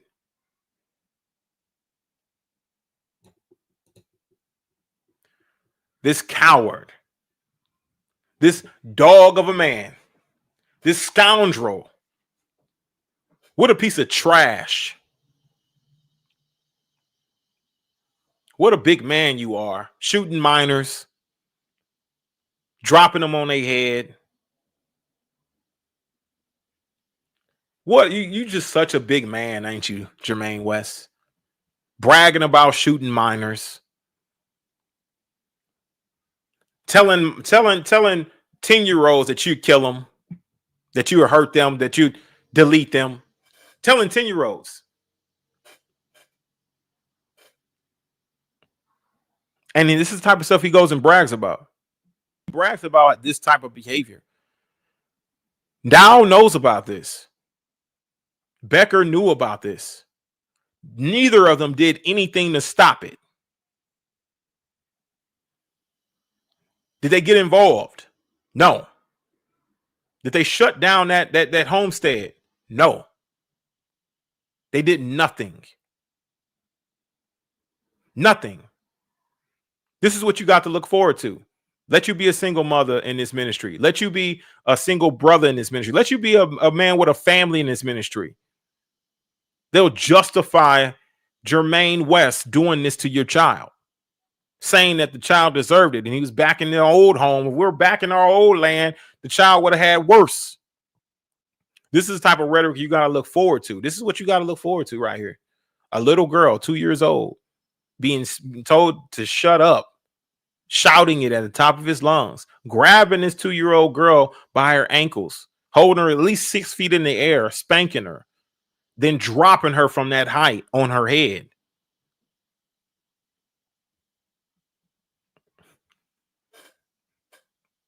And you wonder why I'm still making videos. And you wonder why I'm still talking about Straightway. And you wonder why I'm exposing this junk, this crap. You still are wondering why. While you're in my live stream talking about this is a gay stream, you're still wondering. You're still there. If this doesn't make you grow some balls and talk about a testimony, I don't know what is or what will. People can't endure this. You can't just allow people to go in there and suffer through this without warning them. This is the type of shit you're going to do with your own personal testimony. They can't say things like this to me. They can't say, oh, well, you never put boots on the ground. They can't say it. They could say it to Ringo. They could say it to Rollo. They could say it to New Breed. They can say it to all the rest of these individuals who are speaking on the wickedness going on the Straightway, right? Oh, well, that's because you never met the man. You didn't put boots on the ground. But what if they can't? They don't have that argument. The new argument is, well, we too busy working to do live streams 3, 4 hours, 5 hours, 6 hours long. Now that's the new rhetoric. While the ex-members, right, are dealing with Stockholm syndrome and trying to stop the shedding of the light on wickedness, bringing forth the truth and unrighteousness, trying to save people's families from going into this BS, right, and being separated. Their protector, Dow, making a public spectacle of him, making him look like less than a man, and enticing his woman to leave him, to remove the protector out of the home, and then allow her to wallow and grift and drift around in this ministry from one leader to the next until she finds somebody else to somewhat cover her. And then next thing you know, that covering ain't adequate covering. You understand what I'm saying? Or Dow just takes her for himself, uses her and discards her and gives her to somebody else.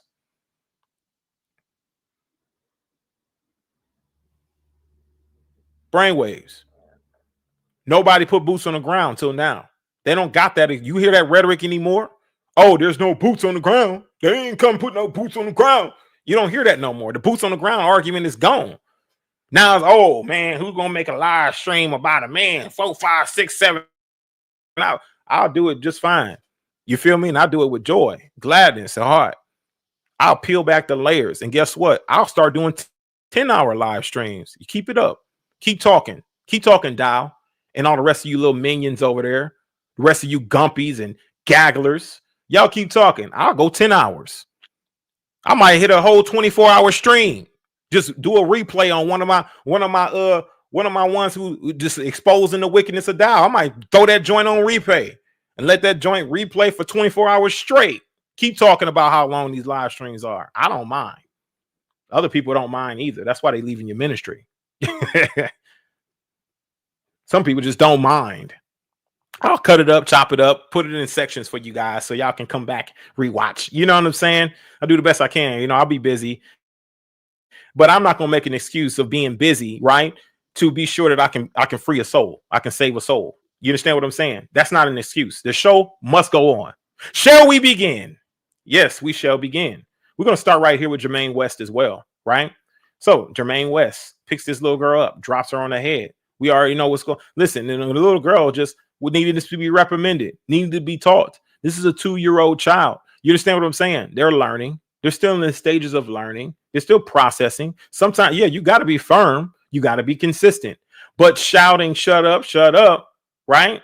Shut up, spanking them, raising them all the way up, almost nearly 6 feet in the air, spanking them, dropping them on their head. None of that helps.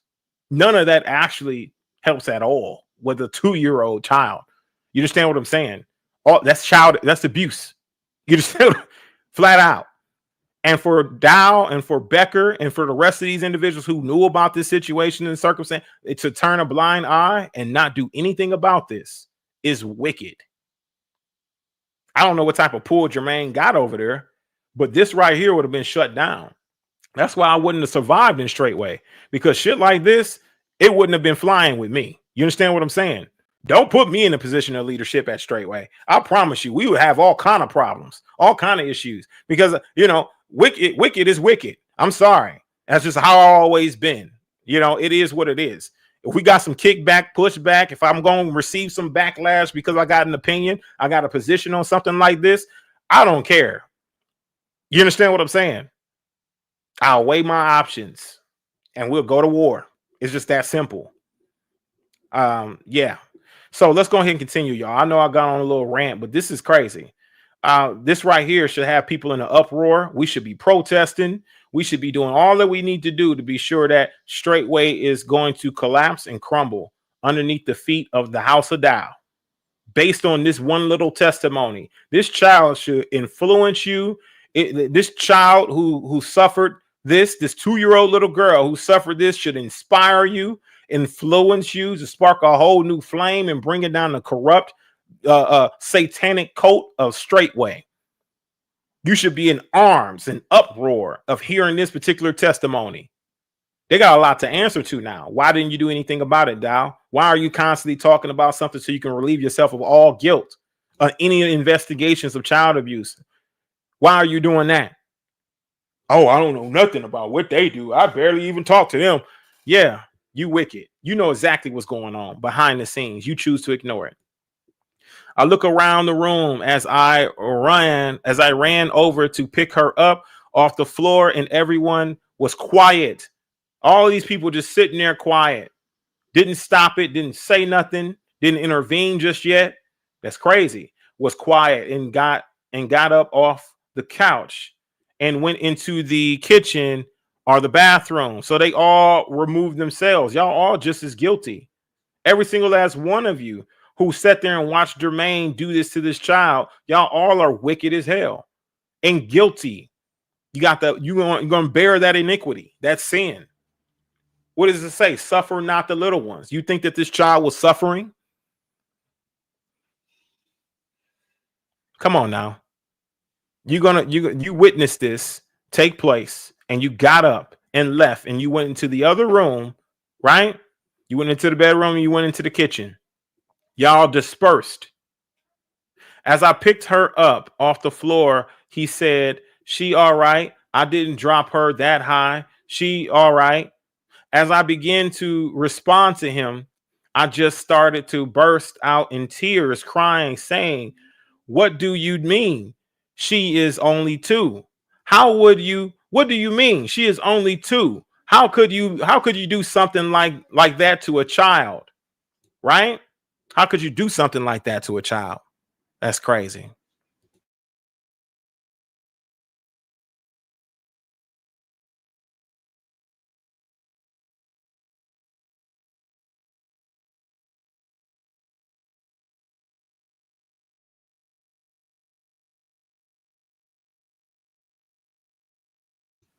I then say to him, there is nothing she did that warranted how you just treated her.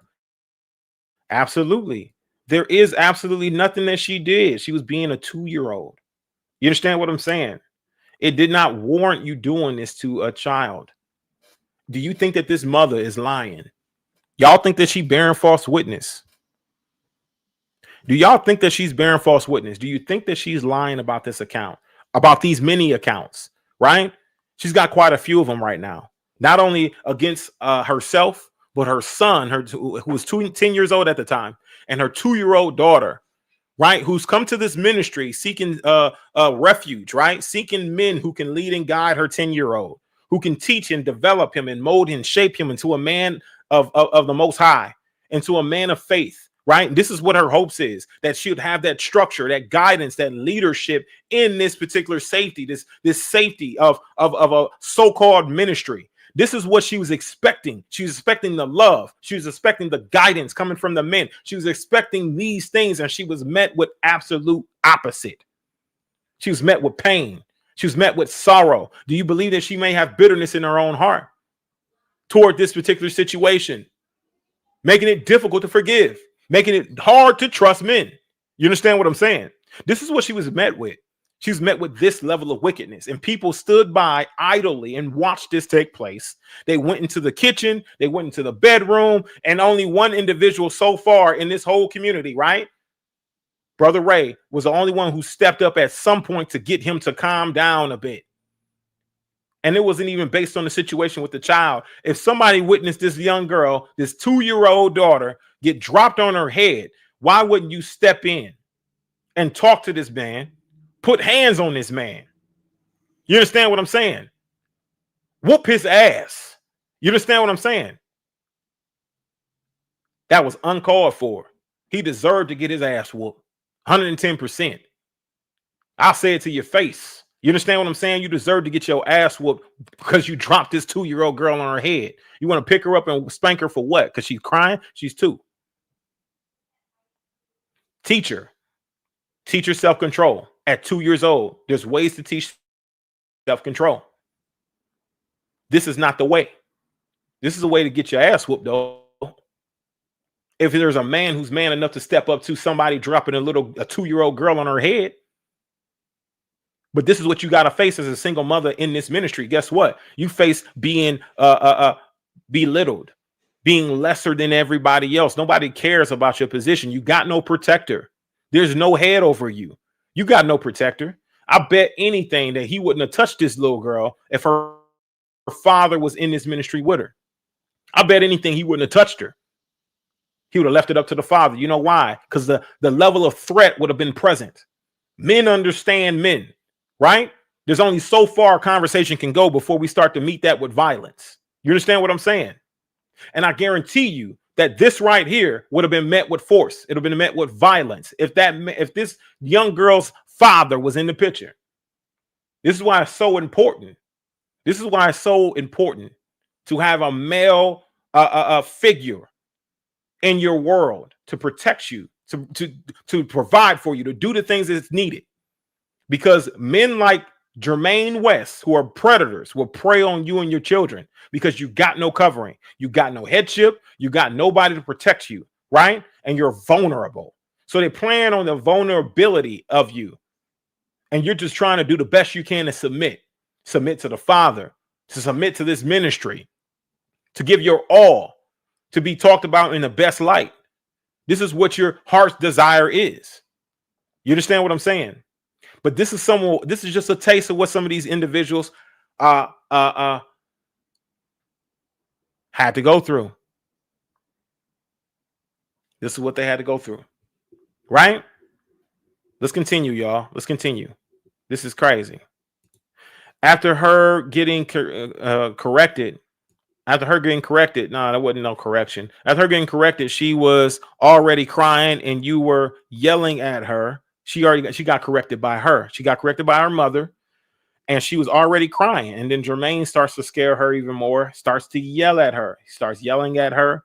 And with you being a man, she doesn't know yet she is afraid. She don't know him like that for him to be yelling at her. So she's afraid now. And she's probably crying even more. As I'm still crying, trying to talk to he, then, okay, as I'm still crying, trying to talk, he then says, okay, I'm sorry. I made a mistake. Come here, I'm in. And begins to kiss and hug her, saying that he was sorry. Then also asked me to come to him, and he apologized and said he would never do it again. A month later, I was walking upstairs to put my daughter to bed, and I hear Germaine beginning to discipline my son through physical exercise. Next thing I know, I hear him crying out. I hear him crying out. I hear some commotion. I hear some commotion in the living room. And when I finally get back downstairs, Jameer is sitting against the wall, there's squatting. My apologies. There's no punctuation. This shit is my apologies, y'all. All right. Sitting in the wall squatting, in the wall squat. He was sitting in the wall squat. All right. In a wall squat position, breathing heavy with blood rolling down his face. Okay. Jameer has come to me many times questioning why he was alive and began to speak death over himself. So now you got this young boy who's contemplating self-deletion, okay? And he's wondering why he's still alive. This is the type of environment, the toxic environment that they're in, and under the guidance of Germaine West, somebody who shot a 17-year-old boy and bragged about it, right? Who shot him, served 8 years in prison, right? For felonious assault, and bragged about shooting him years later, right? Unreprimanded, uncorrected. This is what you're witnessing here. Saying, okay, so the young boy is saying things like, it would be better if he wasn't alive and he doesn't care about his life.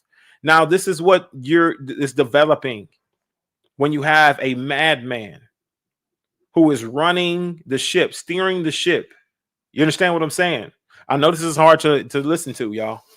I know this is difficult to hear. This 10-year-old boy was thinking and contemplating self-deletion, and how much pain and how much struggle he was going through. You got to understand that this is a young boy who's going through it. He's without his father. He might be acting out because of that alone. Germaine West is somebody who's supposed to be a father figure in his life and decides to be a menace, to be a tyrant. You understand what I'm saying? He sees the level of threat, and he can't protect his mother or his young sister. So he's questioning his worth. He's questioning his value because his ability to protect them, he can't. He doesn't have the strength. He's not old enough. He didn't know what to do. He feels helpless. And you'll find this from many men. Men literally will bust out in tears because they have no control over a situation, because of the simple fact that they could not save someone, that they could not help them. It's their basic instinct to protect the women in their family. You understand what I'm telling you? So you see this boy suffering from that, the identity, that the level of influence, right, and psychological trauma that he's under, and being under this roof with Germaine West, being under this guidance with Germaine West, it is taking a toll on his body, on his spirit, in this ministry, under the leadership of Dow, who's instructing these men to be patriarchies, right, in such a way, in such a fashion that they're overcompensating, that they're now becoming tyrants and brute beasts. No guidance. As long as he has control over the men, that's all he cares about. He don't care about them becoming cold at heart.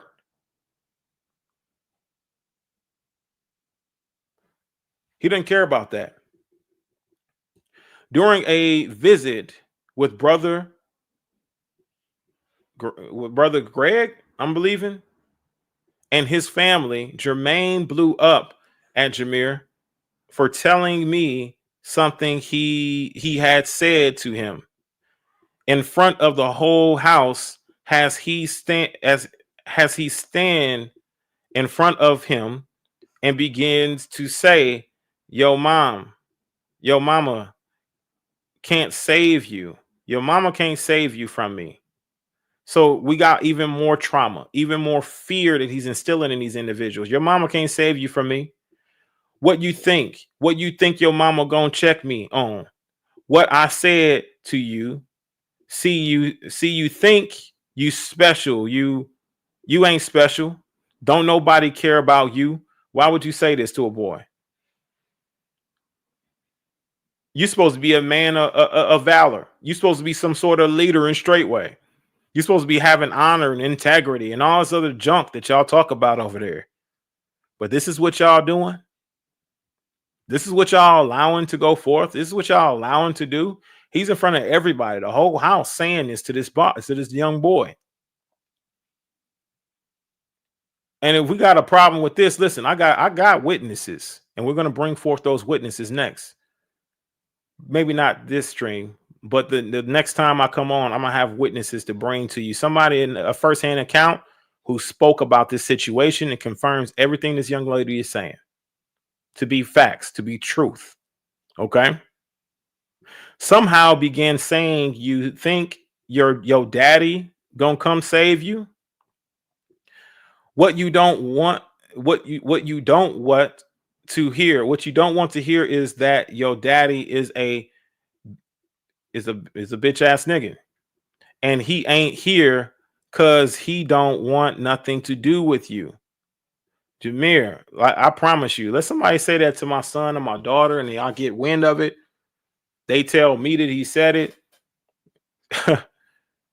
Listen, I'm just saying. Yeah.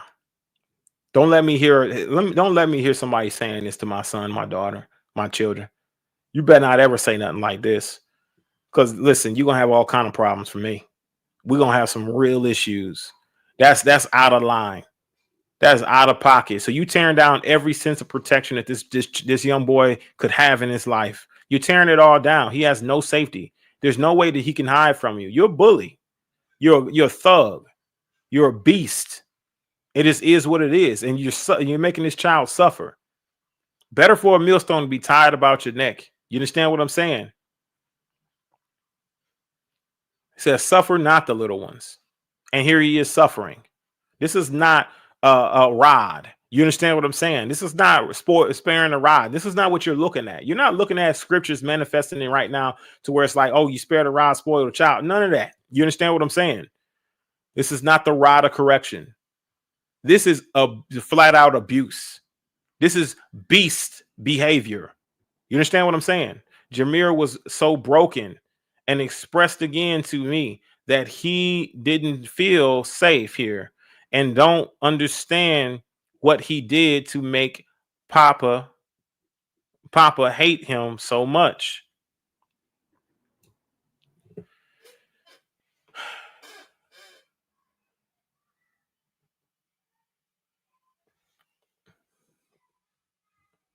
How much more we gotta shout this from the wilderness?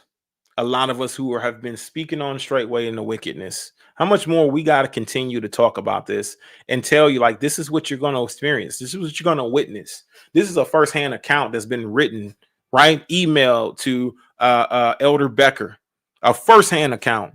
This is somebody who's actively going through the trauma. What do you think is going to happen when shit hits the fan? You think this is not going to be an abundance throughout all these communities being treated like this? Don't let you be a single mother. Don't let you be a mother with children, right, in the family, and then the man gets falsely accused, put out from among you, right? And they seize you and the children because y'all technically they property now because he signed a contract to live on the community. Oh, we keeping your wife and your children. Those are your assets. You said you're giving them to the foundation. We're gonna keep them. You understand what I'm saying? So we're gonna keep them. You understand what I'm saying? Now they're stuck there being treated like this while the man is either eliminated or put out from amongst the community. This is the level of treatment they may receive. You gotta consider this. Is this a safe place, a safe environment? Is it a healthy environment for you and your family? Is it a healthy environment for you? Period. Now, if you're a single woman who's of marriageable age, right? They'll probably treat you well just because they want to get you a husband. They want to make one of the men happy, maybe Kabir or somebody else who they want to keep around for longer, right? You might be a single woman with a child and you are an attractive woman. They might try to keep you happy, do what they can to please you, to keep you in the ministry. But guess what? You might not experience anything, but they want to get you with one of these men to keep them happy, to keep them a part of the assembly, keep them part of the cult, to keep them happy, to feed them more vessels or incubators, to have more children. You understand what I'm saying? You might not mind it from Kabir. Right? You might not mind being one of his incubators, to develop one of his 94 children he's looking to have. You might not mind it. But if you're being treated like trash, then you probably would mind it a little bit more. I'm going to stop here, y'all. And this account, man, listen, we'll come back and read it, the rest of it. And I'll have a couple of other testimonies coming from a few other people who witnessed this take place. and we'll finish this out. We'll finish this story out. But right now, I'm gonna drop the link in the chat. You know, I know a few people asked, and if you're still with us here, you can come and speak on this particular situation or whatever you'd like to talk about in regards to this. We're gonna be landing this plane very soon here. So here's the link. You guys are more than welcome to join me live. You understand what I'm saying? But this is a very sad situation. I'll do it with pleasure. We've been on this stream for 3 hours and 33 minutes. You understand what I'm saying? That I'll just check the time. That's the Most High is telling me something right now. 3 hours, 33 minutes. That's a very good, nice round number. I'll take the time out to literally pick you apart. I don't mind, because things like this taking place, things like this happening to children in this ministry is absolutely, it's uncalled for. This should never have happened, right? It should never taken place, right? It should never taken place. We'll go ahead and I'm gonna wait for you guys to get ready to get into the chat. The link has been posted. Go ahead and join me live. We're gonna go ahead and hit the comment section as I wait for people to join me. Let's go ahead and see what y'all out here saying. They don't discipline children at Straightway. They abuse them. That's straight up abuse. Absolutely. And that ain't the, you know, these aren't necessarily alleged allegations. You got to understand that, right? You got to understand that, of course, beating a child for 30 days straight, 3 times a day for 30 days straight, right? It's some religious bullshit. You got to know that that's what that is. It's religious BS. That's, you know, come up with those numbers, right? That is a very elitist mindset. And that's what happened on the compound for what's his name again? Corey Phillips. That's what took place to this child on Corey Phillips' compound, where they're hyper spiritual for no damn reason. Absolute scribes and Pharisees over there. You understand what I'm saying? Beating a child 3 times a day for 30 days straight. I guess they thought that would be a form of deliverance. That's absolute crazy. Shaking my head. We lived a totally different reality than most did in this wicked ministry. I protect women and children, period. Point blank. Yeah, that's what I'm saying, Pastor. Yeah, it is absolutely crazy. And we got more testimonies on Germaine West. Testimonies of being like just a disgusting human being.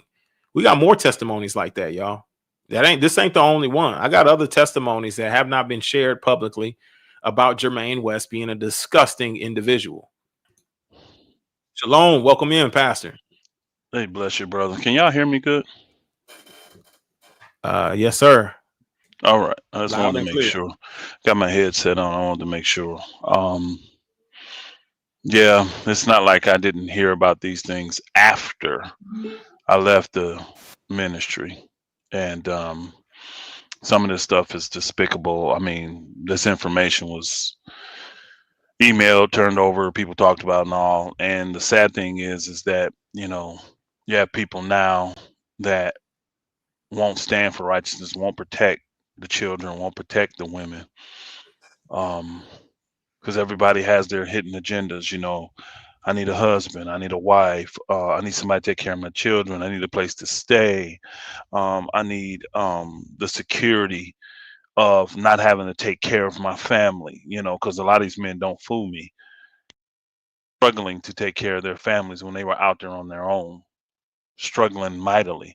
So they will sell their soul to get on one of these communities and take away that pressure of having to financially take care of their families. They don't have to worry about them having a place over their head. So they will willingly give themselves over to servitude and turn their wives and their daughters into handmaids and turn their sons and themselves into bond servants, even though the book is extremely clear that the Most High desires us to be in a covenant of liberty with him. He totally desires us to be at liberty with him. And when you think about it, even back when they came out of Egypt, Egypt was, you know, about as, what do you want to call it, sophisticated as a city as they could be back then. And then imagine being taken from that, the sophistication, even though it's brutal, hard labor, the same thing you got going on in that ministry.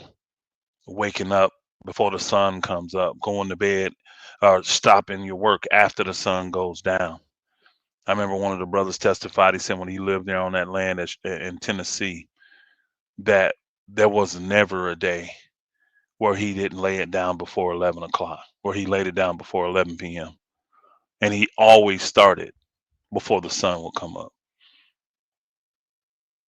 And when you don't want to turn yourself over to be a slave, now you're considered lazy.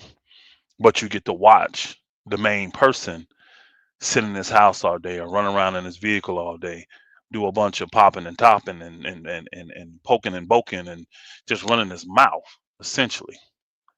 You know, come work a day or two in a month and then feel like and then he preach and mislead the people for a few Shabbats, and then he feels like he deserves a vacation. I mean, the man literally goes on vacation every other month now. It's without question, he has way more time on vacation than he does actual work. Because just you going to help brothers build buildings and you show up for the concrete is all you show up for. You show up for the concrete, and that ain't taking 2, 3, 4 days max. How many concrete jobs y'all having? You ain't doing it every week, every month. It's just a pathetic how these guys refuse to look at what is right in front of their faces. And you know as well as I do, Brother Barack, that it wasn't like that back in the day when we came around, because the money wasn't there. The women weren't like that. The power wasn't, the PMS wasn't around. The power, the money, and the sex, it wasn't there. Everybody was poor. See, it was definitely no mocking of the poor, because all of us were poor. And we all wanted to help each other. Hold on a second. Can y'all still hear me? Yes, sir. Yes, sir. I just wanted to add on to that. Yeah. Okay. Yeah, it wasn't like that. It was definitely, but once I came back, I sensed the heaviness of the evil that was going on there. The anointing or the spirit that I once saw in Tennessee amongst the brethren, right, was gone. It just wasn't there. It was empty. Yeah, you understand what I'm saying? And it was more like a business. But go ahead, Pastor. And it is, and see, right around 2018, 1920, that's when we really start coming up down there in Georgia in the Southern Assemblies. And, we saw, Straightway focus more on Straightway, which again, in my mind at the time, I didn't have a problem with that, because I'm like, okay, well, we've been building all these communities since 2011. I get it. You need to build this up, keep it going if people are going to be coming. So y'all focus on that, and then us brothers that have gotten skills and is willing that we can make time, we will be the ones that will go and do the work for the saints. So that's why I always orchestrated crews coming from the Southern Assemblies down there, to go up to Indiana or go to Kentucky or go help the new saints like Brother Rasan them and all that, Alabama, whatever. We was the ones doing all that. And that's where the jealousy and stuff come in, because that's the stuff Dow should have been doing. That's the stuff he should have been doing, and then doing it in love. See, there was no me telling, oh, well, if it wasn't for my crew coming up there to you, Pastor Mir, y'all would still have septic problems. You know what I'm saying? If it wasn't for my crew coming up to you, Elder Mitchell, no, it ain't none of that, because it ain't my crew. They belong to the Most High Yah. They serving the Most High Yah.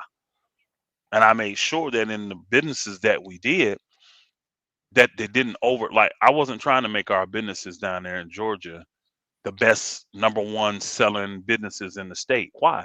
I said, we want to serve the saints more than we serve these people out here.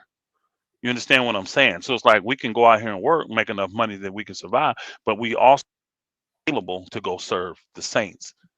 And any of these fools that have turned their backs and lied and made up all these stories about me, want women from Dow, or they want positions of power from Dow, whatever it is your ulterior motive is, say that I'm lying about that. I made sure that we didn't overload ourselves with work there so that we weren't going to be available for the saints. And that stuff pissed Dow off, and he couldn't understand, how do they have this balance? How are they still able to financially do all of this? Because y'all brought in people that wanted to give financially down there. Y'all brought in people that had skills and talents down there. Y'all brought in people that had the right mindset and the right attitude. And then when you see that, okay, now we're getting music equipment, we're learning this, we're writing our own songs, we're doing all this stuff. And my eyes, like, hey, we just following what y'all did. No big deal. Saints are being blessed from it. But the one thing he could not duplicate, the one thing he couldn't duplicate was the level of love that the people talked about. And this is why he made the statement to me the last time I was there for a feast day, which would have been Tabernacles of 2023, when they ordained me a pastor, right? He made the statement to me in fellowship when he kept saying to me, Pastor Rufus, these people love you. Pastor Rufus, these people love you. He said it to me 5 times, right? And in the end, he was like, man, these people love you. And I ain't speaking no death on you, but if you die, it's going to be a weep and a howl in Israel. Now, it's amazing. I tell this story, and I'm going to tell it again tonight, and I'm going to get out of here. I remember telling that to Mother Jennifer, because I'm thinking it's some kind of spiritual moment, right? I'm really thinking of the magnitude of the love that the saints have for me, the responsibility. I know the book says the greatest amongst you is going to be the biggest servant. You know what I mean? That's what's going on in my mind and my heart.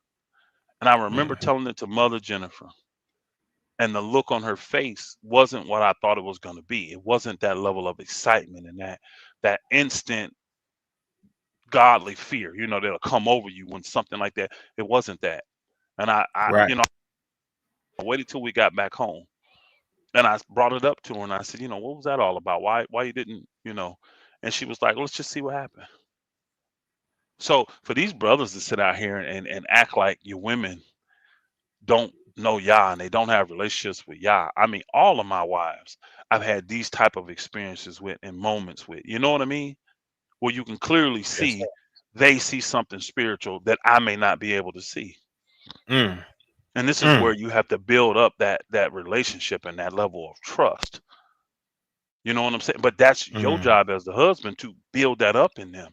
If you constantly beating them down and making them feel like servants and all they're here to do is be incubators for you and have your children, they're not finna respect you and honor you on that level. And you ain't finna build up nothing spiritual in them at all. Nothing. So when she said it, I thought about it, and it really hit me. And then, you know, because it didn't take long after that. Remember, after that happened and Dow got Selena, it all started being revealed.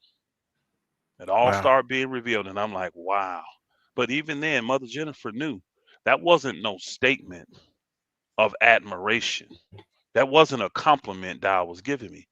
He was speaking from that blue label that he had consumed, his levels of jealousy of how the people loved me. And his whole goal is to get these people not to love me. So this is why, so some ask, why does he constantly say Pastor Rufus's name? Why does he constantly try to bash this man? Why is he always trying to put this man down? This is why. Because he's jealous that the people see me, even now, even the people that will look at me and say, well, he was a social Straightway, I don't want to rock with him. They still see me in a better light than they see Dow. Because if it wasn't, guess what? Where's all the people making these videos about me? The only people you're going to see make videos about me are people that I done the same thing to them that I'm doing, that the Most High is doing to Dow right now. When you want to take advantage of the saints, when you want to take advantage of the women and children, the Most High will send me in to step in. Ask Randy up there in this little weak, raggedy community up there in Homestead in Kentucky. That's the only reason, because I tell people, you want the proof? Here's the proof. If Randy was so jacked up from what happened when Melinda left him, being the weak man that he is, when Melinda left him and took her son and everything, go back on his channel, been around forever. Go back and look on his channel when it happened. Where's the videos about me? See, if he really thought it was me and blame me, why did he make a ton of videos about me? He was still making videos every day. Didn't say one word about it. But now, all this envy, all this jealousy, all this unforgiveness in his heart boils over, and now he sees an opportunity in his mind for me to suffer like him, and that's why he's jumping on top of it now. And he still don't. Hey, I'm gonna tell you right now, he still don't like Dow, y'all. Dow don't like Randy, and Randy don't like Dow. They'll give that fake admiration as Dow does what he do in Tennessee, and Randy do what he do there. Randy will make sure that he stays free from Dow, and that's the one thing I can give Randy credit for. He never gave over his manhood to Dow. He never gave over being a priest and the leader of his home. He never gave that over to Dow, and he never would have. Which that's the one thing that's right. The problem he still has, though, that he's a scumbag, he's a skidmark, and he wants to take advantage of the people. Is what he wants to do. He still wants to rule over the people. He thinks he's a mini Dow. If you listen to him talk, he just repeats the stuff Dow says. And he think he's something because he's went out, he's learned a few skills, he's learned how to build a little bit, he's making a living off building, and he thinks that makes him a great man. He gonna find out when he busts hell wide open just like Dow with his gasoline draws on. And these leaders, all this stuff these leaders was doing, all this stuff coming out now, Most High gonna deal with them, y'all. The Most High is truly gonna deal with all these people. You cannot just flat out take advantage of his people and get away with it. It may look like it on the surface. Go back and read the book, y'all. It takes the saints crying out to the Most High. And honestly, I can say it is not. It's people like yourself and me and you know, Elder Brent and Elder Chris. I'm just naming folk, Brother Robert. I'm naming folk that I know have put their testimonies out there and haven't walked in fear. You need more men and more women and more young folk stepping up, telling their stories and not being afraid of Dow stealing their, trying to steal their land like he's trying to do with me. Not being afraid of Dow coming out here publicly bashing them and making up lies about them. Notice now how the MO is anybody that leaves, they're stealing. I'm stealing, Jordan's stealing. Everybody just got to be stealing. I guarantee this, Dow is claiming now that I took over $300,000 with me when I left. How foolish is that? When a community never had $300,000. And then here's the thing. Produce it, Dow, since we in court. Show the document till you got all of my bank records that go back to when we even started there. Go prove that there was $300,000 worth that came in that I could have siphoned from. See, because what you got to do is you'll see what came in, what went out, and then there should be a deficit there. You should see a huge deficit that, well, what happened to this $800,000, this $500,000, this $300,000? Since you saying with your mouth, your dumb ass, that I have taken over $300,000 with me. That's going to cost you in court, sir. That's going to really cost you, because if you listen to what I said. Oh, go ahead. So he's got all the receipts he needs for these claims he's making, but he's not providing none of it to the people. This is what he gonna say. Well, that's court stuff. Y'all gonna see, brother. I'll produce and give it to you. It ain't there. You can see Dow has everything that he got to see, every dime that our companies made. He got to see every dime that was spent. And here's what his problem is. He will see that the large checks that came in came from two people. One recently from him when he would give the money to me to give to Alabama. Because remember, he took the $900,000 from Alabama. And then when they would need money because they didn't have a foundation, he would write it to my foundation. And then I would put that in my foundation and then give it to Brother Jonathan to go do what they got to do. So that money is accounted for. Then you would see other big checks come in from one other person. Guess who it was? Elder Brent. The same person I've been telling everybody for years who funded all of the building down there. He probably funded 90% of the building down there. I've been upfront and honest about the things that we were able to pay for out of our money that the community generated. What Elder said is, hey, y'all take the monies that you got coming in and focus on keeping the community afloat, taking care of the saints that are coming.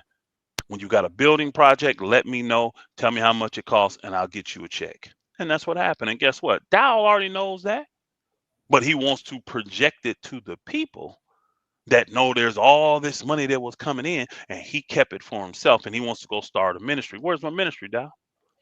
Where's my following? You said you the first person that'll say I wanted to take over for you. all of these people have left Straightway. If I really want to take over for you, why not just become their pastor and they all up under me now?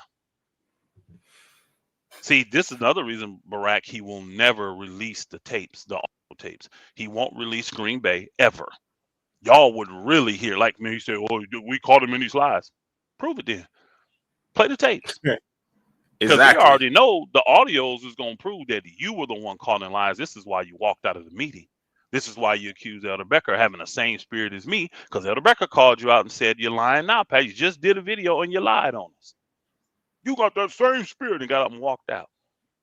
And then the videos, the audios of the Georgia meetings. Remember what Elder Becker said. Dow presented it as evidence after I was gone. Remember, I came for that one meeting at Straightway. He tried to sabotage that meeting. It still didn't go his way. Do you know why? Because at the end of that meeting, before I left, because remember we got there like 9 o'clock, and it was like 1 o'clock, noon, 1 o'clock. And Dow went around the room, even though he had brought in people that shouldn't even been in that meeting. Pastor Corey shouldn't have been in that meeting. Elder Rob, Elder McGill, none of them in that meeting. None of them. Because they weren't in the meeting in Wisconsin. But he brought them in anyways because he wanted to. He felt like he got ganged up on when Elder Becker, Elder Brent, and Elder Mitchell was there, and they were clearly on my side because they saw the truth. Right? So he tried to stage this meeting and sabotage me, and it still didn't work. Do you know why? Because at the end, when that meeting was ending, before he left, he made everybody in that room go around and say what they felt from what I said. And even them wicked leaders had to admit what he said was sincere. What I believe everything that Pastor Rufus said was sincere and honest. They all said it. And Dow said, when it got to Dow last, he said bullshit, and he pulled out like 20 papers, y'all. He had pre-printed out a bunch of scriptures. So he didn't care what the meeting was going to be said in the meeting. He started reading all these scriptures, why he can't trust, blah, blah, blah, got up and left the meeting. Then that's when when I had left the land, he called Elder Mitchell and said, get all the elders back up there. Y'all don't get to leave until y'all come up with a judgment for him. Elder Mitchell says, man, Pastor, what do you mean a judgment? We don't even agree on a sin. How can we pass it? Get up there until you get a judgment. So he calls all the men. Half of them hadn't even left yet, though.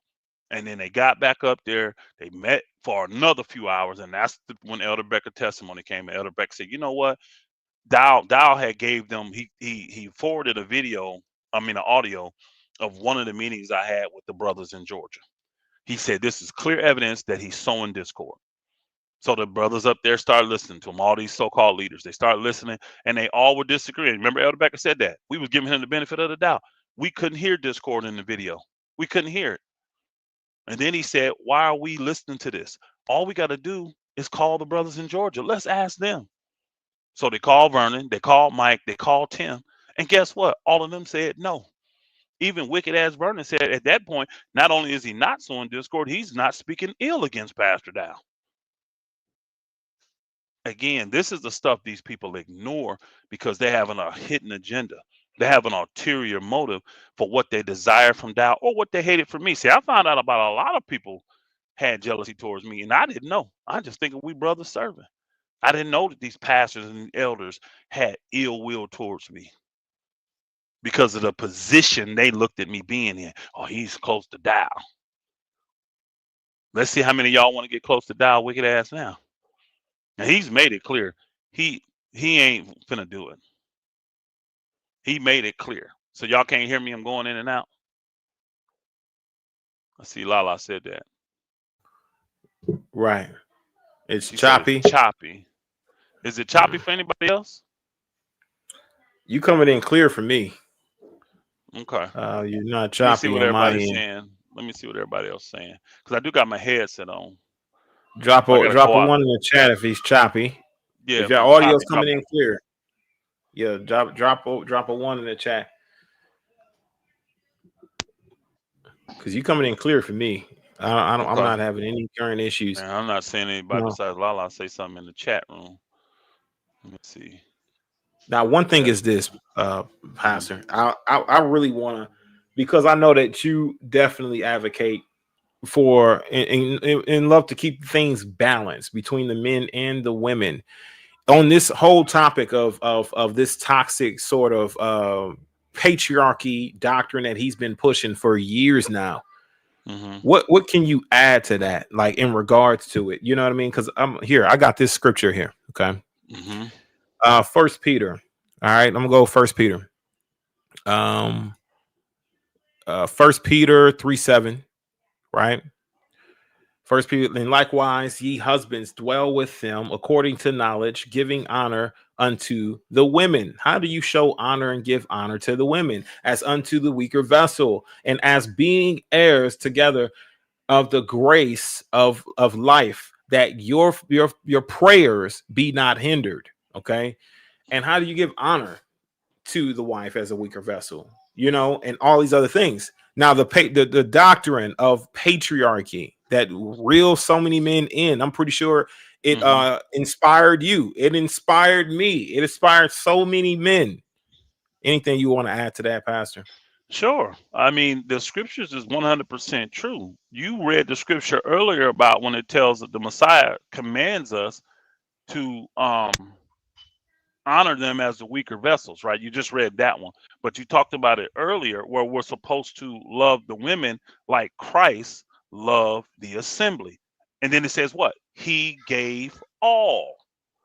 That's how you honor them, by giving all, seeing them from a knowledge standpoint of where are they at as a weaker vessel, not putting more on them than they can do, not expecting them to do the things that you're anointed or been prescribed to do as a man that's leading.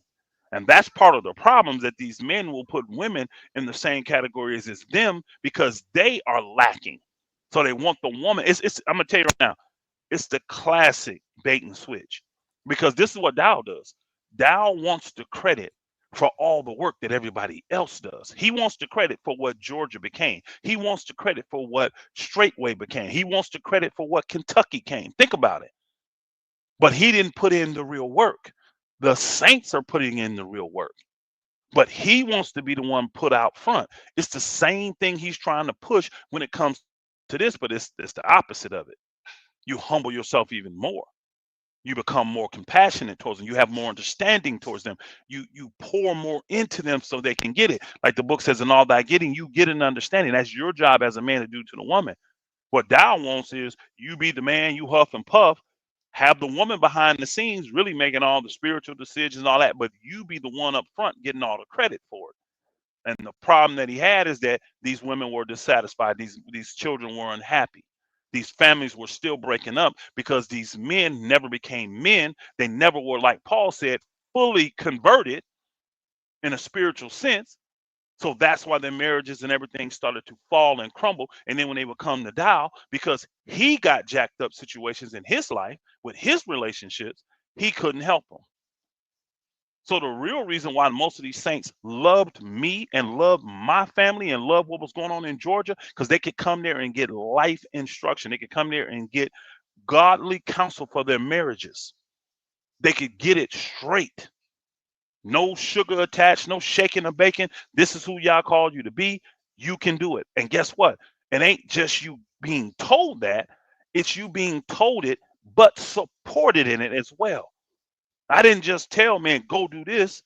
I actually showed them how to do it. And I was actually there with them while they attempted to change and do it.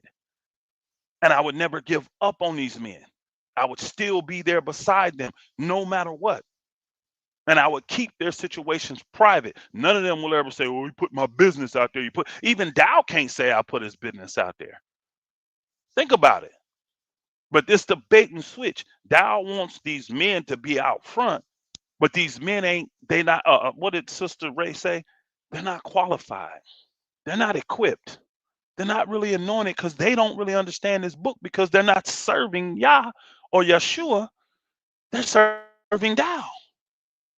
So that's a limited knowledge. Think about it. If you're serving Yah, you can pull endless amounts of knowledge. It never expires. But if you're pulling from Dow, if you're serving Dow, he's a man. How much knowledge does he really truly have? Everything he does is in part. This is why these people are failing. And this is why you have so many people bitter, so many people hurt, so many people can't get closure because Dow keeps the lies perpetuated. Dow, guess what? If he actually cared about any of these people, I'm talking about his family, I'm talking about Straightway there, I'm talking about all the saints that call themselves still Straightway and all the saints that have left, all the Hebrews. If he actually cared, he could solve this with one move. All he would have to do is schedule it and put himself and myself in a room and allow all the saints to show up. That's all he'd have to do. That's it. See, that's the major smoke that he's ducked. Guess what? He's going to get this clip. I know you'll break it up, Brother Barat, and you're going to put that thing out there. He's going to see it. He's going to see it. And guess what he's going to do? I'm going to tell y'all exactly how he's going to do. Just like the brother you played earlier, Brother Brian Howard. He said, I'm going to tell you his answers because he's predictable. You're going to deny that I did nothing. I'm innocent. No. What he's going to do here, y'all, this is when, see, he been saying my name. I ain't done a video on Dial in a long time. But he been saying my name. Everybody like, why'd you keep saying Pastor? I thought he was past that. I thought he was over that. 50-day fast, all this stuff they supposed to be doing. 40-day blackouts, all this stuff. But you keep saying my name because I live rent-free. Because you can't figure out the anointing of the Most High Yah. You can't figure it out. You can't figure out how does this poor, never accomplished, fat man get all this stuff done? And why are these people following him? His problem is they're not following me. They didn't leave your wicked ministry because of me. They left because of the relationships y'all garnered. Y'all as in you and your wicked ass servants. See, Proverbs 39:12 is true.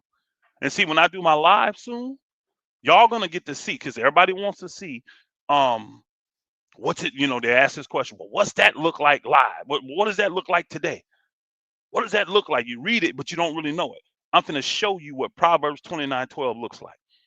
I'm gonna literally show you in my live. When I do my live soon, you're gonna see what Proverbs 29:12 looks like. It says, when a leader hearkens to lies, all of his servants are wicked. I'm going to show you why Yah views all of the people that chose Dow. I'm talking about all these new people that came from Kentucky that chose Dow. I'm talking about all the people that sit there, all these blubbering idiots, these unbuttered biscuits out here talking, all of them. I'm going to show you why Yah views them, not Pastor Rufus, not Elder, not Brother Rufus, Yah, because I didn't write Proverbs.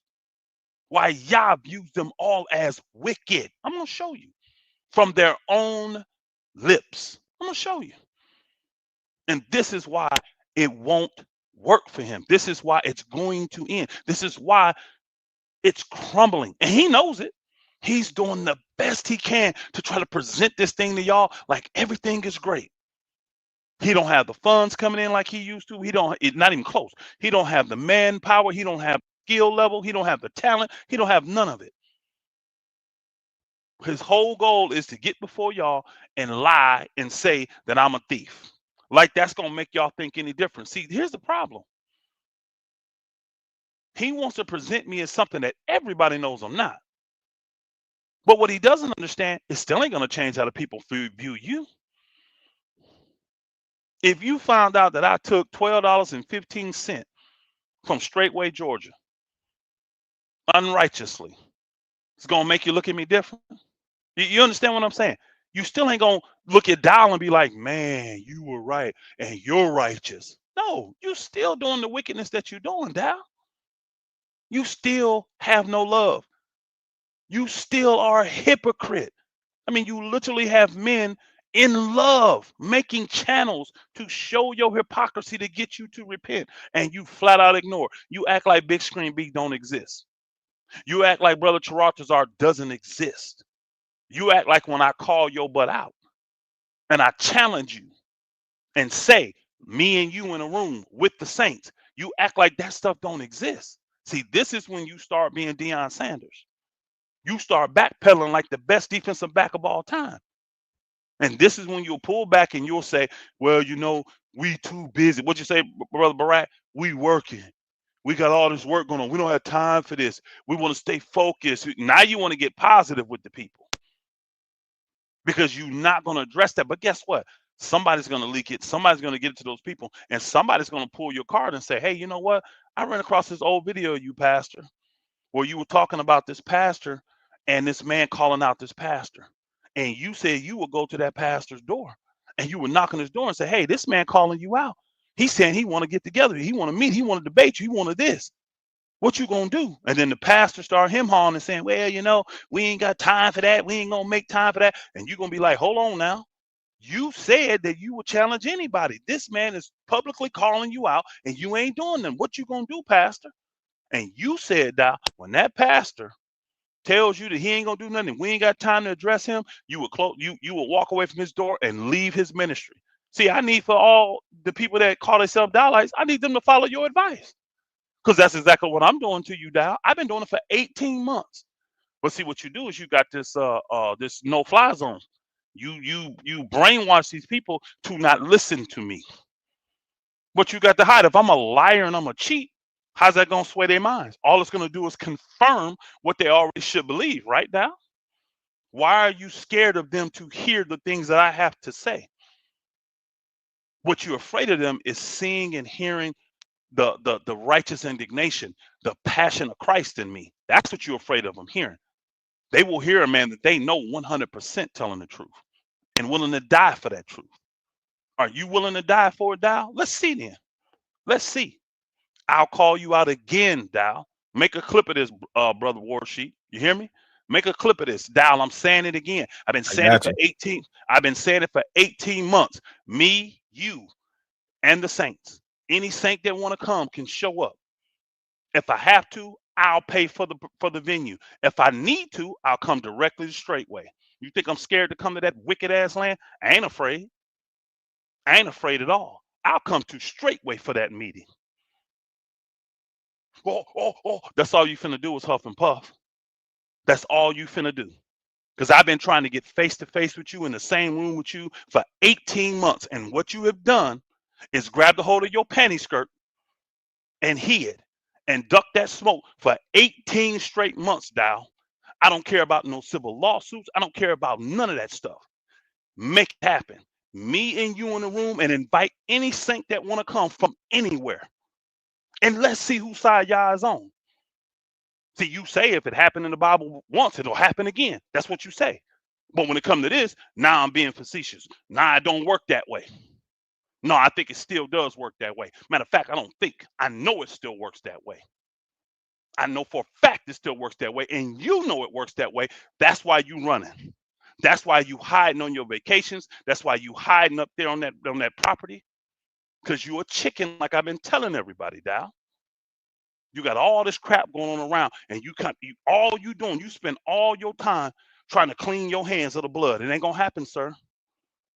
It ain't gonna happen. You got all these unqualified people here abusing women, abusing children, taking advantage of the elderly, all this stuff y'all doing. Most High see every bit of it. Your biggest concern ain't even me.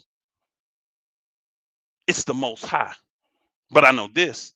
I've been telling you this for 18 months, and I'm telling you, I'm telling all your leaders, I'm telling your new appointed elders, all of them, you a chicken. And all of them are wicked because you have hearkened to lies, like Proverbs 29:12 says. You've hearkened to lies. Again, you got a man that loves you. Whoever this person is, Big Screen B, they loved Dow so much. They literally did a whole channel showing his hypocrisy to get him to change. I know that's what the motivation was. It wasn't to be a clown show. I can tell. But some of this stuff has to be done in a theatric way to penetrate y'all putrid minds. Dow, I'm waiting on you still. Bump the lawsuits, bump everything. This about me and you. This ain't a fight of flesh and blood. But guess what? I'm sure ready if it goes there. I'm sure ready if you want to get physical. Oh, let's sign it. I ain't signing shit. I don't need to sign nothing. I don't need to sign nothing, Dow. I'm not concerned about you spiritually, and I'm damn sure not worried about you physically, you chicken. I don't give a shit if you pumping 500 pounds. Nobody worried about you. But you've been afraid and you've been scared of me the whole time, Dow. See, you did this. I was your friend, and I was friend enough to you, and I loved you enough as a brother to tell you you had this spirit. Now the whole world see this spirit, and you're doing the best you can to cover it up. Too late. Sorry. And we got you on tape saying you'll never repent. That's between you and Yah. He gonna be the grand judge of it all. What you're doing is you kicking the proverbial can down the road. Judgment coming regardless if you wanted to come or not. Everybody can see the effect of it. It's the plagues. Moses going back and forth to Pharaoh, that didn't happen overnight. That took time. But the Israelites, the true ones that love Yah, they eventually got out. The remnant, they were able to go in too because their mindset changed. They got fully converted. That's the work I'm doing with people now. I'm helping people get fully converted in their mind. That ain't nothing I need to put up here on YouTube. Y'all ain't finna make me into no YouTube pastor. It ain't finna happen. I'm just gonna keep serving like I was decades before I met Dow. I'm gonna keep serving, but I know this. I'm gonna say it for the third time. Dow, anytime you're ready, I'll lose a job, I'll quit anything I'm doing, I'll cancel anything. There would be nothing in my life more important than me and you in a room with all the saints that want to come being there. And they can see the real true power of the Most High Yah. That's what I want more than anything. So what you waiting on, Dow? You Mr. Powerful. You got all this fruit. And then we talk about, Barack, fruit. You talking about building. That ain't fruit, dumbass. But you still want to present it to people like it is. Fine. Bring your fruit. Bring your skills. Bring the music that you learned. Bring the 2x4s you nailed together when you came out the military. Bring it all, Dow. Bring your wives. Bring your sons. Bring it all. Let everybody see how powerful of a man. Your voice. You say your voice is the voice they're supposed to listen to. Mine ain't the voice. Elder Becker's not the voice. Mitchell's not the voice. Let's see then. Let's see who show up with 400 false prophets. Let's see. You've been ducking. You've been dodging for 18 months. How long you gonna do it, Dow? You gonna hide behind the heathen court system? Because you lied to all these brothers and told them get these what do you call them, these foundations, so that you ain't never got to worry about that. Your foundation ain't subject to the worldly court system. And it's amazing. You sued me through your foundation, dumbass. Your foundation is what sued me. I thought it wasn't subject to the court systems, Dow. You didn't pay for the lands. What difference would it make to you? That's between me and them brothers, which we had an agreement. Oh, I got to protect them. You a thief. You are an embezzler. Prove it, Dow, because you do a lot of talking. No fruit, no real fruit from that. No evidence. See, we bring in evidence. We show documentation of you 501c3. Documentation. We show documentation that you didn't purchase all that land, that land was in R.G. Stairs' name in the beginning. I showed proof through the interview that you lied on that interview when you were talking to Jim Cersei, telling them that this land is in the name. You lying pig. It was never in a trust. They were never trustees, and that they never owned that land. Your wicked, perverted mentor owned it, and then you have owned it. That's it.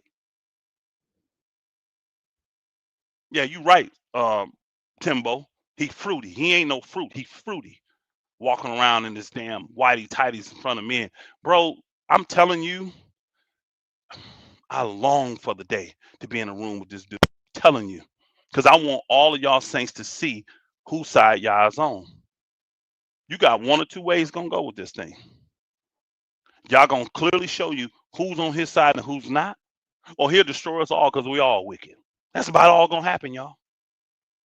And I've already made it clear. If I'm a troubler of Israel, if I'm the wicked one hindering Israel from growth, I prefer to get out of here. Now he says that stupid talk. I think it's love. Because I don't want to hinder you in your walk. I don't want to be a stumbling block for you. I don't want to be a millstone tied around my neck. I don't want to offend the little ones. I don't want to do it. This is why I protect the women and protect the men. One of the saints in there said it earlier today. They saw it way back when I did my one preaching. And he said, boy, you elevate them women. Oh, you put them women on the pedestal. Y'all hated that.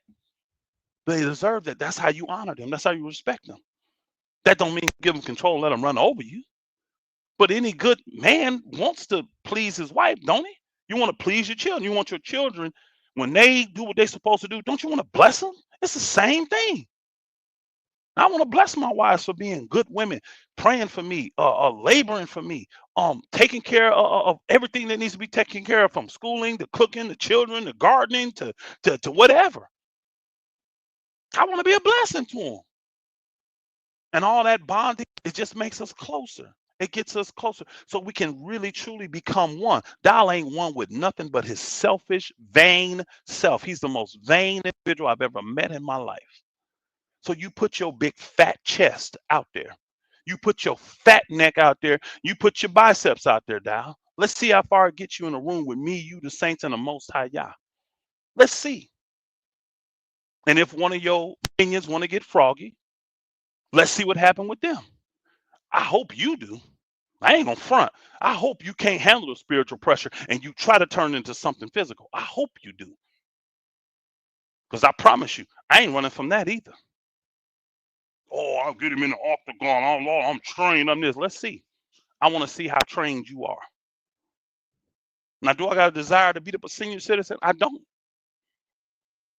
I don't, but you talk so much shit, and I need people to see you're full of it. You right, I traveled with you, and I put my life on the line many times for your dumb tail. I put my life on the line many times for you, and you know it. You ain't finna do that for nobody.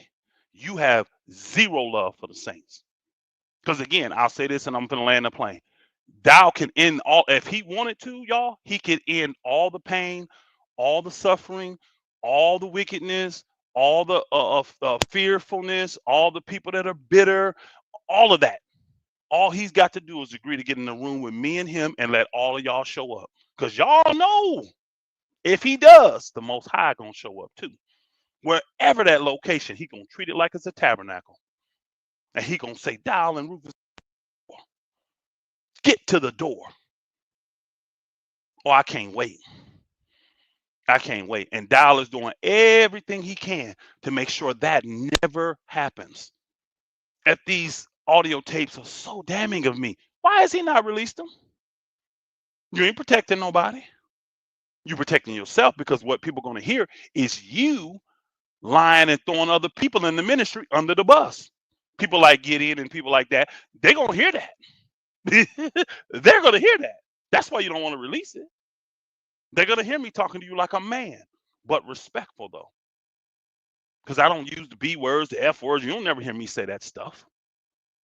So I didn't say that to Dial. I did tell him he's a damned liar. I did tell him that, because he is. He's a damned liar. And we weren't going to get nowhere in that meeting with him up there lying. Him and Mir, big. We weren't going to get nowhere with these dudes lying. But they claim they love the Most High. They got all this wickedness against me, but can't put nothing out there. No proof of nothing. And guess what? The people are dropping like flies. But they ain't dropping like flies. Let me rephrase that. They're sinking ship. Because the majority of these saints, they're still holding on to their salvation. They're still out there desiring and going after and doing substance.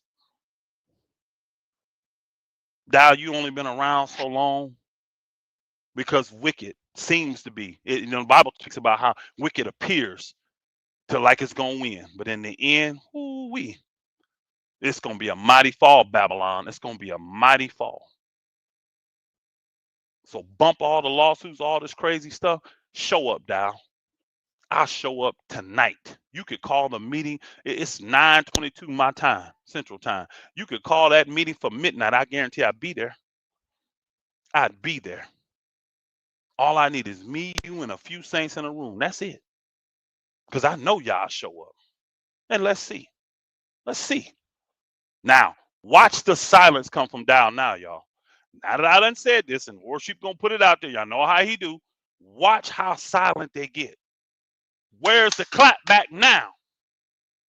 I've been doing this, a lot of y'all don't know this. I've been saying this for 18 months. My story ain't changed one bit. And it ain't gonna change because it's the truth. I don't care how much Dial feeds lies into these brothers' ears. He lied. I'll tell you right now, I don't care what nobody say. I don't even have to know. He lied to those brothers in Kentucky. I guarantee you he did. Now, I ain't saying that Elder Mitchell was the most upstanding. I heard from everybody he flip-flopped and he tried to play both sides. So an unstable, a double-minded man is unstable in all his ways. But I know Dow is a liar the same way he lied to the brothers in Georgia. He lied to the saints up there. He been lying to y'all. He lied to the Michigan saints from Brother Juan. He lied to the Kentucky saints. He lied to all the saints that Elder Chris had there.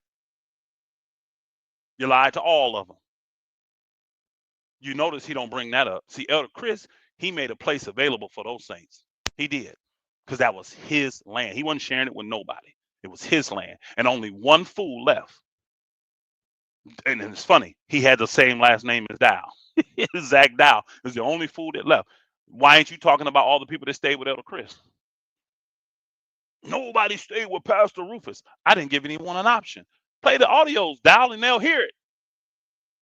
If you play them audios, and when I did it with them brothers in Georgia, I never gave anyone an option to be with me, ever. I told them, once this go down, you can't come to me. I already told them all. So quit acting like I tried to recruit them and I wanted them to go with me. I never gave them an option to go with me. But I also told them in them audios that that spirit that's in Dow, it ain't going to be satisfied till it separates everything. He ain't going to be satisfied till division is done. And that's all Dow is doing. That's what he's trying to do now. Any of you that don't agree with Dow, he wants you gone. He don't want you in Straightway no more. He'd rather have a faithful 200 than 1,200 people questioning every move that he do. He's a damned dirty dog. He's a damned dirty devil dog. And he's a chicken. And I've been proving that for 18 months. Dow can end all of this by me and him in a room and inviting any saint in the world that wants to come. Let's see if he's this great man of Yah. Let's see. I'm saying to y'all now, I believed at one time he was, just like that fool believed that R.G. Stair was. Now, I never called him a prophet, but I did on great things for the people until the Most High ripped them covers off him, pulled that cloak of maliciousness off. And then all of them people that thought I was a lapdog for him got to see, no, this man actually loves Yah. He's standing for Yah, not no man. He ain't going to release the tapes, Brother Vic. We've been telling Dow that forever. People internally been telling Dow release the tapes. Since they so damning of Pastor Rufus, and you ain't observing me from nothing, I'm giving you permission. If it's going to expose me, Dow, I want it to expose. And even if it try. You see, this is the thing. He can't even edit the tapes, y'all, to make me look bad. He can't even edit them to make me look bad. You still going to hear him lying. You still going to hear the truth. And you still gonna hear me tell y'all way back 18 months ago what was finna happen, what's happening now. See, that's another reason he definitely don't want them tapes out. Because what you will hear is, wow, Pastor Rufus called this way back then? This was February of 2024. We're going into 2026. He said that way back then? Yes.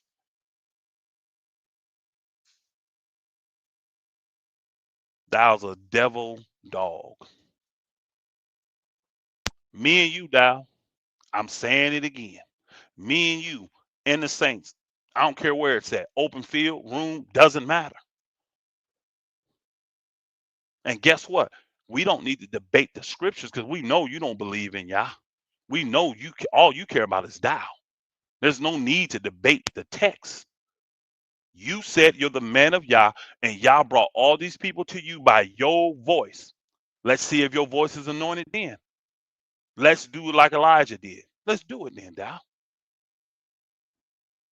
That's foolish. No, you're scared. Because I don't think it's foolish. I know for a fact if it happened in the book, it'll happen again. Oh, I know that for a fact. There's nothing new under the sun. I believe that wholeheartedly. So you get up there with your pompous, arrogant, non-repentant self and act like you can call on the name of the Most High Yah. Act like it, and let's see what happens.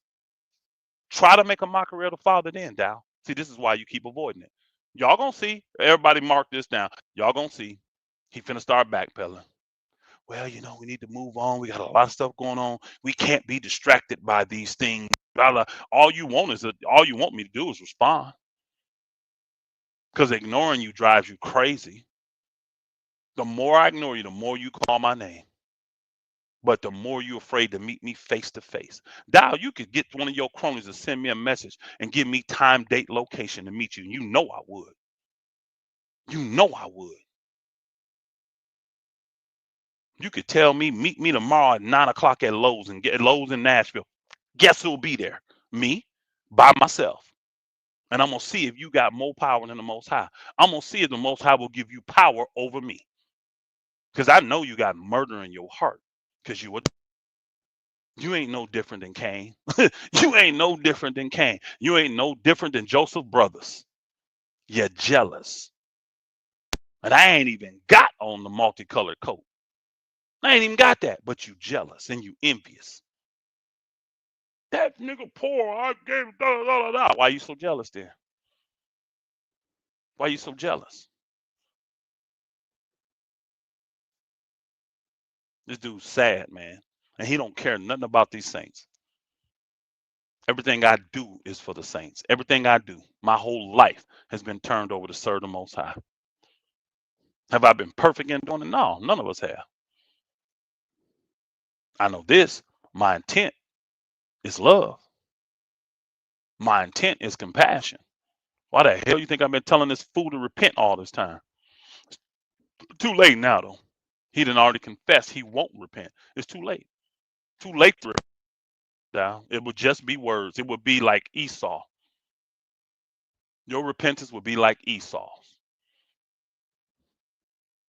Me and you and the saints, Dow, for the 2000th time. I don't know how many times I've asked, Brother Barack.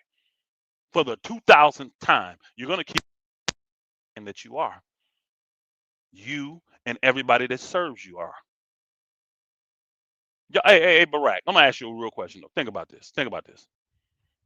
When I was in the ministry of Straightway, and I was an elder or a pastor, do you think a man could talk about Dow the way I'm talking about Dow right now and get away with it? Nah, absolutely not. Ain't no way in hell a man would challenge Dow this. The way I'm challenging him, I would have been all over Dow. What is we doing? Oh, hell no. You are the man of Yah. Get up there and show him. I'd have been all in Dow grill. And guess what? I'd have been that guy that Dow. No. I would have been the one that looked at Dow and said, bro, you a sissy, bro. I'm sorry. I can't serve with you no more. There's no way you're going to let this little weak ass, heathen ass, thieving ass, I'd have said all the stuff that he lied about. Let this up. No, Dow, man, let's do it. I'm with you. I'm there. But see, because I love Yah, if I'd have heard a man speaking from the spirit of the Most High Yah, I'd have been like, man, Pastor, I do got something right there now. You may want to leave him alone. You may want to stay back from him. And then I'd have been searching my own soul. See, I know when the Most High is speaking. I do. Most of them times them guys get the puff, and I tell Doll all the time, man, they ain't finna show up. They ain't got a leg to stand on. They know they can't fight the scriptures, bro. That you can say it all day. You can put $20,000 on the line. Ain't nobody finna show up for the debate. And guess what? They wouldn't. The one, and you finna trip on this, Barack. The one person I told him, because see, I didn't know Dow was gonna do what he did to Brother Yaki. We was all cool. We was all tight. And then he called him out. I'm like, what are you doing? I said, Pastor, that brother with us. What are you doing? He like, no, he said anybody. I said, Pastor, you could have called him privately though. What are you doing? I said, I don't get down with this. I said, I'm gonna tell you this, Pastor. He ain't finna back down from you. You're gonna have to show up on this one. And y'all can go back and look at the video when we were talking about it. I was right there. I didn't say a word about Yaki them not coming. I said, oh no, they gonna show up. They gonna show up. And you saw what Dow did. He backpedaled his way. Oh, we getting too busy. We got work to do. We ain't got time for all this. That's what he did because he knew Yakinim was gonna eat his. I got so much work to do. Man, I called Yaki. I said, brother, I am sorry. I don't know. He said, man, what's wrong with that dude? I said, man, I don't know what's up with him on this topic. I don't know what burdened him. I had no idea. He was so hurtful. He's like, man, man, I viewed him as an elder, man. Y'all my big. I said, brother, don't put me in it with that, because I ain't doing that. I don't agree with that, bro. Again, if y'all want to debate about, chicken and this and all, that's fine. But I don't agree with what he did, bro. And I told him flat out, I don't agree. And I told Dow that I don't agree with the way you did it. Somebody that's with us. This man has come in, giving us all kind of knowledge we didn't have, helped a lot of people, helped get healed from the herbs of the land. I said, come on, bro. These people ain't done nothing to us, bro, but love us. They don't deserve this. I'm going to show you. And then all this stuff start coming out. Oh, he's this, he's that. All these people calling me. I'm like, man, look, I didn't tell y'all to go over there and listen to his teachings. I never once told anybody, go listen to Yaki's teaching.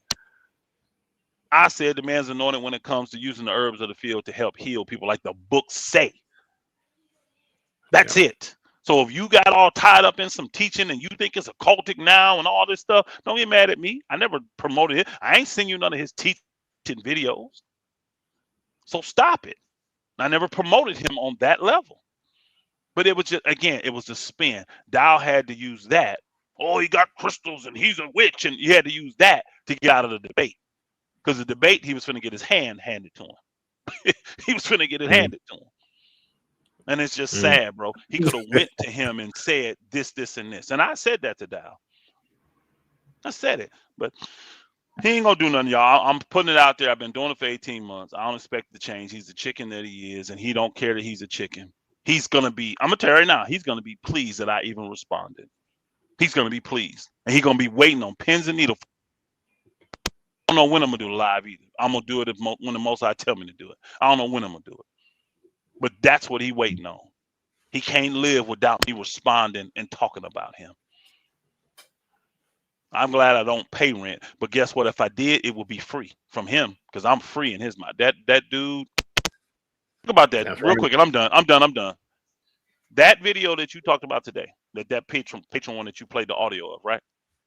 Yes, he sir. started off by saying, I'm going to break down everything that happened with the Straightway Kentucky East thing, right?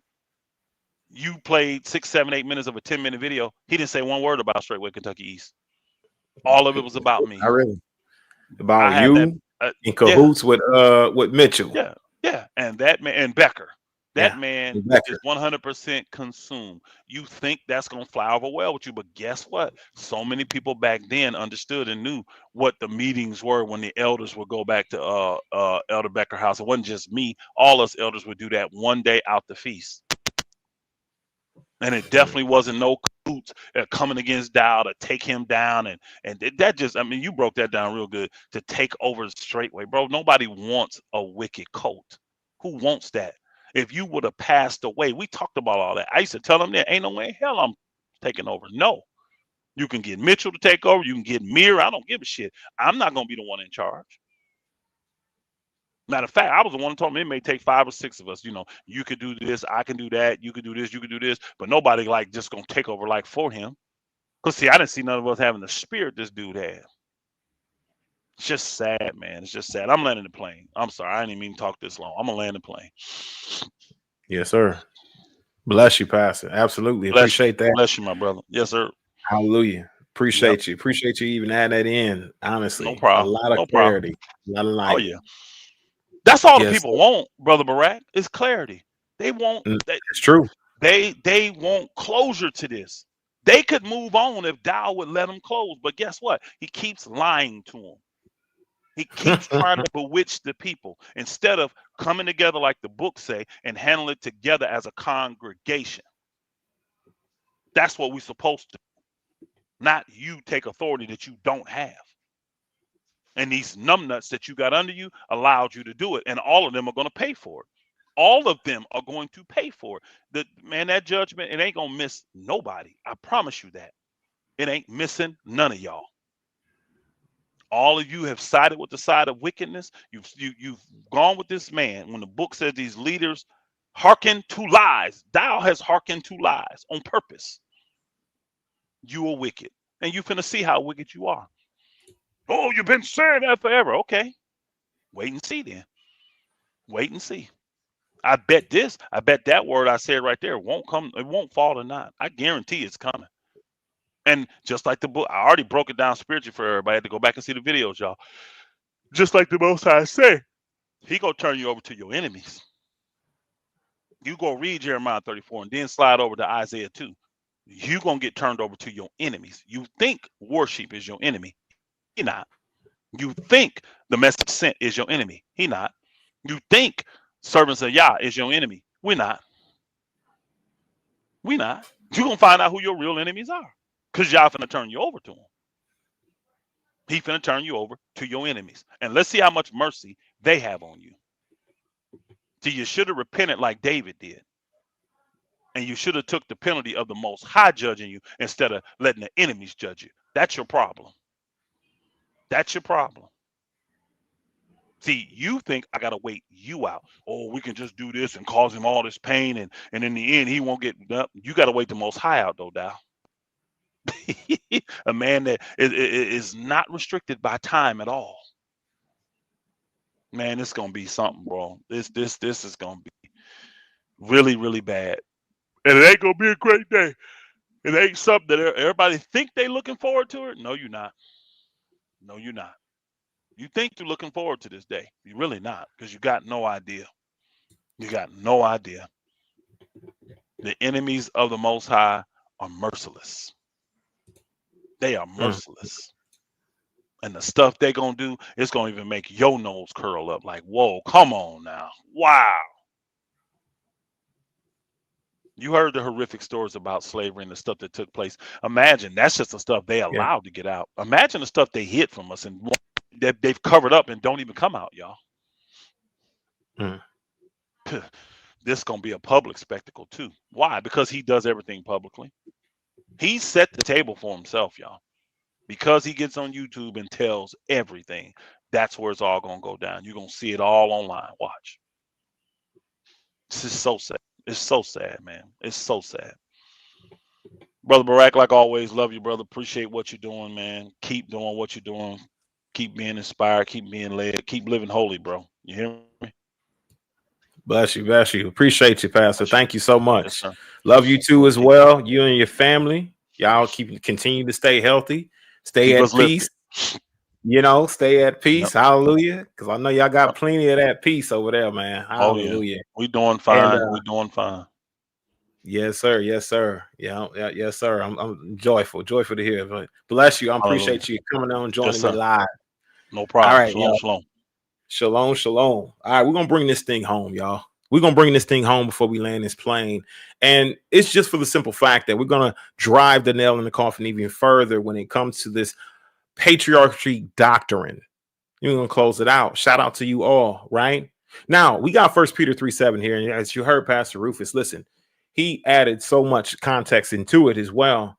But we have to understand with this 1 Peter, if you dishonor your wife, Yah, the Father, says your prayers will be hindered.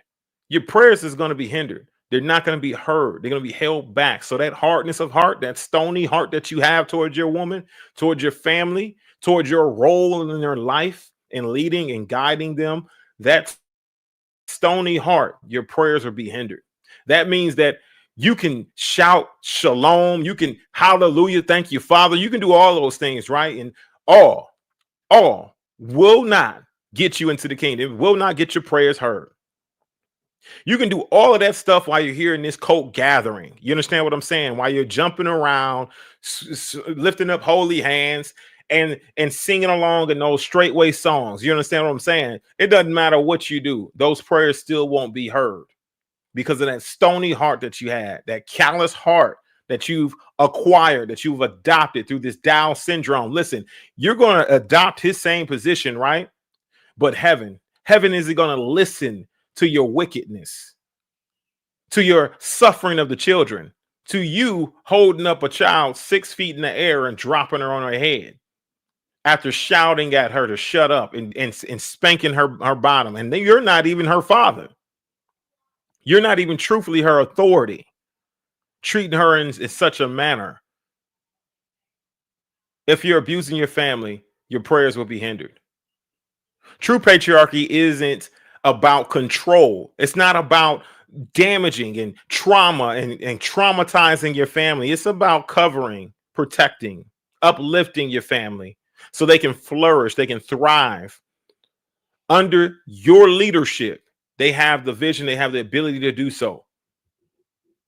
It's about pivoting when things go wrong, but you being able to keep your cool and stay and keep a level head and figure out solutions instead of hearkening on the problems, right? And taking it out on your family and your loved ones. Listen, my thing is this, right? When it comes to a lot of these situations, we can go to Colossians 3:19. So we're going to go to Colossians 3:19 real quick, y'all. Colossians 3:19. Colossians 3:19 states, husbands, love your wives and be not bitter towards them, right? Of course, the children need to obey your parents in all things, for this is well-pleasing to the Elohim. Fathers, provoke not your children to anger, lest they what? Be discouraged. In fact, we've seen a lot of this take place when Germaine is treating the children in the ways that he's treating them. You got to understand, just because the children must obey and they must submit to the authority, it is up to you as the parents to not provoke these children into feeling feelings of self-deletion, into feeling feelings of anger, of disappointment. It is your job to not provoke them as well. We all stop when it's time for the children to obey and submit, but we don't want to go on even further to say that these parents, these fathers, these mothers need not to provoke the child into these sort of spirits, okay? We need to understand these things. As fathers, we need to know how to treat our children. We need to know how to treat our wives. You understand what I'm saying? We didn't know how to conduct ourselves appropriately, not like brute beasts and savage men who want to be, oh, patriarchy so bad. I'm going to be so rough and tough. And guess what? They're going to be fearful of my leadership, so much so they're going to do everything I say when I command it. And that is your goal, because you're trying to impress and appease a cult leader, a man who doesn't even have the same authority in his own household. You understand what I'm saying? But he'll fail time after time to show and demonstrate true love of the family. You understand what I mean? His women, Dow's women, don't respect him in the ways that you believe he does. They do. They don't. So while he's encouraging you to be a brute beast, a savage beast in your own home, so he can swoop in and separate you from your wife and take your children in, all this other stuff, right? So he can be able to swoop in and take control, and he'll use flatteries to do it. How much of a tactic is that? Somebody who's teaching you to be a brute beast, a savage beast in your home, to try to rule and control a woman with an iron fist. Guess what? My thing is this, right? He's the same man who's going to swoop in and destroy your home, pluck it up from the root, devour you. You understand what I'm saying? Let's go to Genesis 2:18. We got to understand the origins. Let's go ahead and go to Genesis 2:18. Genesis 2:18, y'all. Let's go. And the Elohim, Father Yah, said, it is not good for that the man should be alone. I will make him a helpmeet for him. Okay? A helpmeet, not a servant. What part of this? I will make him a servant. No, I will make him a what? A helpmeet, a slave. Don't say slave. A helpmeet, meaning she's there to help you meet your needs. She's there to help meet the needs, wherever those needs are. If the family needs a different perspective, guess what she's there to do? Offer that perspective, because that's your partner. You understand what I'm saying? This right here, fit for him. You don't understand? Not beneath. She is fit. When you see a woman and you've picked that woman to join your family, she was fit for whatever reason. Now, if she was fit for your own flesh, right? Because you have vanity in the flesh, because you saw her, she was attracted to her, she looked good to you, so you wanted to lay with her, despite what's in her mind, what's in her brain, what's in her mental, how she can contribute to your household, her viewpoints, her political views, her spiritual views. You understand what I'm saying? How she would feed your children and your family. Listen, it is your fault that you picked her, right? And you saw her fit for the flesh and not for the spirit. You understand what I'm telling you? She was fit in some way. You chose that way. So you got to live with the choice. If you sought out a woman who's fit not only physically but also spiritually, intellectually, all those things, she's hitting on all those cylinders. Guess what? A man who finds a wife finds a great thing, right? Because many women can hold a title of wife, don't mean that they can actually fill the role properly. Don't mean that they're actually qualified for the position. It just means they can hold the title, right? But if you're finding a woman who is fit for the role, holds the title well, represents the house well, listen, fit for you. She's not beneath you. That woman's not beneath you. The woman was created as a partner, as a helpmeet, not a slave, not a servant. You should be joyful when she takes on her role as a woman, right? And she's there to serve, and she's not giving you any sorrows in your days, right? Or it's very minimal. The things that she's doing, she's looking out for your best interest and your health and well-being. She's not looking to add stress or any pressure on you or anything like that. She's looking to be the proper what? Helpmeet, wife, whatever the role is. She's looking to be fit for you as the man, right? Represents, carries herself well, all these different things, right? But we want to get into conversation, you being fit enough for that woman, meaning the love that you have for her, as though Christ loved the church, as we went through, right? Over in Ephesians 5:25, who sacrificed his very life, in which Pastor Rufus just touched on. Yeshua sacrificed himself. Well, how many of you men are sacrificing yourself for your family? Not just monetarily, because anybody can go and hit a 9 to 5. What are you doing to sacrifice so they can have better? So the future generations are provided for, so they'll have your time to pour into not only the little one, but also the woman as well. The woman's the first line teacher. Next step is you.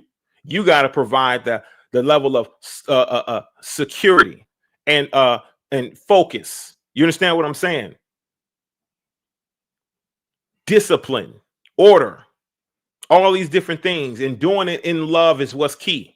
It's not about doing it with anger and with fear, because fear didn't get you respected. It gets you feared. You understand what I'm saying? It gets you feared, not respected. Meaning behind your back, your woman, your children won't have very great things to say about you. But when you're ruling your household with love, she's got all of the admirations, all of the things, beautiful things to say about you. That's true respect. That's true honor. If a woman has to ask your wife, hey, how was it? And she can't answer the question right, then guess what? You're effectively ineffective in your position as a leader in your home, right? We got to understand this. Tearing down the droves, tearing down the idols. This man is not the epitome of strength. You got to understand that Dow's not the epitome of strength. He is not the model of patriarchy. Just because he speaks about it and speaks on it doesn't mean that he's truly about that life. You got to understand that right now.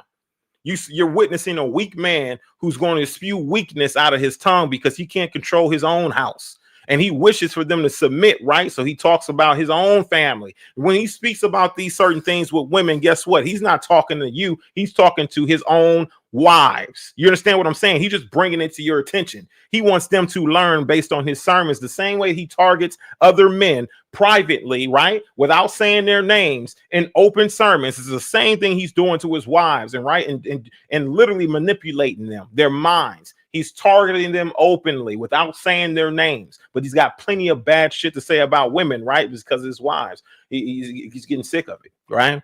You got to understand, that's what he's talking about. Making an example out of them without saying their names. So you got to know that he's not the epitome of patriarchy. He's not a patriarch himself. He is the head.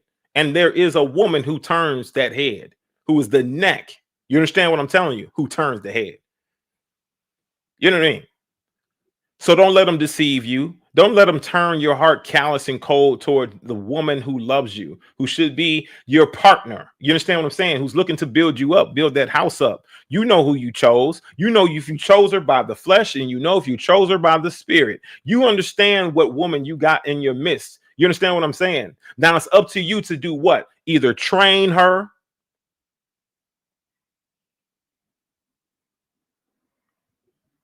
or do something different. You're going to probably have to find you a vestie. But it's not that cut and dry. You chose a woman by the flesh. Now you must teach her to be more spiritual. Eventually, she might not get it, but eventually you might have to move on, just depending on if she's going to get with it or not. But you're doing it through love, not through anger. You're doing it through love. It might be frustrating. It's okay to be frustrated, but to be angry and to be ruling with an iron fist, that's not okay. At some point, something's got to give.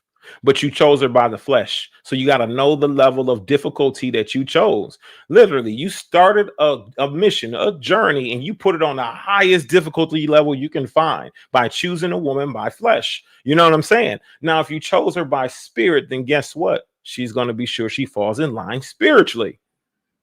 And you got to know how to hearken and take a spiritual woman's position in consideration, right?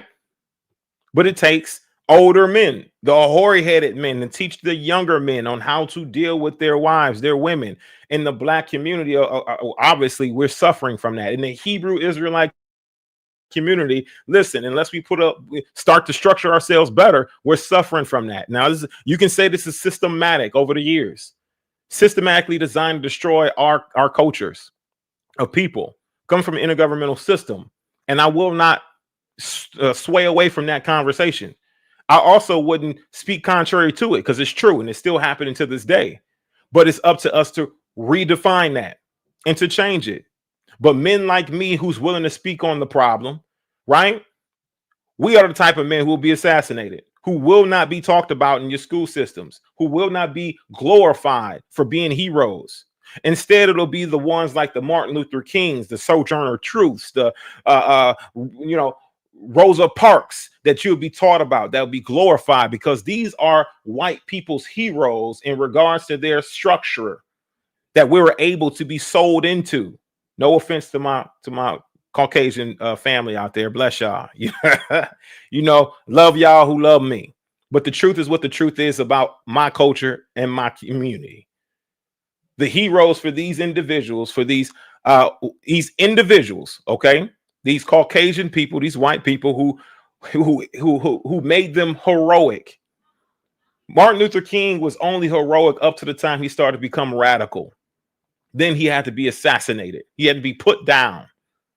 The people they don't tell you about in these school systems, the Malcolm X's, the Huey P. Newtons, the Marcus Garveys, all of these people of the world, right? The Nat Turners, the true heroes of the community, the ones who actually got it. They're not going to teach you about them. They're not going to teach you about their belief systems, their viewpoints, how they were true, real leaders and heroes in our community. They're going to teach you about the ones who helped integrate us into a culture where we destroyed our very selves, where we imploded our very culture. You understand what I'm saying? From the inside out, we destroyed our own culture based on the ability to go down the block and purchase some white ice. We call it the white ice effect. We went down the block.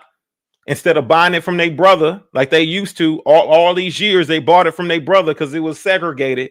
Now the desegregation sold us back into their system. Now we're going down the block to buy the white ice because the white ice is smoother.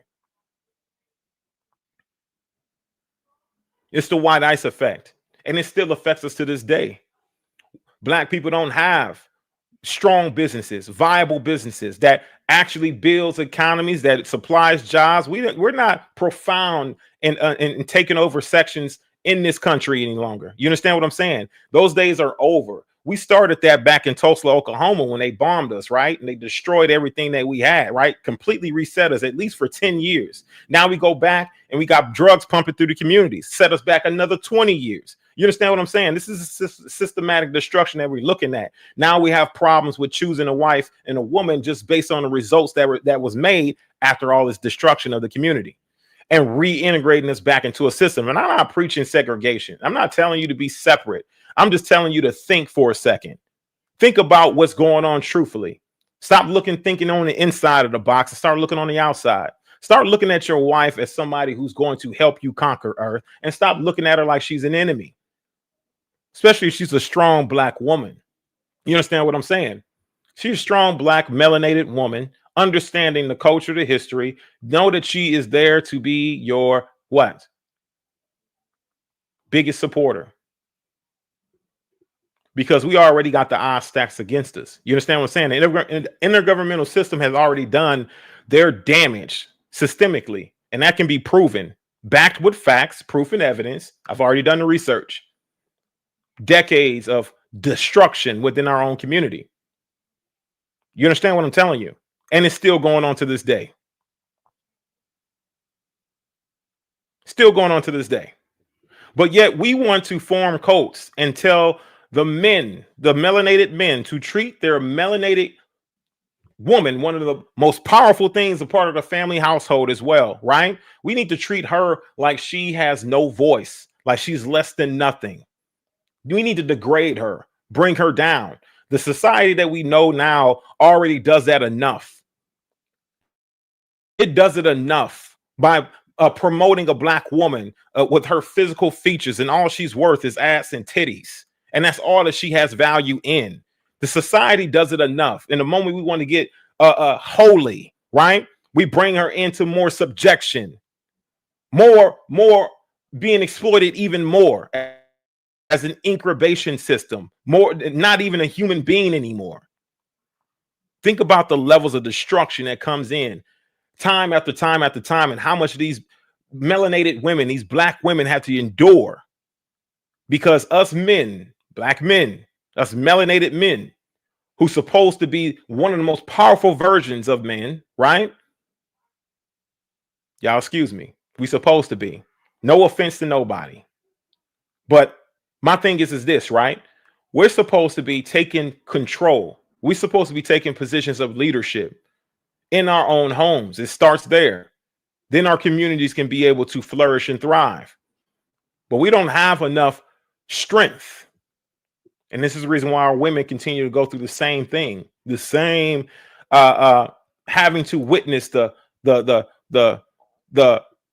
raping and pillaging of our community, as the men sit idly by and do absolutely nothing but complain about, oh, you still talking about that, rather than getting out here and actually doing it, putting in the work.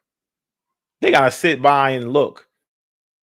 I've had who've been instrumental in the exposure of Straightway, who've come up here and given their own personal testimony and threw themselves on the floor respectfully.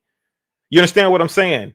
Who have emailed elders, who have put their neck out there on the line. Listen, and guess what you men are doing? Absolutely nothing. You're being cowards instead of standing in the gap and holding door.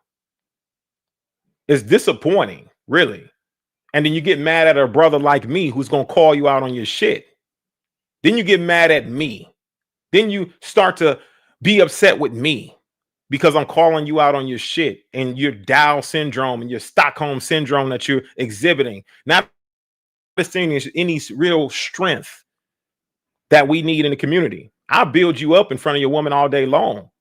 I don't mind that, but be that example. I don't find any joy in tearing a man down in front of his wife and children, but be that example. Be a righteous example.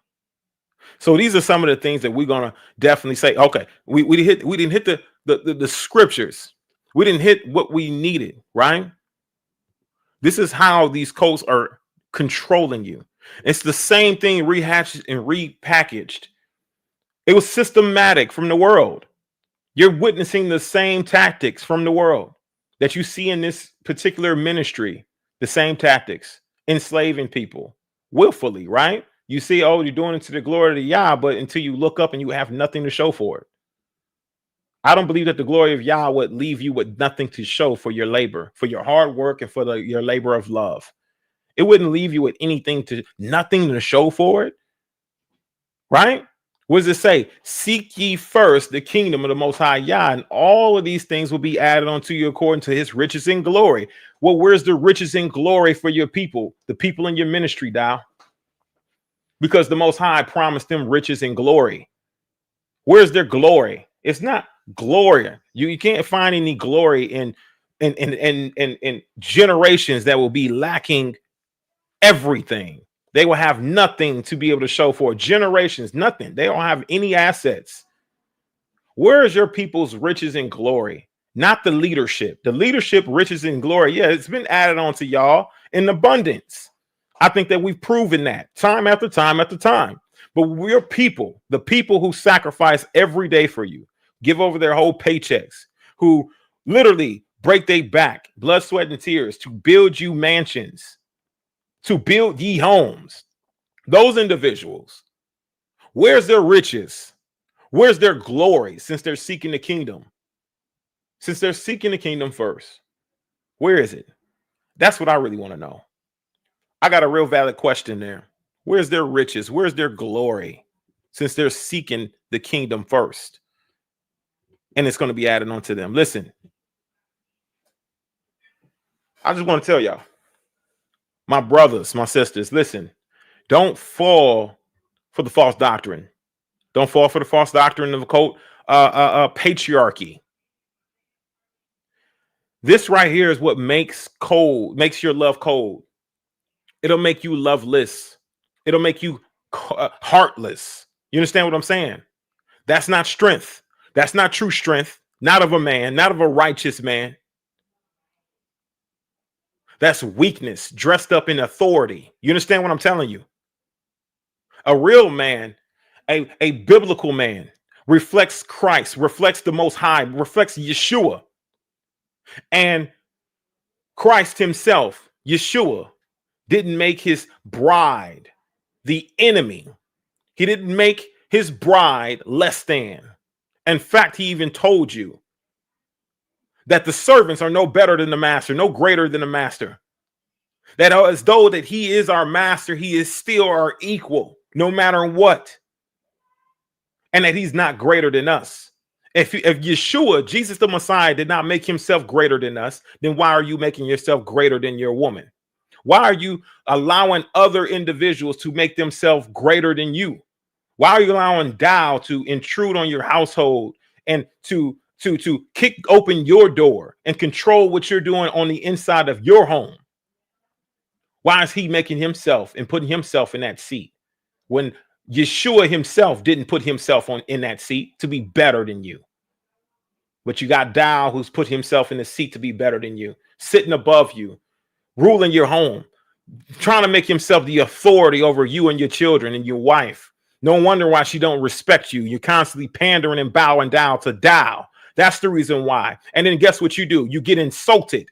He tells you that you ain't shit. And then he tells your woman that he knows that she knows that you ain't shit. So he can influence her to want to leave your ain't shit ass. My thing is this, right?